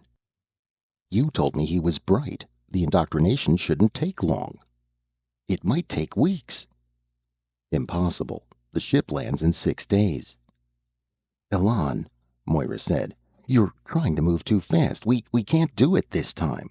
On the next landing day, we will be much better prepared." "The situation will be out of hand by then," the man said. "I'm sorry, Moira. We have to use Barrent immediately, or not use him at all." Barrent said, Use me for what? Where am I? Who are you?" The man turned to the bed. In the faint light, Barrent saw a very tall, thin, stooped old man with a wispy mustache. "I'm glad you're awake," he said. "My name is Swen Elan. I'm in command of Group 2. "What's Group 2?" Barrent asked. "How did you get me out of the arena? Are you agents of the Black One?" Elan grinned. "Not exactly agents. We'll explain everything to you shortly. First, I think you'd better have something to eat and drink." A nurse brought in a tray. While Barrent ate, Elan pulled up a chair and told Barrent about the Black One. "Our group," Elan said, "can't claim to have started the religion of evil. That appears to have sprung up spontaneously on Omega. But since it was there, we have made occasional use of it. The priests have been remarkably cooperative. After all, the worshippers of evil set a high positive value upon corruption. Therefore, in the eyes of an Omegan priest, the appearance of a fraudulent Black One is not anathema. Quite the contrary, for in the orthodox worship of evil a great deal of emphasis is put upon false images, especially if they are big, fiery, impressive images like the one which rescued you from the arena." "How did you produce that?" Barrent asked. "It has to do with friction surfaces and planes of force," Elan said. "You'd have to ask our engineers for more details." "Why did you rescue me?" Barrent asked. Elan glanced at Moira, who shrugged her shoulders, looking uncomfortable. Elan said, "We'd like to use you for an important job. But before I tell you about it, I think you should know something about our organization. Certainly you must have some curiosity about us." "A great deal," Barrent said. "Are you some kind of criminal elite?" "We're an elite," Elan said, "but we don't consider ourselves criminal. Two entirely different types of people have been sent to Omega. There are the true criminals, guilty of murder, arson, armed robbery, and the like. Those are the people you lived among. And there are the people guilty of deviational crimes, such as political unreliability, scientific unorthodoxy, and irreligious attitudes. These people compose our organization, which, for the purposes of identification, we call Group 2. As far as we can remember and reconstruct, our crimes were largely a matter of holding different opinions from those which prevailed upon Earth. We were nonconformists. We probably constituted an unstable element and a threat to the entrenched powers. Therefore, we were deported to Omega." "And you separated yourselves from the other deportees?" Barrent said. "Yes, necessarily. For one thing, the true criminals of Group 1 are not readily controllable. We couldn't lead them, nor could we allow ourselves to be led by them. But more important than that, we had a job to do that could only be performed in secrecy. We had no idea what devices the guard ships employed to watch the surface of Omega. To keep our security intact, we went underground, literally. The room you're in is about 200 feet below the surface. We stay out of sight except for special agents like Moira, who separate the political and social prisoners who belong in Group 2 from the others." "You didn't separate me," Barrent said. "Of course not. You were allegedly guilty of murder, which puts you in Group 1. However, your behavior was not typical of Group 1. You seemed like good potential material for us, so we helped you from time to time, but we had to be sure of you before taking you into the group. Your repudiation of the murder charge was strongly in your favor. Also, we questioned Ilardi after you had located him.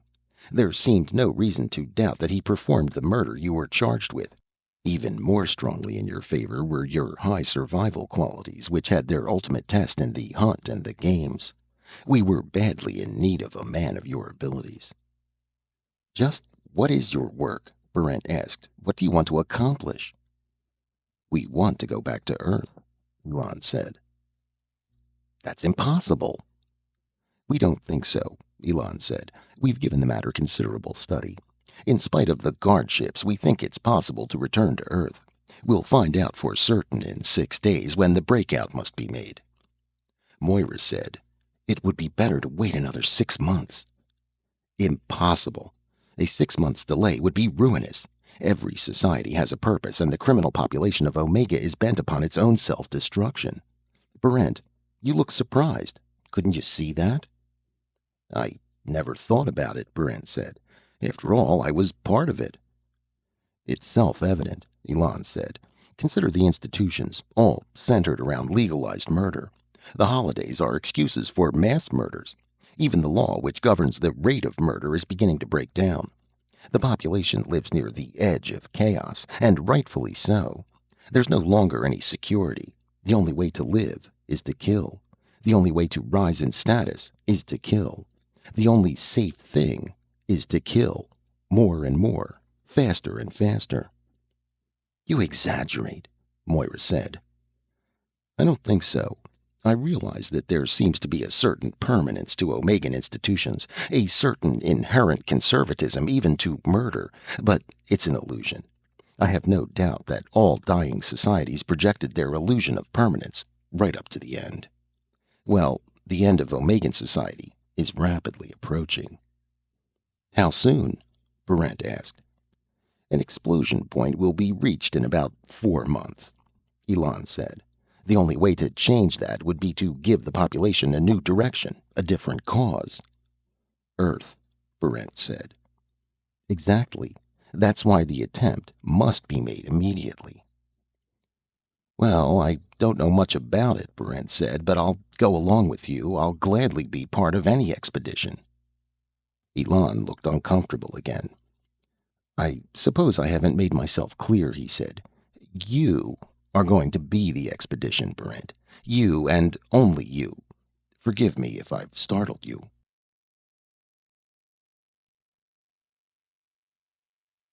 Chapter 20.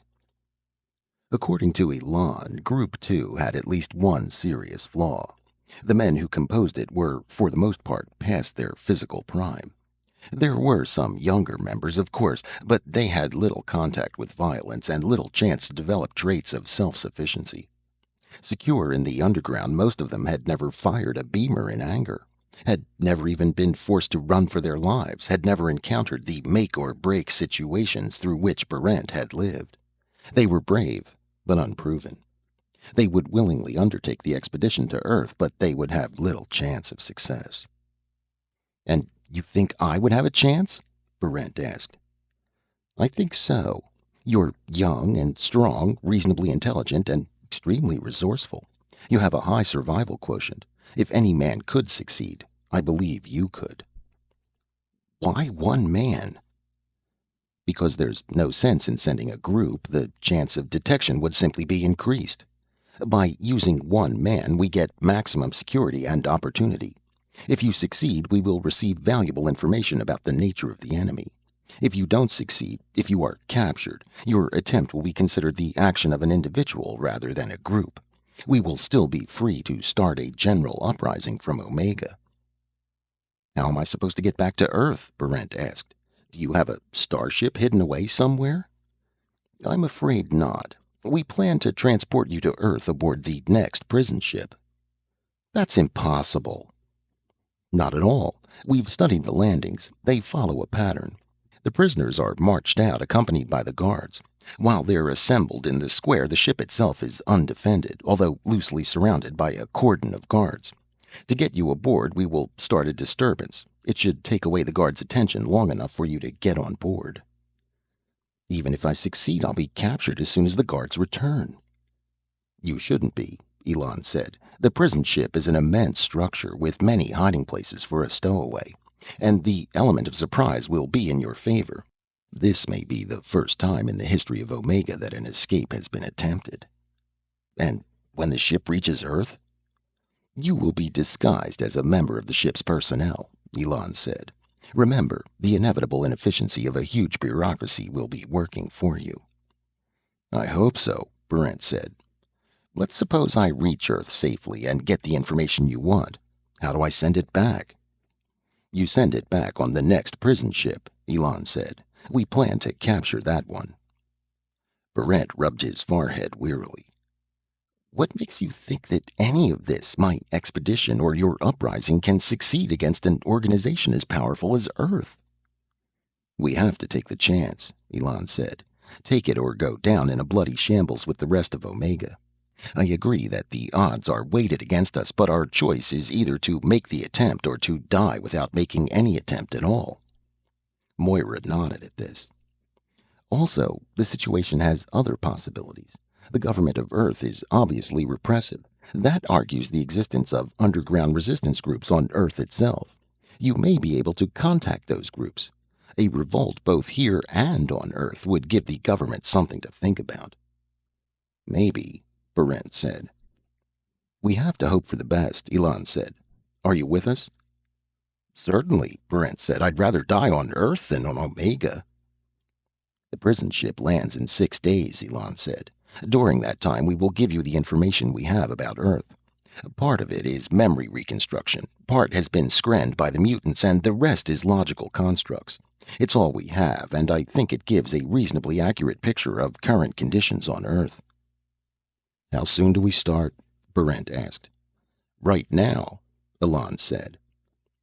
Barrent received a general briefing on the physical makeup of Earth, its climate, and major population center.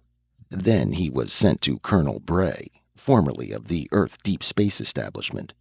Bray talked to him about the probable military strength of Earth as represented by the number of guardships around Omega and their apparent level of scientific development. He gave estimates of the size of the Earth forces, their probable divisions into land, sea, and space groups, their assumed level of efficiency. An aide, Captain Carell, lectured on special weapons, their probable types and ranges, their availability to the general Earth population. Another aide, Lieutenant Dowd, talked about detection devices, their probable locations, and how to avoid them. Then Barrent was turned back to Elon for political indoctrination. From him, Barrent learned that Earth was believed to be a dictatorship. He learned the methods of a dictatorship, its peculiar strengths and weaknesses, the role of the secret police, the use of terror, the problems of informers. When Elon was finished with him, Barrent went to a small, beady-eyed man who lectured on Earth's memory-destroying system. Using the premise that memory destruction was regularly employed to render opposition ineffective, the man went on to construct the probable nature of an underground movement on Earth given those circumstances, and how Barrent might contact them, and what the underground's capabilities might be. Finally, he was given the full details of Group 2's plan for getting him on board the ship. When landing day came, Barrent felt a definite sense of relief. He was heartily sick of day and night cramming. Any sort of action would seem an improvement. Chapter 21. Barrent watched the huge prison ship maneuver into position and sink noiselessly to the ground. It gleamed dully in the afternoon sun, tangible proof of Earth's long reach and powerful grasp. A hatch opened and a landing stage was let down. The prisoners, flanked by guards, marched down and assembled in the square. As usual, most of the population of Tetrahide had gathered to watch and cheer the disembarkation ceremony. Barrent moved through the crowd and stationed himself behind the ranks of prisoners and guards. He touched his pocket to make sure the needle beam was still there. It had been made for him by Group 2 fabricators, completely of plastic to escape any metal detectors. The rest of his pockets were stuffed with equipment. He hoped he wouldn't have to use any of it. The loudspeaker voice began to read off the prisoners' numbers, as it had when Barrent had disembarked. He listened, knees slightly bent, waiting for the beginning of the diversion. The loudspeaker voice was coming to the end of the prisoner list. There were only 10 left. Barrent edged forward. The voice droned on. 4 prisoners left. 3. As the number of the last prisoner was announced, the diversion began. A black cloud of smoke darkened the pale sky, and Barrent knew that the group had set fire to the empty barracks in Square A2. He waited. Then it came. There was a stupendous explosion blasting through 2 rows of empty buildings. The shockwave was staggering. Even before debris began to fall, Barrent was running toward the ship. The second and third explosions went off as he came into the ship's shadow. Quickly he stripped off his Omegan outer garments. Under them he wore a facsimile of guard's uniform. Now he ran toward the landing stage. The loudspeaker voice was calling loudly for order. The guards were still bewildered. The 4th explosion threw Barrent to the ground. He got to his feet instantly and sprinted up the landing stage. He was inside the ship. Outside, he could hear the guard captain shouting orders. The guards were beginning to form into ranks, their weapons ready to use against the restive crowd. They were retreating to the ship in good order. Barrent had no more time to listen. He was standing in a long, narrow corridor. He turned to the right and raced toward the bow of the ship. Far behind him, he could hear the heavy marching tread of the guards. Now, he thought, the information he had been given about the ship had better be right, or the expedition was finished before it began. He sprinted past rows of empty cells and came to a door marked Guard Assembly Room. A lighted green bulb above the door showed that the air system was on. He went by it and came to another door. Barrent tried it now and found it unlocked. Within was a room stacked high with spare engine parts. He entered and closed the door. The guards marched down the corridor. Barrent could hear them talking as they entered the assembly room. "What do you think started those explosions?" "Who knows? Those prisoners are crazy anyhow." "They'd blow up the whole planet if they could." "Good riddance." "Well, it didn't cause any damage. There was an explosion like that about 15 years ago, remember?" "I wasn't here then." "Well, it was worse than this. 2 guards were killed, and maybe 100 prisoners." "What started it?" "Don't know. These Omegans just enjoy blowing things up." "Next thing you know, they'll be trying to blow us up." "Not a chance. Not with the guard ships up there." "You think so? Well, I'll be glad to get back to the checkpoint." "You said it. Be good to get off this ship and live a little." "It isn't a bad life at the checkpoint. I'd rather go back to Earth." "Well, you can't have everything." The last of the guards entered the assembly room and dogged the doors shut. Barrent waited. After a while, he felt the ship vibrate. It was beginning its departure. He had learned some valuable information. Apparently, all or most of the guards got off at the checkpoint. Did that mean another detachment of guards got on? Probably. And a checkpoint implied that the ship was searched for escaped prisoners. It was probably only a perfunctory search, since no prisoner had escaped in the history of Omega. Still, he would have to figure out a way of avoiding it. But he would face that when the time came. Now he felt the vibrations cease, and he knew that the ship had left the surface of Omega. He was aboard, unobserved, and the ship was on its way to Earth. So far, everything had gone according to plan. For the next few hours, Barrent stayed in the storage room. He was feeling very tired, and his joints had begun to ache. The air in the small room had a sour, exhausted smell. Forcing himself to his feet, Barrent walked to the air vent and put his hand over it. No air was coming through. He took a small gauge out of his pocket. The oxygen content of the room was falling rapidly. Cautiously, he opened the storeroom door and peered out. Although he was dressed in a perfect replica of a guard's uniform, he knew he couldn't pass among men who knew each other so well. He had to stay in hiding, and he had to have air. The corridors were deserted. He passed the guard assembly room and heard faint murmurs of conversation inside. The green light glowed brightly over the door. Barrent walked on, beginning to feel the first signs of dizziness. His gauge showed him that the oxygen content in the corridor was starting to fall. The group had assumed that the air system would be used throughout the ship. Now Barrent could see that with only guards and crew aboard, there was no need to supply air for the entire ship.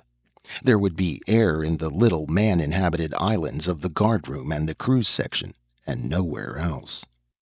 Barrent hurried down the dim, silent corridors, gasping for breath. The air was rapidly growing bad. Perhaps it was being used in the assembly room before the ship's main air supply was touched. He passed unlocked doors, but the green bulbs above them were unlighted. He had a pounding headache, and his legs felt as if they were turning to jelly. He tried to figure out a course of action. The cruise section seemed to offer him the best chance. Ship's personnel might not be armed. Even if they were, they would be less ready for trouble than the guards. Perhaps he could hold one of the officers at gunpoint. Perhaps he could take over the ship. It was worth trying. It had to be tried. At the end of the corridor, he came to a staircase. He climbed past a dozen deserted levels and came at last to a stenciled sign on one of the walls. It read, "Control Section," and an arrow pointed the way. Barrent took the plastic needle beam out of his pocket and staggered down the corridor. He was beginning to lose consciousness. Black shadows formed and dissipated on the edges of his vision. He was experiencing vague hallucinations, flashes of horror in which he felt the corridor walls falling in on him. He found that he was on his hands and knees, crawling toward a door marked "Control Room," no admittance except to ship's officers. The corridor seemed to be filled with gray fog. It cleared momentarily, and Barrent realized that his eyes were not focusing properly. He pulled himself to his feet and turned the door handle. It began to open. He took a firm grip on the needle beam and tried to prepare himself for action. But as the door opened, darkness closed irrevocably around him. He thought he could see startled faces, hear a voice shouting, "Watch out! He's armed!"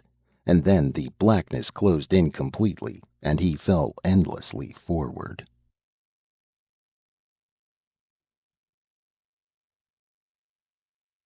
Chapter 22. Barrent's return to consciousness was sudden and complete. He sat up and saw that he had fallen inside the control room. The metal door was closed behind him, and he was breathing without difficulty. He could see no sign of the crew.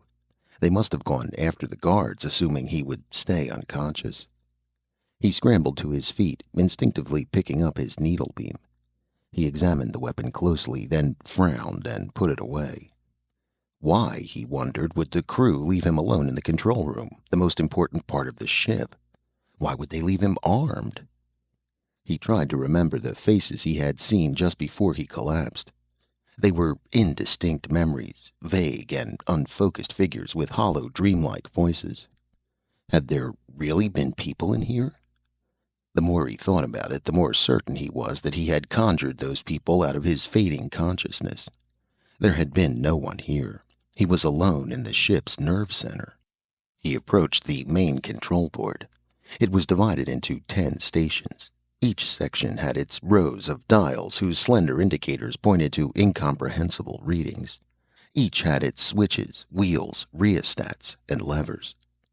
Barrent walked slowly past the stations, watching the patterns of flashing lights that ran to the ceiling and rippled along the walls.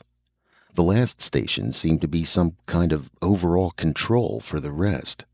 A small screen was marked "Coordination, Manual, Automatic." The automatic part was lighted. There were similar screens for navigation, lookout, collision control, subspace entry and exit, normal space entry and exit, and landing. All were automatic. Further on, he found the programming screen, which clicked off the progress of the flight in hours, minutes, and seconds. Time to checkpoint 1 was now 29 hours, 4 minutes, 51 seconds. Stopover time, 3 hours. Time from checkpoint to Earth, 480 hours. The control board flashed and hummed to itself, serene and self-sufficient. Barrent couldn't help feeling that the presence of a human in this temple of the machine was sacrilege. He checked the air ducts. They were set for automatic feed, giving just enough air to support the room's present human population of 1. But where was the crew? Barrent could understand the necessity of operating a starship largely on automatic programming systems. A structure as huge and complex as this had to be self-sufficient. But men had built it, and men had punched out the programs. Why weren't the men present to monitor the switchboards, to modify the program when necessary?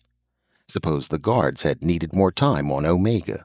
Suppose it became necessary to bypass the checkpoint and return directly to Earth. Suppose it was imperative to change destination altogether. Who reset the programs? Who gave the ship its orders? Who possessed the guiding intelligence that directed the entire operation? Barrent looked around the control room. He found a storage bin filled with oxygen respirators. He put one on, tested it, and went into the corridor. After a long walk, he reached a door marked "Crew's Quarters." Inside, the room was neat and bare. The beds stood in neat rows, without sheets or blankets. There were no clothes in the closets, no personal possessions of any kind. Brent left and inspected the officers' and captain's quarters. He found no sign of recent human habitation. He returned to the control room. It was apparent now that the ship had no crew. Perhaps the authorities on Earth felt so certain of their schedules and of the reliability of their ship that they had decided a crew was superfluous. Perhaps. But it seemed to Barrent a reckless way of doing things. There was something very strange about an Earth that allowed starships to run without human supervision. He decided to suspend further judgment until he had acquired more facts. For the time being, he had to think about the problems of his own survival. There was concentrated food in his pockets, but he hadn't been able to carry much water. Would the crewless ship have supplies? He had to remember the detachment of guards down below in their assembly room, and he had to think about what was going to happen at the checkpoint and what he would do about it. Barrent found that he did not have to use his own food supplies. In the officers' mess, machines still dispensed food and drink at the push of a button. Barrent didn't know if these were natural or chemically reconstituted foods. They tasted fine and seemed to nourish him, so he really didn't care. He explored part of the ship's upper levels. After becoming lost several times, he decided not to take any more unnecessary risks. The life center of the ship was its control room, and Barrent spent most of his time there. He found a viewport. Activating the switch that opened the shutters, Barrent was able to look out on the vast spectacle of stars glowing in the blackness of space. Stars without end stretched past the furthest limits of his imagination. Looking at this, Barrent felt a strong surge of pride. This was where he belonged, and those unknown stars were his heritage. The time to the checkpoint dwindled to 6 hours. Barrent watched new portions of the control board come to life, checking and altering the forces governing the ship, preparing to land. 3.5 hours before landing, Barrent made an interesting discovery. He found the central communication system for the entire ship. By turning on the receiving end, he could overhear conversations in the guardroom. He didn't learn much that was useful to him. Either through caution or lack of concern, the guards didn't discuss politics. Their lives were spent on the checkpoint, except for periods of service on the prison ship. Some of the things they said Barrent found incomprehensible, but he continued to listen, fascinated by anything these men of Earth had to say. "You ever go swimming in Florida?" "I never liked salt water." "The year before I was called to the guards, I won third prize at the Dayton Orchid Fair." "I'm buying a retirement villa in Antarctica." "How much longer for you?" 18 years. "Well, someone's got to do it." "But why me? And why no Earth leaves?" "You've watched the tapes. You know why. Crime is a disease. It's infectious." "So what?" "So if you work around criminals, you run the danger of infection. You might contaminate someone on Earth." "It isn't fair." "Can't be helped. Those scientists know what they're talking about. Besides, the checkpoint's not so bad. If you like everything artificial, air, flowers, food. Well, you can't have everything. Your family there?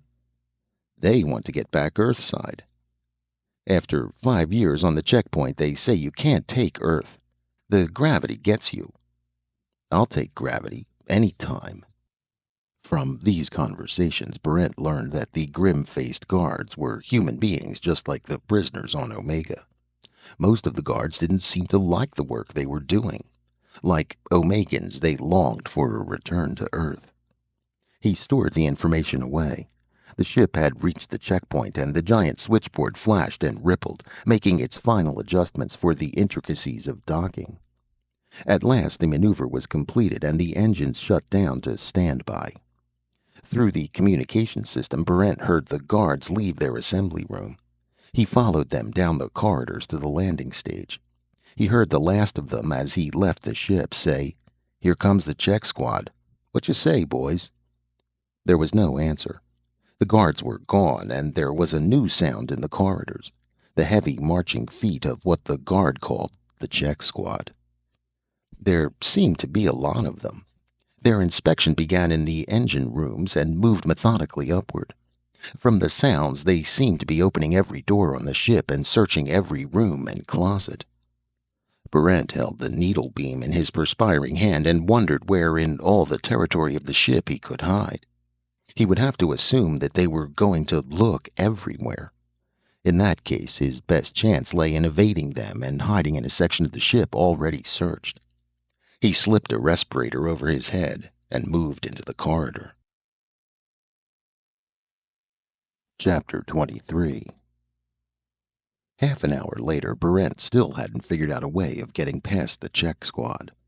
They had finished inspecting the lower levels and were moving up to the control room deck. Barrent could hear them marching down the hallways. He kept on walking, 100 yards in front, trying to find some way of hiding. There should be a staircase at the end of this passageway. He could take it down to a different level, a part of the ship which had already been searched. He hurried on, wondering if he were wrong about the location of the staircase. He still had only the haziest idea of the layout of the ship. If he were wrong, he would be trapped. He came to the end of the corridor, and the staircase was there. The footsteps behind him sounded closer. He started down, peering backwards over his shoulder, and ran head first into a man's huge chest. Barrent flung himself back, bringing his plastic gun to bear on the enormous figure. But he stopped himself from firing. The thing that stood in front of him was not human. It stood nearly 7 feet high, dressed in a black uniform with "Inspection Team, Android B-212" stenciled on its front. Its face was a stylization of a human's, cleverly sculptured out of putty-colored plastic. Its eyes glowed a deep, impossible red. It swayed on 2 legs, balancing carefully, looking at Barrent, moving slowly toward him. Barrent backed away, wondering if a needle beam could stop it. He never had a chance to find out, for the android walked past him and continued up the stairs. Stenciled on the back of its uniform were the words, "Rodent Control Division."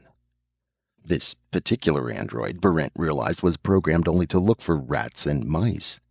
The presence of a stowaway had made no impression on it. Presumably the other androids were similarly specialized. He stayed in an empty storage room on a lower level until he heard the sounds of the androids leaving. Then he hurried back to the control room. No guards came aboard. Exactly on schedule, the big ship left the checkpoint. Destination, Earth. The rest of the journey was uneventful.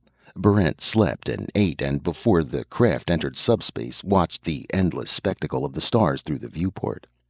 He tried to visualize the planet he was coming to, but no pictures formed in his mind. What sort of people built huge starships but failed to equip them with a crew? Why did they send out inspection teams, then give those teams the narrowest and most specialized sort of vision?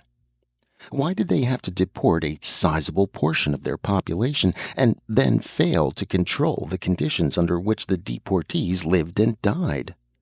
Why was it necessary for them to wipe the prisoners' minds clean of all memory of Earth? Barrent couldn't think of any answers. The control room clocks moved steadily on, counting off the minutes and hours of the trip. The ship entered, then emerged from subspace and went into deceleration orbit around a blue and green world which Barrent observed with mixed emotions. He found it hard to realize that he was at last returning to Earth. Chapter 24. The starship landed at noon on a brilliant sunlit day, somewhere on Earth's North American continent. Barrent had planned on waiting for darkness before leaving, but the control room screens flashed an ancient and ironic warning. All passengers and crew must disembark at once. Ship rigged for full decontamination procedure. 20 minutes. He didn't know what was meant by full decontamination procedure, but since the crew was emphatically ordered to leave, a respirator might not provide much safety. Of the 2 dangers, leaving the ship seemed the lesser. The members of Group 2 had given a good deal of thought to the clothing Barrent would wear upon debarkation. Those first minutes on Earth might be crucial. No cunning could help him if his clothing was obviously strange, outlandish, alien. Typical Earth clothing was the answer, but the group wasn't sure what the citizens of Earth wore. One part of the group had wanted Barrent to dress in their reconstructed approximation of civilian dress. Another part felt that the guard's uniform he had worn on board would see him through his arrival on Earth as well. Barrent himself had agreed with a third option, which felt that a mechanic's one-piece coverall would be least noticeable around a space field, and suffer the least change of style over the years. In the towns and cities, this disguise might put him at a disadvantage, but he had to meet one problem at a time. He quickly stripped off his guard's uniform. Underneath, he wore the lightweight coveralls. His needlebeam concealed, a collapsible lunchbox in his hand, Barrent walked down the corridor to the landing stage. He hesitated for a moment, wondering if he should leave the weapon on the ship. He decided not to part with it. An inspection would reveal him anyhow. With the needlebeam, he would have a chance of breaking away from police. He took a deep breath and marched out of the ship and down the landing stage. There were no guards, no inspection party, no police, no army units, and no customs officials. There was no one at all. Far to one side of the wide field he could see rows of starcraft glistening in the sun. Straight ahead of him was a fence, and in it was an open gate. Barrent walked across the field quickly, but without obvious haste. He had no idea why it was all so simple. Perhaps the secret police on Earth had more subtle means of checking on passengers from starships. He reached the gate. There was no one there except a bald, middle-aged man and a boy of perhaps 10. They seemed to be waiting for him. Barrent found it hard to believe that these were government officials. Still, who knew the ways of Earth? He passed through the gate. The bald man, holding the boy by the hand, walked over to him. "I beg your pardon," the man said. "Yes?" "I saw you come from the starship. Would you mind if I asked you a few questions?" "Not at all," Barrent said, his hand near the coverall zipper beneath which lay his needlebeam. He was certain now that the bald man was a police agent. The only thing that didn't make sense was the presence of the child, unless the boy was an agent in training. "The fact of the matter is," the man said, "my boy Ronnie here is doing a thesis for his 10th grade master's degree on starships." "So I wanted to see one," Ronnie said. He was an undersized child with a pinched, intelligent face. "He wanted to see one," the man explained. I told him it wasn't necessary, since all the facts and pictures are in the encyclopedia, but he wanted to see one." "It gives me a good opening paragraph," Ronnie said.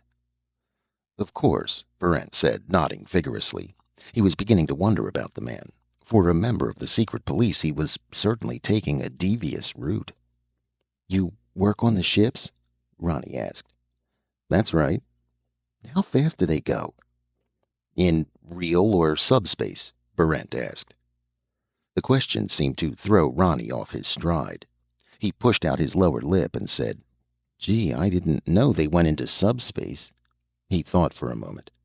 "As a matter of fact, I don't think I know what subspace is." Barrent and the boy's father smiled understandingly. "Well," Ronnie said, "how fast do they go in real space?" 100,000 miles an hour, Barrent said, naming the first figure that came into his head. The boy nodded, and his father nodded. "Very fast," the father said. "And much faster in subspace, of course," Barrent said. "Of course," the man said. "Starships are very fast indeed. They have to be. Quite long distances involved. Isn't that right, sir?" "Very long distances," Barrent said. "How is the ship powered?" Ronnie asked. "In the usual way," Barrent told him. "We had triplex boosters installed last year, but that comes more under the classification of auxiliary power." "I've heard about those triplex boosters," the man said. "Tremendous things." "They're adequate," Barrent said judiciously. He was certain now that this man was just what he purported to be, a citizen with no particular knowledge of spacecraft, simply bringing his son to the starport. "How do you get enough air?" Ronnie asked. "We generate our own," Barrent said. "But air isn't any trouble. Water's the big problem. Water isn't compressible, you know. It's hard to store in sufficient quantities. And then there's the navigation problem when the ship emerges from subspace. What is subspace? Ronnie asked. In effect, Brent said, it's simply a different level of real space, but you can find all that in your encyclopedia. Of course you can, Ronnie, the boy's father said. We mustn't keep the pilot standing here. I'm sure he has many important things to do. I am rather rushed, Brent said. Look around all you want. Good luck on your thesis, Ronnie. Brent walked for 50 yards, his spine tingling, expecting momentarily to feel the blow of a needle beam or a shotgun.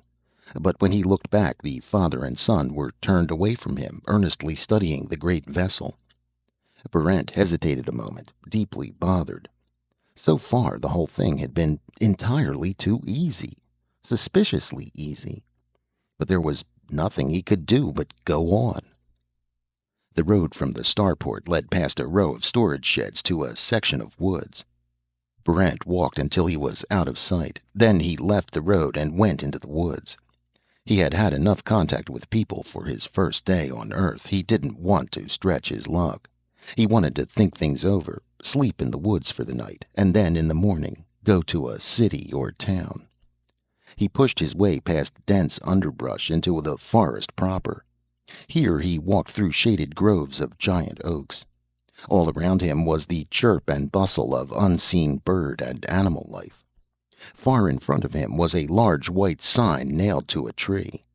Brent reached it and read, Forestdale National Park. Picnickers and campers welcome. Brent was a little disappointed, even though he realized that there would be no virgin wilderness so near a starport. In fact, on a planet as old and as highly developed as Earth, there was probably no virgin land at all except what had been preserved in national forests. The sun was low on the horizon, and there was a chill in the long shadows thrown across the forest floor. Brent found a comfortable spot under a gigantic oak, arranged leaves for a bed, and lay down. He had a great deal to think about. Why, for example, hadn't guards been posted at Earth's most important contact point, an interstellar terminus? Did security measures start later at the towns and cities, or was he already under some sort of surveillance? Some infinitely subtle spy system that followed his every movement and apprehended him only when ready? Or was that too fanciful? Could it be that... Good evening, a voice said, close to his right ear. Brent flung himself away from the voice in a spasm of nervous reaction, his hand diving for his needlebeam. And a very pleasant evening it is, the voice continued, here in Forestdale National Park.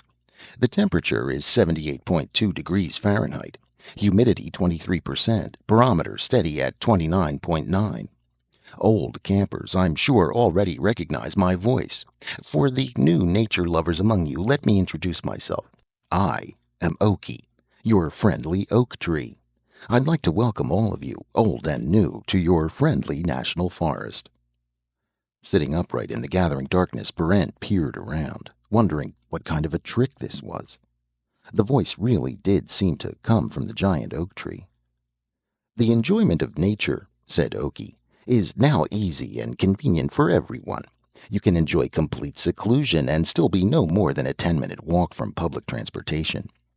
For those who do not desire seclusion, we have guided tours at nominal cost through these ancient glades. Remember to tell your friends about your friendly national park. The full facilities of this park are waiting for all lovers of the great outdoors. A panel in the tree opened. Out slid a bedroll, a thermos bottle, and a box supper. I wish you a pleasant evening, said Okie, amid the wild splendor of nature's wonderland. And now, the National Symphony Orchestra, under the direction of Otter Krug, brings you the Upland Glades by Ernesto Nestracala, recorded by the National North American Broadcasting Company. This is your friendly oak tree, signing off. Music emanated from several hidden speakers. Brent scratched his head. Then, deciding to take matters as they came, he ate the food, drank the coffee from the thermos, unrolled the bedroll, and lay down. Sleepily, he contemplated the notion of a forest wired for sound, equipped with food and drink, and none of it more than 10 minutes from public transportation. Earth certainly did a lot for her citizens. Presumably they liked this sort of thing. Or did they? Could this be some huge and subtle trap which the authorities had set for him? He tossed and turned for a while, trying to get used to the music. After a while it blended into the background of wind-blown leaves and creaking branches. Berent went to sleep. Chapter 25. In the morning, the friendly oak tree dispensed breakfast and shaving equipment. Berent ate, washed, and shaved, and set out for the nearest town. He had his objectives firmly in mind. He had to establish some sort of foolproof disguise, and he had to make contact with Earth's underground. When this was accomplished, he had to find out as much as he could about Earth's secret police, military dispositions, and the like. Group 2 had worked out a procedure for accomplishing these objectives. As Berent came to the outskirts of a town, he hoped that the group's methods would work. So far, the Earth he was on had very little resemblance to the Earth which the group had reconstructed. He walked down interminable streets lined with small white cottages. At first he thought every house looked the same. Then he realized that each had one or two small architectural differences. But instead of distinguishing the houses, these niggling differences simply served to point up the monotonous similarities. There were hundreds of these cottages, stretching as far as he could see, each of them set upon a little plot of carefully tended grass. Their genteel sameness depressed him.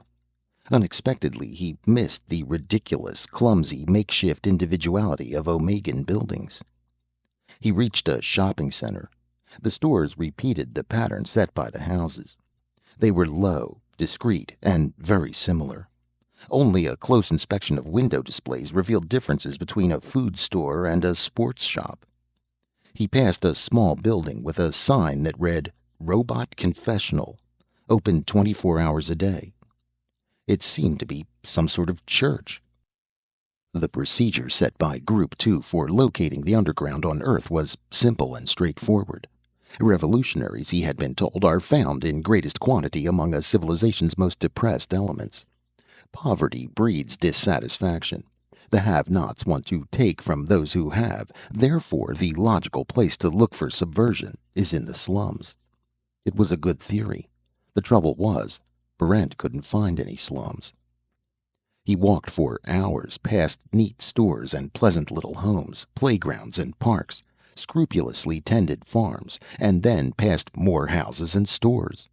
Nothing looked much better or worse than anything else. By evening he was tired and footsore. As far as he could tell, he had discovered nothing of significance. Before he could penetrate any deeper into the complexities of Earth, he would have to question the local citizens. It was a dangerous step, but one which he could not avoid. He stood near a clothing store in the gathering dusk and decided upon a course of action. He would pose as a foreigner, a man newly arrived in North America from Asia or Europe. In that way he should be able to ask questions with a measure of safety. A man was walking toward him, a plump, ordinary-looking fellow in a brown business tunic. Berent stopped him. "I beg your pardon," he said. "I'm a stranger here, just arrived from Rome." "Really?" the man said. "Yes, I'm afraid I don't understand things over here very well," Berent said with an apologetic little laugh. "I can't seem to find any cheap hotels. If you could direct me—" "Citizen, do you feel all right?" the man asked, his face hardening. "As I said, I'm a foreigner, and I'm looking—" "Now look," the man said, "you know as well as I do that there aren't any Outlanders anymore." "There aren't?" "Of course not. I've been in Rome. It's just like here in Wilmington. Same sort of houses and stores. No one's an Outlander anymore." Berent couldn't think of anything to say. He smiled nervously. "Furthermore," the man said, "there are no cheap lodgings anywhere on Earth. Why should there be? Who would stay in them?" "Who indeed?" Berent said. "I guess I've had a little too much to drink." "No one drinks anymore," the man said. "I don't understand. What sort of game is this?" "What sort of game do you think it is?" Berent asked, falling back on a technique which the group had recommended. The man stared at him, frowning. I think I get it, he said. You must be an opinioner. Hmm, Brent said noncommittally. Sure, that's it, the man said. You're one of those citizens goes around asking people's opinions for surveys and that sort of thing, right? You've made a very intelligent guess, Brent said. Well, I don't suppose it was too hard. Opinioners are always walking around trying to get people's attitudes on things. I would have spotted you right away if you'd been wearing opinioners' clothing. The man started to frown again. How come you aren't dressed like an opinioner? I just graduated, Brent said. Haven't had a chance to get the clothes. Oh, well, you should get the proper wear, the man said sententiously. How can a citizen tell your status? Just a test sampling, Brent said. Thank you for your cooperation, sir. Perhaps I'll have a chance to interview you again in the near future. Any time, the man said. He nodded politely and walked off. Brent thought about it and decided that the occupation of opinioner was perfect for him. It would give him the all-important right to ask questions, to meet people, to find out how Earth lived. He would have to be careful, of course, not to reveal his ignorance, but working with circumspection, he should have a general knowledge of this civilization in a few days. First, he would have to buy opinioner's clothing. That seemed to be important. The trouble was, he had no money with which to pay for it.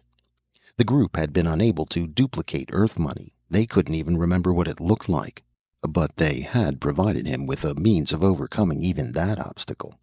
Brent turned and went into the nearest costumer's. The proprietor was a short man with china blue eyes and a salesman's ready smile. He welcomed Brent and asked how he could be of service. I need opinioner's clothing, Brent told him. I've just graduated. Of course, sir, the owner said, and you've come to the right place for it. Most of the smaller stores don't carry the clothing for anything but the more, common professions. But here at Jules Wonderson's, we have ready wear for all of the 520 major professions listed in the Civil Status Almanac. I am Jules Wonderson. A pleasure, Brent said. Have you a ready wear in my size? I'm sure I have, Wonderson said. Would you care for a regular or a special? A regular will do nicely. Most new opinioners prefer the special, Wonderson said. The little extra simulated handmade touches increase the public's respect. In that case, I'll take the special. Yes, sir. Though, if you could wait a day or two, we will be having in a new fabric, a simulated home loom, complete with natural weaving mistakes, for the man of status discrimination. A real prestige item. Perhaps I'll come back for that, Brent said. Right now, I need a ready wear. Of course, sir, Wonderson said, disappointed but hiding it bravely. If you'll wait just one little minute. After several fittings, Brent found himself wearing a black business suit with a thin edge of white piping around the lapels. To his inexperienced eye, it looked almost exactly like the other suits Wonderson had on display for bankers, stockbrokers, grocers, accountants, and the like. But for Wonderson, who talked about the banker's lapel and the insurance agent's drape, the differences were as clear as the gross status symbols of Omega. Brent decided it was just a question of training. There, sir, Wonderson said. A perfect fit, and a fabric guaranteed for a lifetime. All for $39.95. Excellent, Brent said. Now, about the money. Yes, sir? Brent took the plunge. I haven't any. You haven't, sir? That's quite unusual. Yes, it is, Brent said. However, I do have certain articles of value. From his pocket he took 3 diamond rings with which the group on Omega had supplied him. These stones are genuine diamonds, as any jeweler will be glad to attest, if you would take one of them until I have the money for payment. But, sir, Wonderson said, diamonds and such have no intrinsic value. They haven't since 23, when von Blon wrote the definitive work destroying the concept of scarcity value. Of course, Brent said, at a loss for words. Wonderson looked at the rings. I suppose these have a sentimental value, though. Certainly. We've had them in the family for generations. In that case, Wonderson said, I wouldn't want to deprive you of them. Please, no arguments, sir. Sentiment is the most priceless of emotions. I couldn't sleep nights if I took even one of these family heirlooms from you. But there's the matter of payment. Pay me at your leisure. You mean you'll trust me even though you don't know me? Most certainly, Wonderson said. He smiled archly. Trying out your opinioner's methods, aren't you? Well, even a child knows that our civilization is based upon trust, not collateral. It is axiomatic that even a stranger is to be trusted until he has conclusively and unmistakably proven otherwise. Haven't you ever been cheated? Of course not. Crime is non-existent these days. In that case, Brent asked, what about Omega? I beg your pardon, sir? Omega, the prison planet. You must have heard of it. I think I have, Wonderson said cautiously. Well, I should have said that crime is almost non-existent. I suppose there will always be a few congenital criminal types easily recognizable as such, but I'm told they don't amount to more than 10 or 12 individuals a year out of a population of nearly 2 billion. He smiled broadly. My chances of meeting one are exceedingly rare. Brent thought about the prison ships constantly shuttling back and forth between Earth and Omega, dumping their human cargo and returning for more. He wondered where Wonderson got his statistics. For that matter, he wondered where the police were. He had seen no military uniform since leaving the starship. He would have liked to ask about it, but it seemed wiser to discontinue that line of questioning. Thank you very much for the credit, Brent said. I'll be back with the payment as soon as possible. Of course you will, Wonderson said, warmly shaking Brent's hand. Take your time, sir. No rush at all. Brent thanked him again and left the store. He had a profession now, and if other people believed as Wonderson did, he had unlimited credit. He was on a planet that seemed at first glance to be a utopia. The utopia presented certain contradictions, of course. He hoped to find out more about them over the next few days. Down the block, Brent found a hotel called the Bide-A-Bit. He engaged a room for the week, on credit. Chapter 26. In the morning, Brent asked directions to the nearest branch of the public library. He decided that he needed as much background out of books as he could get. With a knowledge of the history and development of Earth's civilization, he would have a better idea of what to expect and what to watch out for. His opinioner's clothing allowed him access to the closed shelves where the history books were kept, but the books themselves were disappointing. Most of them were Earth's ancient history, from earliest beginnings to the dawn of atomic power. Brent skimmed through them. As he read, some memories of prior reading returned to him. He was able to jump quickly from Periclean Greece to Imperial Rome, to Charlemagne and the Dark Ages, from the Norman Conquest to the 30 Years' War, and then to a rapid survey of the Napoleonic era. He read with more care about the world wars. The book ended with the explosion of the first atomic bombs. The other books on the shelf were simply amplifications of various stages of history he had found in the first book. After a great deal of searching, Brent found a small work entitled The Post-War Dilemma, Volume 1, by Arthur Whittler. It began where other histories had left off, with the atomic bombs exploding over Hiroshima and Nagasaki. Brent sat down and began to read carefully. He learned about the Cold War of the 1950s, when several nations were in possession of atomic and hydrogen weapons. Already, the author stated, the seeds of a massive and stultifying conformity were present in the nations of the world. In America, there was the frenzied resistance to communism. In Russia and China, there was the frenzied resistance to capitalism. One by one, all the nations of the world were drawn into one camp or the other. For purposes of internal security, all countries relied upon the newest propaganda and indoctrination techniques. All countries felt they needed, for survival's sake, a rigid adherence to state-approved doctrines. The pressure upon the individual to conform became both stronger and subtler. The dangers of war passed. The many societies of Earth began to merge into a single superstate. But the pressure to conform, instead of lessening, grew more intense. The need was dictated by the continued explosive increase in population and the many problems of unification across national and ethnic lines. Differences in opinion could be deadly. Too many groups now had access to the supremely deadly hydrogen bombs. Under the circumstances, deviant behavior could not be tolerated. Unification was finally completed. The conquest of space went on, from moonship to planetship to starship. But Earth became increasingly rigid in its institutions.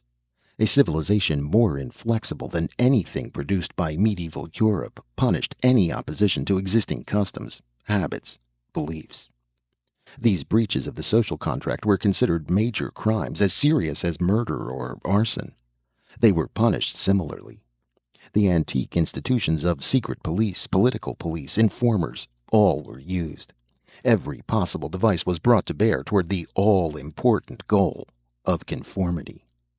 For the nonconformists, there was Omega. Capital punishment had been banned long before, but there was neither room nor resources to take the growing number of criminals who crammed prisons everywhere. The world leaders finally decided to transport these criminals to a separate prison world, copying a system which the French had used in Guyana and New Caledonia, and the British had used in Australia and early North America. Since it was impossible to rule Omega from Earth, the authorities didn't try. They simply made sure that none of the prisoners escaped. That was the end of Volume 1. A note at the end said that Volume 2 was to be a study of contemporary Earth. It was entitled The Status Civilization. The second volume was not on the shelves. Barrent asked the librarian and was told it had been destroyed in the interests of public safety. Barrent left the library and went to a little park. He sat and stared at the ground and tried to think. He had expected to find an Earth similar to the one described in Whitler's book. He had been prepared for a police state, tight security controls, a repressed populace, and a growing air of unrest. But that, apparently, was the past. So far, he hadn't even seen a policeman. He had observed no security control, and the people he had met did not seem harshly repressed. Quite the contrary. This seemed like a completely different world. Except that year after year the ships came to Omega with their cargoes of brainwashed prisoners. Who arrested them? Who judged them? What sort of a society produced them? He would have to find out the answers himself.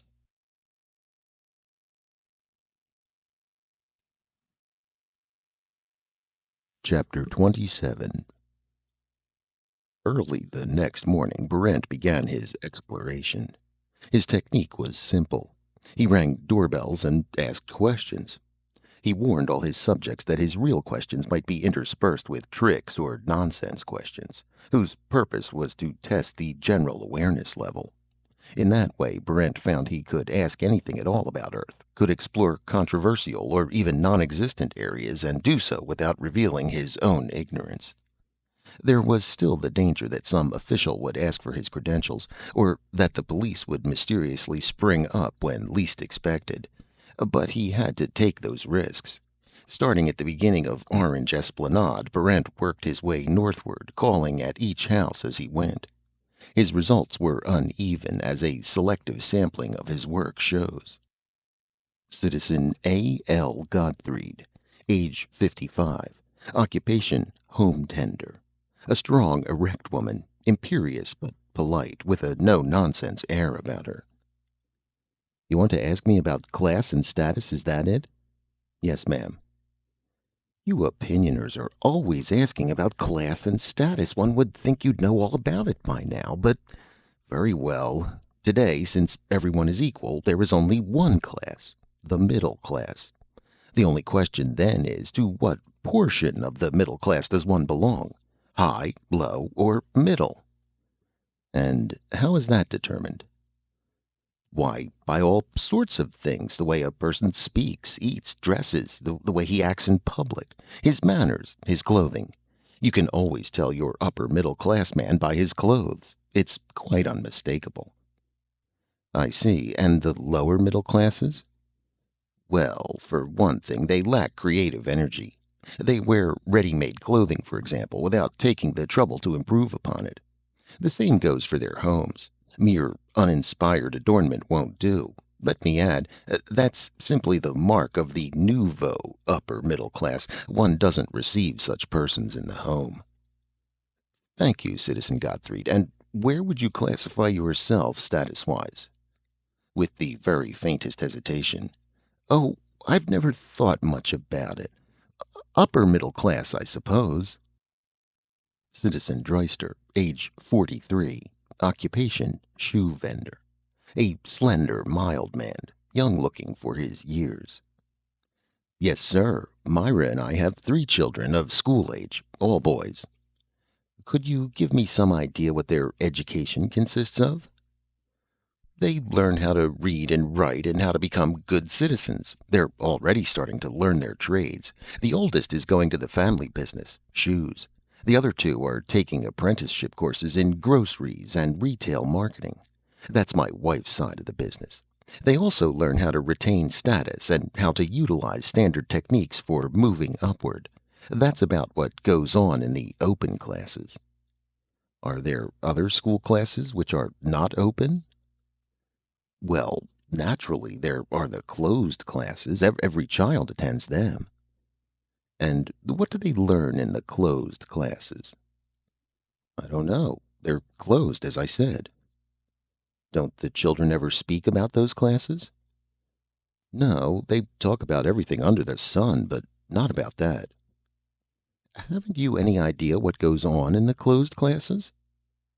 Sorry, I don't. At a guess, and it's only a guess, mind you, I'd say it's probably something religious, but you'd have to ask a teacher for that. Thank you, sir. And how do you classify yourself status-wise?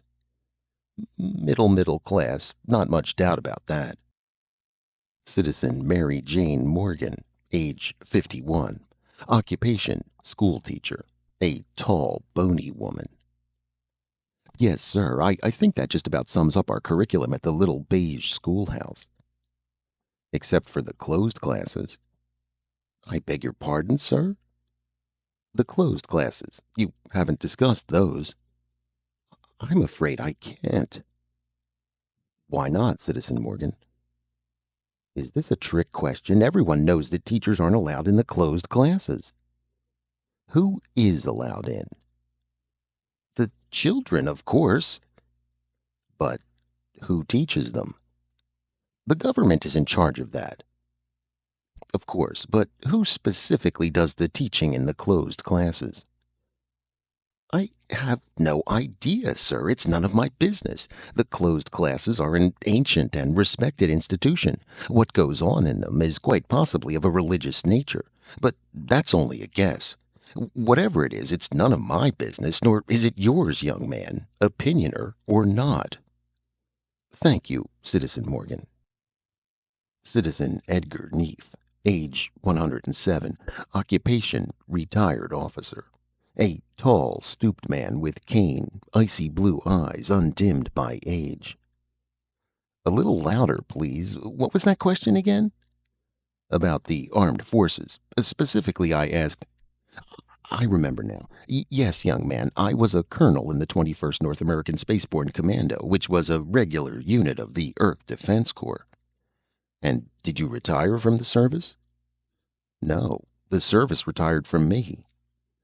I beg pardon, sir? You heard me correctly, young man. It happened just 63 years ago. The Earth Armed Forces were demobilized, except for the police, whom I cannot count. But all regular units were demobilized. Why was that done, sir? There wasn't anyone to fight, wasn't even anyone to guard against, or so I was told. Damned foolish business, I say. Why, sir?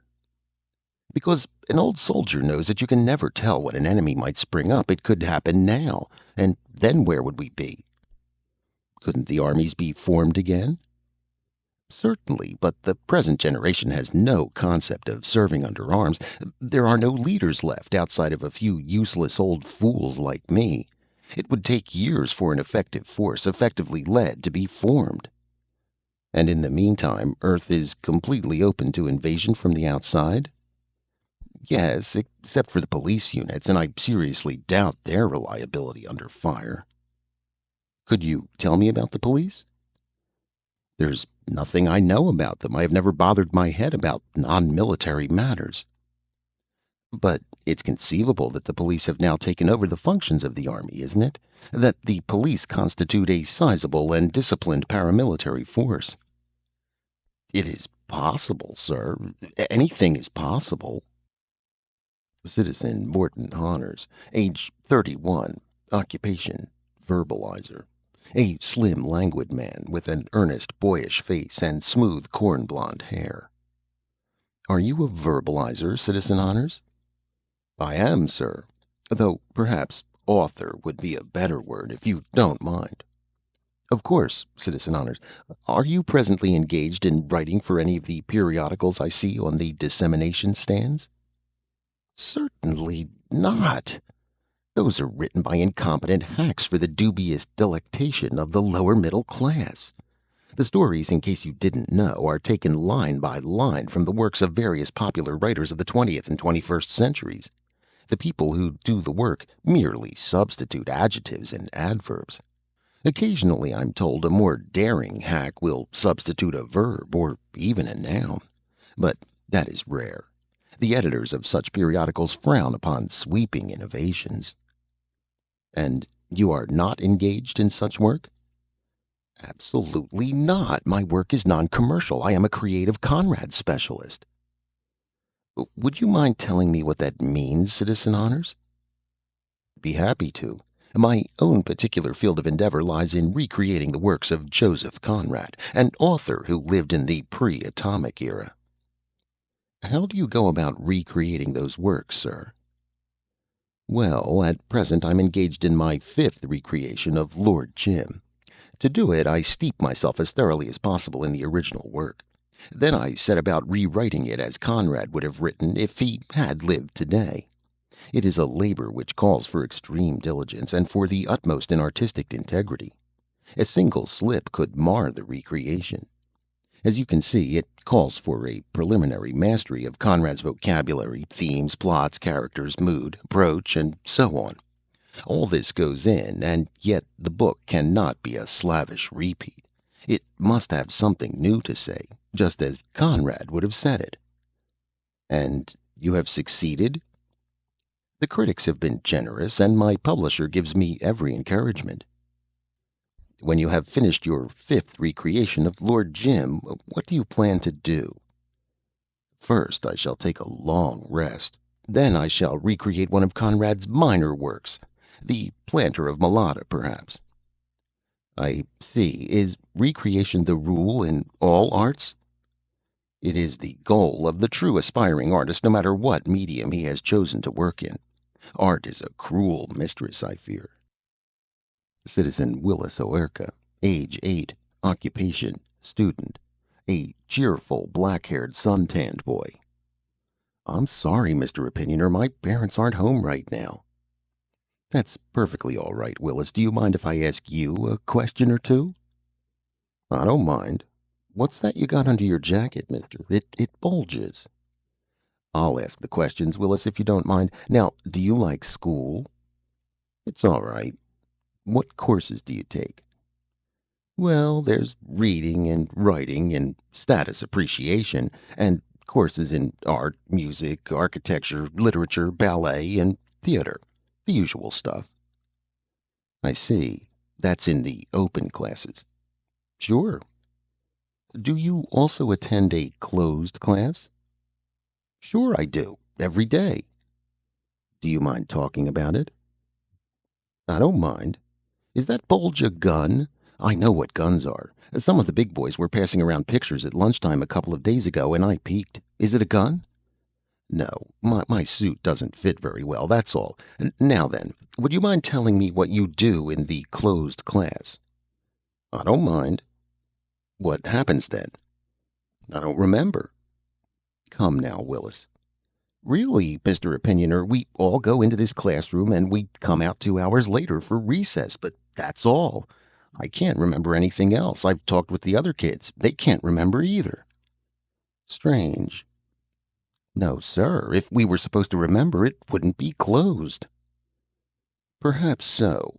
Do you remember what the room looks like or who your teacher is for the closed class? No, sir. I really don't remember anything at all about it. Thank you, Willis. Citizen Cuchulain Dent, age 37. Occupation, inventor. A prematurely bald man with ironic, heavy-lidded eyes. Yep, that's right. I'm an inventor specializing in games. I brought out Triangulate or Else last year. It's been pretty popular. Have you seen it? I'm afraid not. Sort of a cute game. It's a simulated lost in space thing. The players are given incomplete data for their miniature computers, additional information as they win it. Space hazards for penalty. Lots of flashing lights and stuff like that. Very big seller. Do you invent anything else, Citizen Dent? When I was a kid, I worked up an improved seed harvester, designed to be approximately 3 times as efficient as the present models, and would you believe it? I really thought I had a chance of selling it. Did you sell it? Of course not. At that time, I didn't realize that the patent office was closed permanently except for the games section. Were you angry about that? A little angry at the time, but I soon realized that the models we have are plenty good enough. There's no need for more efficient or more ingenious inventions. Folks today are satisfied with what they've got. Besides, new inventions would be of no service to mankind. Earth's birth and death rates are stable, and there's enough for everyone. To produce a new invention, you'd have to retool an entire factory. That would be almost impossible, since all the factories today are automatic and self-repairing. That's why there's a moratorium on invention, except in the novelty game field. How do you feel about that? What's there to feel? That's how things are. Would you like to have things different? Maybe, but being an inventor, I'm classified as a potentially unstable character anyhow. Citizen Barn Threnton, age 41. Occupation, atomics engineer, specializing in spacecraft design. A nervous, intelligent-looking man with sad brown eyes. You want to know what I do in my job? I'm sorry you asked that, citizen, because I don't do a thing except walk around the factory. Union rules require one standby human for every robot or robotized operation. That's what I do. I just stand by. You sound dissatisfied, Citizen Threnton. I am. I wanted to be an atomics engineer. I trained for it. Then when I graduated, I found out my knowledge was 50 years out of date. Even if I learned what was going on now, I'd have no place to use it. Why not? Because everything in atomics is automatized. I don't know if the majority of the population knows that, but it's true. From raw material to finished product, it's all completely automatic. The only human participation in the program is quantity control in terms of population indexes, and even that is minimal. What happens if a part of an automatic factory breaks down? It gets fixed by robot repair units. And if they break down? The damned things are self-repairing.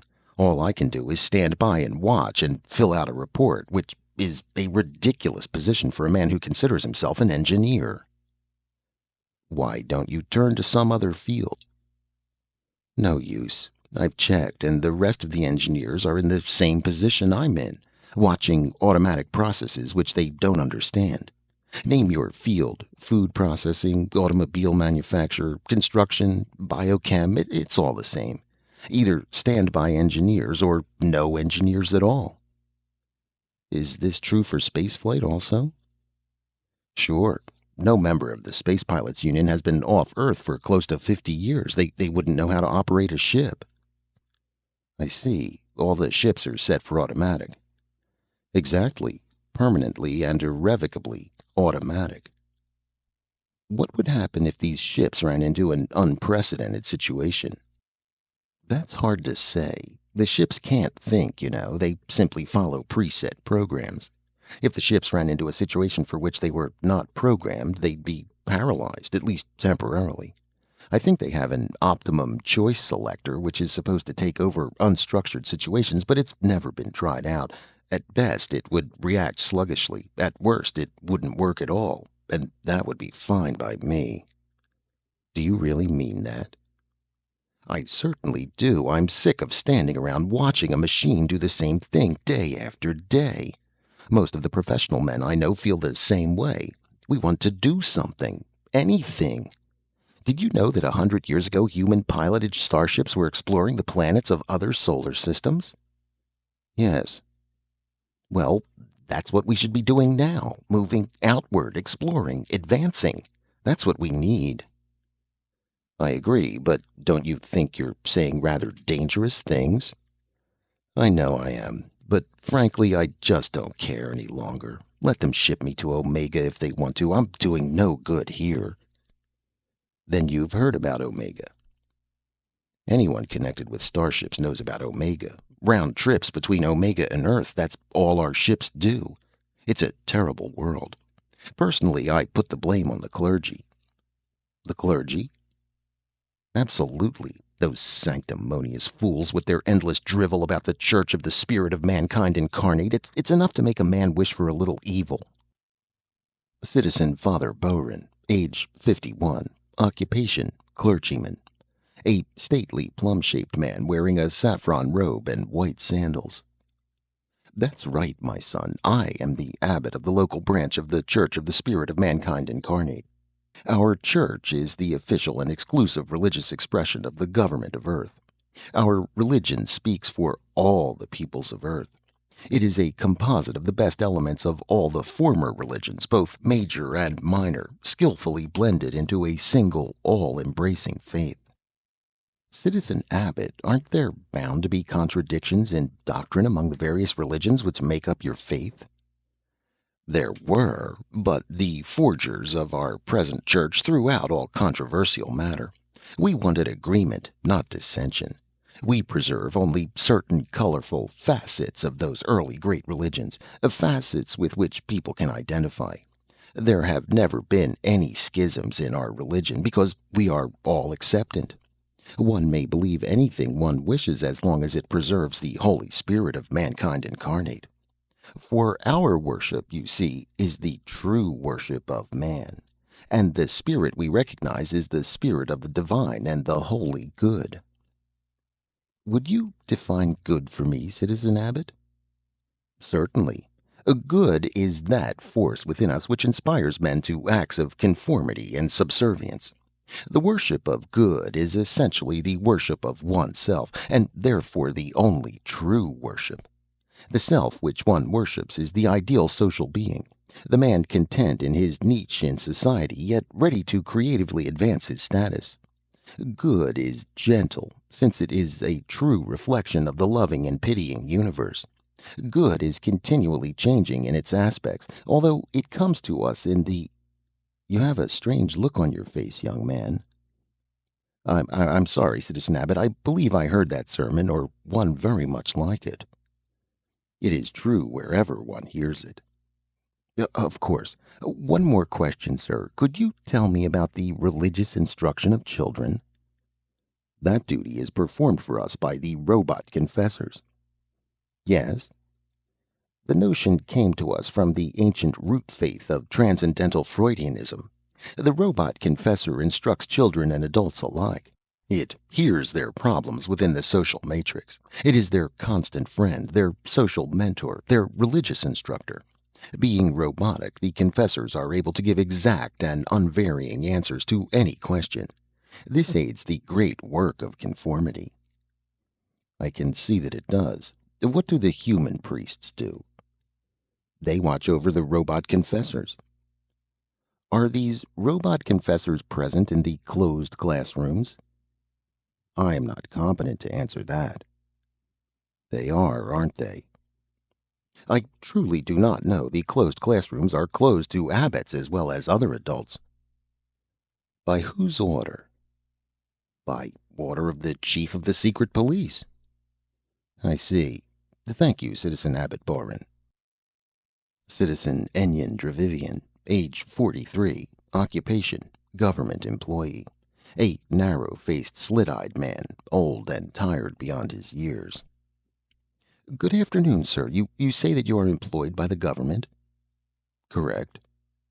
Is that the state or federal government? Both. I see. And have you been in this employ for very long? Approximately 18 years. Yes, sir. Would you mind telling me what specifically your job is? Not at all. I am the chief of the secret police. You are? I see, sir. That's very interesting. I Don't reach for your needle beam, ex-citizen Barrent. I can assure you it won't operate in the blanketed area around this house. And if you draw it, you'll be hurt. How? I have my own means of protection. How did you know my name? I've known about you almost since you set foot upon Earth. We are not entirely without resources, you know. But we can discuss all that inside. Won't you come in? I think I'd rather not. I'm afraid you have to. Come, Barrent. I won't bite you. Am I under arrest? Of course not. We're simply going to have a little talk. That's right, sir. Right through there. Just make yourself comfortable. Chapter 28. Dravivian led him into a large room paneled in walnut. The furniture was of a heavy black wood, intricately carved and varnished. The desk, high and straight, seemed to be an antique. A heavy tapestry covered one entire wall. It depicted in fading colors a medieval hunting scene. "Do you like it?" Dravivian asked.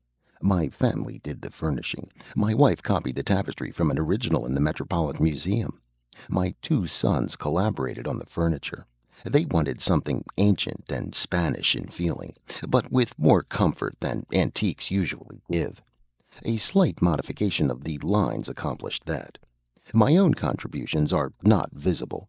Music of the Baroque period is my specialty." "Aside from police work," Barrent said. "Yes, aside from that." Trevivian turned away from Barrent and looked thoughtfully at the tapestry. "We will come to the matter of the police in due course. Tell me first, what do you think of this room?" "It's very beautiful," Barrent said. "Yes, and?" "Well, I'm no judge." "You must judge," Dravivian said. "In this room you can see Earth's civilization in miniature.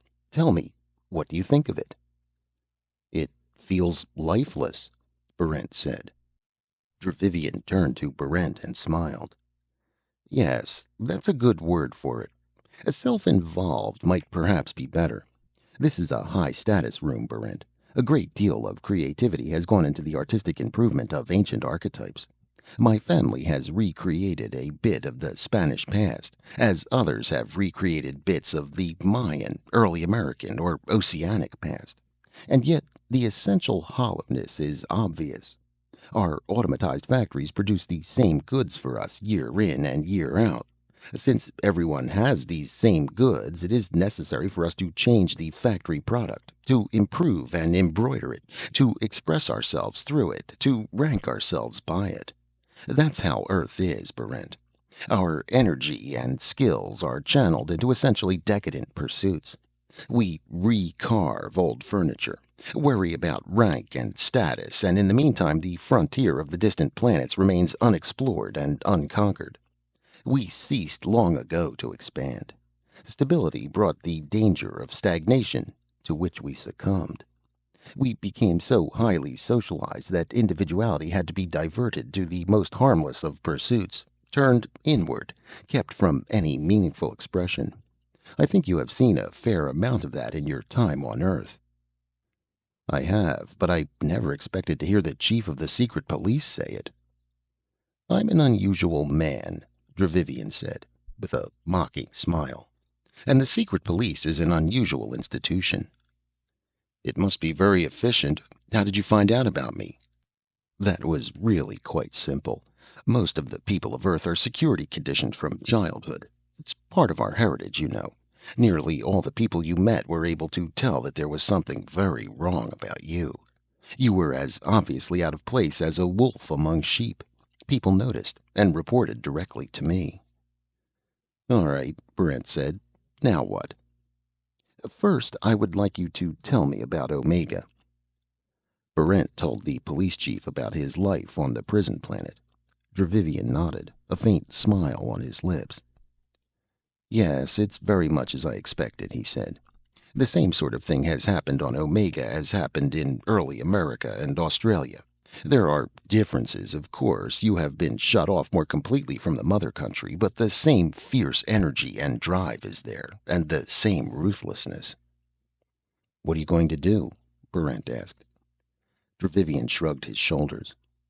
It really doesn't matter, I suppose. I could kill you, but that wouldn't stop your group on Omega from sending out other spies or from seizing one of the prison ships. As soon as the Omegans begin to move in force, they'll discover the truth anyhow. What truth? By now, it must be obvious to you, Dravivian said. Earth hasn't fought a war in nearly 800 years. We wouldn't know how. The organization of guard ships around Omega is pure facade. The ships are completely automatized, built to meet conditions of several hundreds years ago. A determined attack will capture a ship, and when you have one, the rest will fall.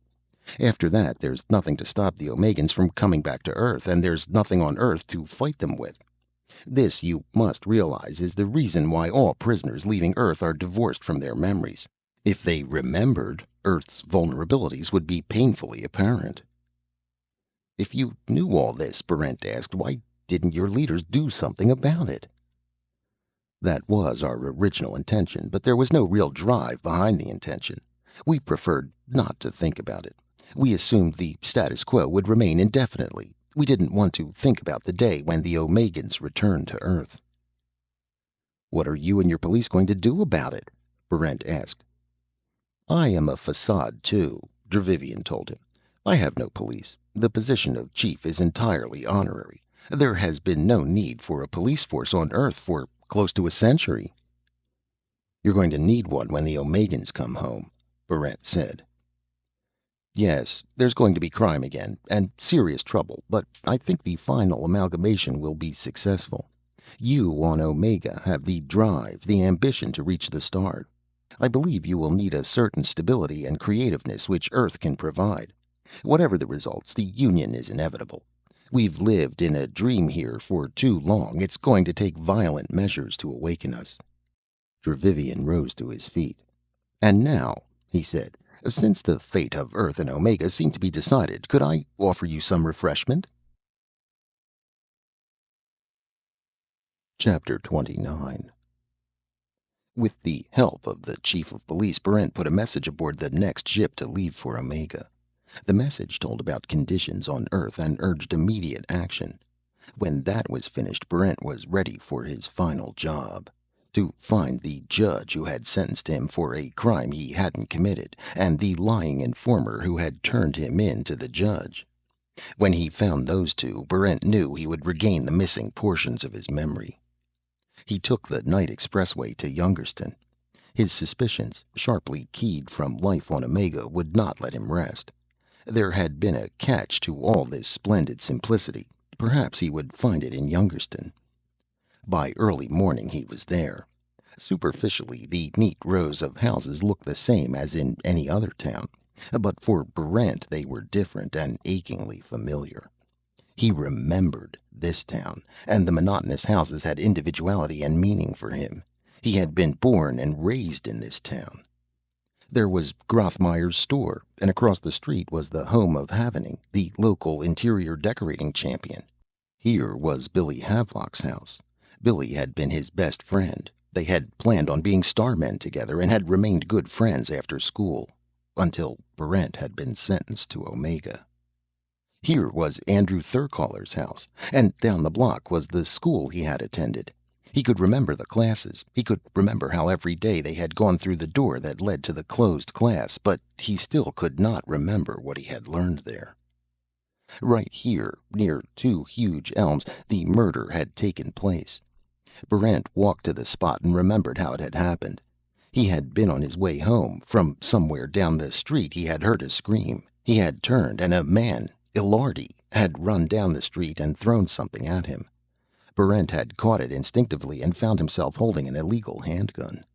A few steps further, he had looked into the twisted, dead face of Andrew Thurcaller. And what had happened next? Confusion, panic, a sensation of someone watching as he stood, weapon in hand, over the corpse.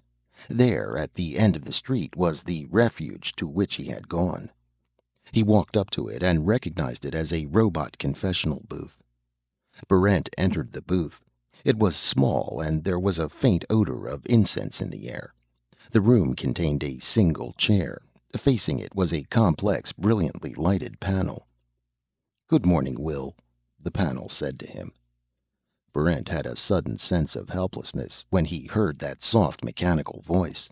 He remembered it now. The passionless voice knew all, understood all, and forgave nothing. That artfully manufactured voice had spoken to him, had listened, and then had judged. In his dream, he had personified the robot confessor into the figure of a human judge. "You remember me?" Barrent asked. "Of course," said the robot confessor. "You were one of my parishioners before you went to Omega." "You sent me there." "For the crime of murder." "But I didn't commit the crime," Barrent said. "I didn't do it, and you must have known it." "Of course I knew it," the robot confessor said. "But my powers and duties are strictly defined. I sentence according to evidence, not intuition. By law, the robot confessors must weigh only the concrete evidence which is put before them. They must, when in doubt, sentence.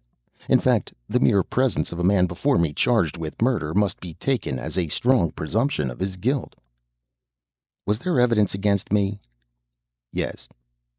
"Who gave it?" "I cannot reveal his name." "You must," Barrent said. "Times are changing on Earth. The prisoners are coming back. Did you know that?" "I expected it," the robot confessor said. "I must have the informer's name," Barrent said. He took the needlebeam out of his pocket and advanced toward the panel. "A machine cannot be coerced," the robot confessor told him. "Give me the name!" Barrent shouted. "I should not, for your own good. The danger would be too great. Believe me, Will. The name." "Very well. You will find the informer at 35 Maple Street. But I earnestly advise you not to go there. You will be killed. You simply do not know." Barrent pressed the trigger, and the narrow beam scythed through the panel. Lights flashed and faded as he cut through the intricate wiring. At last all the lights were dead, and a faint gray smoke came from the panel. Barrent left the booth. He put the needlebeam back in his pocket and walked to Maple Street. He had been here before. He knew this street, set upon a hill, rising steeply between oak and maple trees. Those lampposts were old friends. That crack in the pavement was an ancient landmark. Here were the houses, heavy with familiarity. They seemed to lean expectantly toward him, like spectators waiting for the final act of an almost forgotten drama. He stood in front of 35 Maple Street. The silence which surrounded that plain, white-shuttered house struck him as ominous. He took the needlebeam out of his pocket, looking for reassurance he knew he could not find. Then he walked up the neat flagstones and tried the front door. It opened. He stepped inside. He made out the dim shades of lamps and furniture, the dull gleam of a painting on the wall, a piece of statuary on ebony pedestal. Needlebeam in hand, he stepped into the room and came face to face with the informer. Staring at the informer's face, Barrent remembered, in an overpowering flood of memory. He saw himself, a little boy, entering the closed classroom. He heard again the soothing hum of machinery, watched the pretty lights blink and flash, heard the insinuating machine voice whisper in his ear. At first, the voice filled him with horror. What it suggested was unthinkable. Then, slowly, he became accustomed to it, and accustomed to all the strange things that happened in the closed classroom. He learned. The machines taught on deep unconscious levels. The machines intertwined their lessons with the basic drives, weaving a pattern of learned behavior with the life instinct. They taught, then blocked off conscious knowledge of the lessons, sealed it, and fused it. What had he been taught? For the social good, you must be your own policeman and witness. You must assume responsibility for any crime which might conceivably be yours. The face of the informer stared impassively at him. It was Barrent's own face, reflected back from a mirror on the wall. He had informed on himself. Standing with the gun in his hand that day, looking down at the murdered man, learned unconscious processes had taken over. The presumption of guilt had been too great for him to resist. The similarity to guilt had turned into guilt itself. He had walked to the robot confessor's booth, and there he had given complete and damning evidence against himself. He had indicted himself on the basis of probability. The robot confessor had passed the obligatory sentence, and Barrent had left the booth. Well trained in the lessons of the classroom, he had taken himself into custody, had gone to the nearest thought control center in Trenton. Already a partial amnesia had taken place, keyed to and triggered by the lessons of the closed classroom. The skilled android technicians in the thought control center had labored hard to complete this amnesia, to obliterate any remnants of memory. As a standard safeguard against any possible recovering of his memory, they had implanted a logical construct of his crime beneath the conscious level. As the regulations required, this construct contained an implication of the far-reaching power of Earth. When the job was completed, an automatized Barrent had marched out of the center, taken a special expressway to the prison ship depot, boarded the prison ship, entered his cell, and closed the door and left Earth behind him. Then he had slept until the checkpoint had been passed, after which the newly arrived guards awakened the prisoners for disembarkation on Omega. Now, staring at his own face in the mirror, the last of the conscious lessons of the classroom became conscious. The lessons of the closed classroom must never be consciously known by the individual. If they become conscious, the human organism must perform an immediate act of self-destruction. Now he saw why his conquest of Earth had been so easy. It was because he had conquered nothing. Earth needed no security forces, for the policeman and the executioner were implanted in every man's mind. Beneath the surface of Earth's mild and pleasant culture was a self-perpetuating robot civilization. An awareness of that civilization was punishable by death. And here, at this moment, the real struggle for Earth began. Learned behavior patterns intertwined with basic life drives forced Barrent to raise the needle beam, to point it towards his head. This was what the robot confessor had tried to warn him about, and what the mutant girl had screened. The younger Barrent, conditioned to absolute and mindless conformity, had to kill himself. The older Barrent, who had spent time on Omega, fought that blind urge. A schizophrenic Barrent fought himself. The two parts of him battled for possession of the weapon, for control of the body, for ownership of the mind. The needlebeam's movement stopped inches from his head. The muzzle wavered. Then, slowly, the new Omegan Barrent, Barrent II, forced the weapon away. His victory was short-lived, for now the lessons of the closed classroom took over, forcing Barrent II into a contra-survival struggle with the implacable and death-desiring Barrent I. Chapter 30. Conditioning took over and flung the fighting Barrents backward through subjective time, to those stress points in the past where death had been near, where the temporal life fabric had been weakened, where a predisposition toward death had already been established. Conditioning forced Barrent II to re-experience those moments, but this time the danger was augmented by the full force of the malignant half of his personality, by the murderous informer, Barrent I. Barrent II stood under glaring lights on the blood-stained sands of the arena, a sword in his hand. It was the time of the Omegan Games. Coming at him was the Saunus, a heavily armored reptile with the leering face of Barrent I. Barrent II severed the creature's tail, and it changed into 3 trichomotreds, rat-sized, Barrent-faced, with the dispositions of rabid wolverines. He killed 2, and the third grinned and bit his left hand to the bone. He killed it and watched Barrent I's blood leak into the soggy sand. 3 ragged men sat laughing on a bench, and a girl handed him a small gun. "Luck," she said. "I hope you know how to use this." Barrent nodded his thanks before he noticed that the girl was not Moira. She was the skrenning mutant who had predicted his death. Still, he moved into the street and faced the 3 Hadjis. 2 of the men were mild-faced strangers. The third, Barrent I, stepped forward and quickly brought his gun into firing position.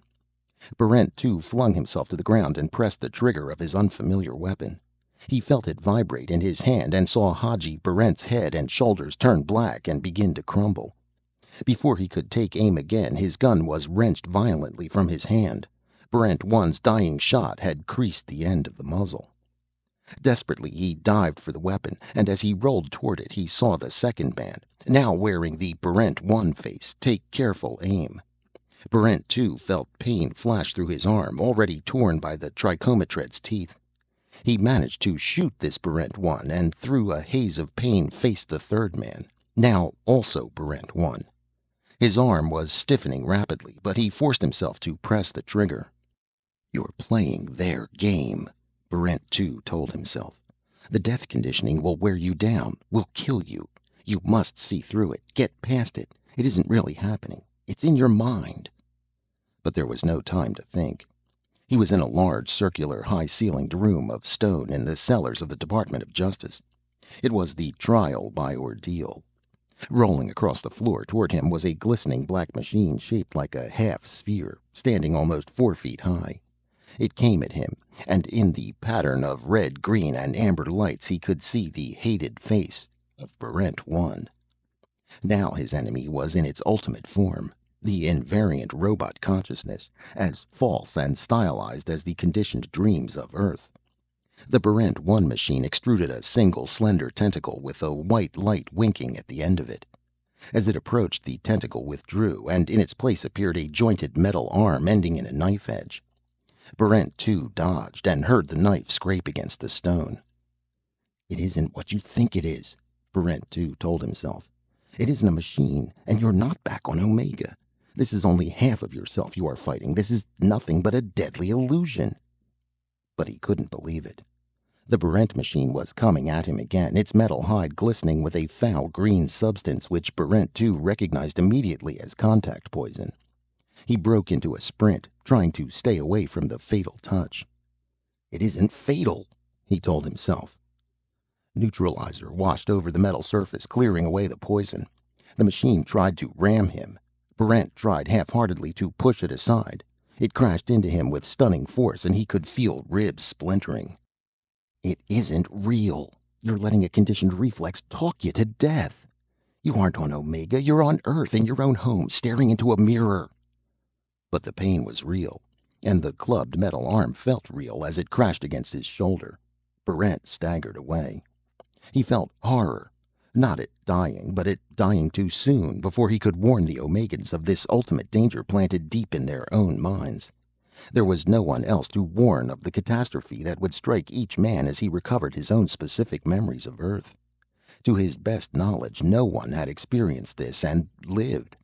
If he could live through it, countermeasures could be taken, counter-conditioning could be set up. He pulled himself to his feet. Coached since childhood in social responsibility, he thought of it now. He couldn't allow himself to die when his knowledge was vital to Omega. "This is not a real machine." He repeated it to himself as the Barrent machine revved up, picked up speed, and hurtled toward him from the far side of the room. He forced himself to see beyond the machine, to see the patient, droning lessons of the classroom which had created this monster in his mind. This is not a real machine. He believed it, and swung his fist into the hated face reflected in the metal. There was a moment of dazzling pain, and then he lost consciousness. When he came to, he was alone in his own home on Earth. His arm and shoulder ached, and several of his ribs seemed to be broken. On his left hand he bore the stigmata of the trichometred's bite. But with his cut and bleeding right hand, he had smashed the mirror. He had shattered it and Barrent 1 utterly and forever.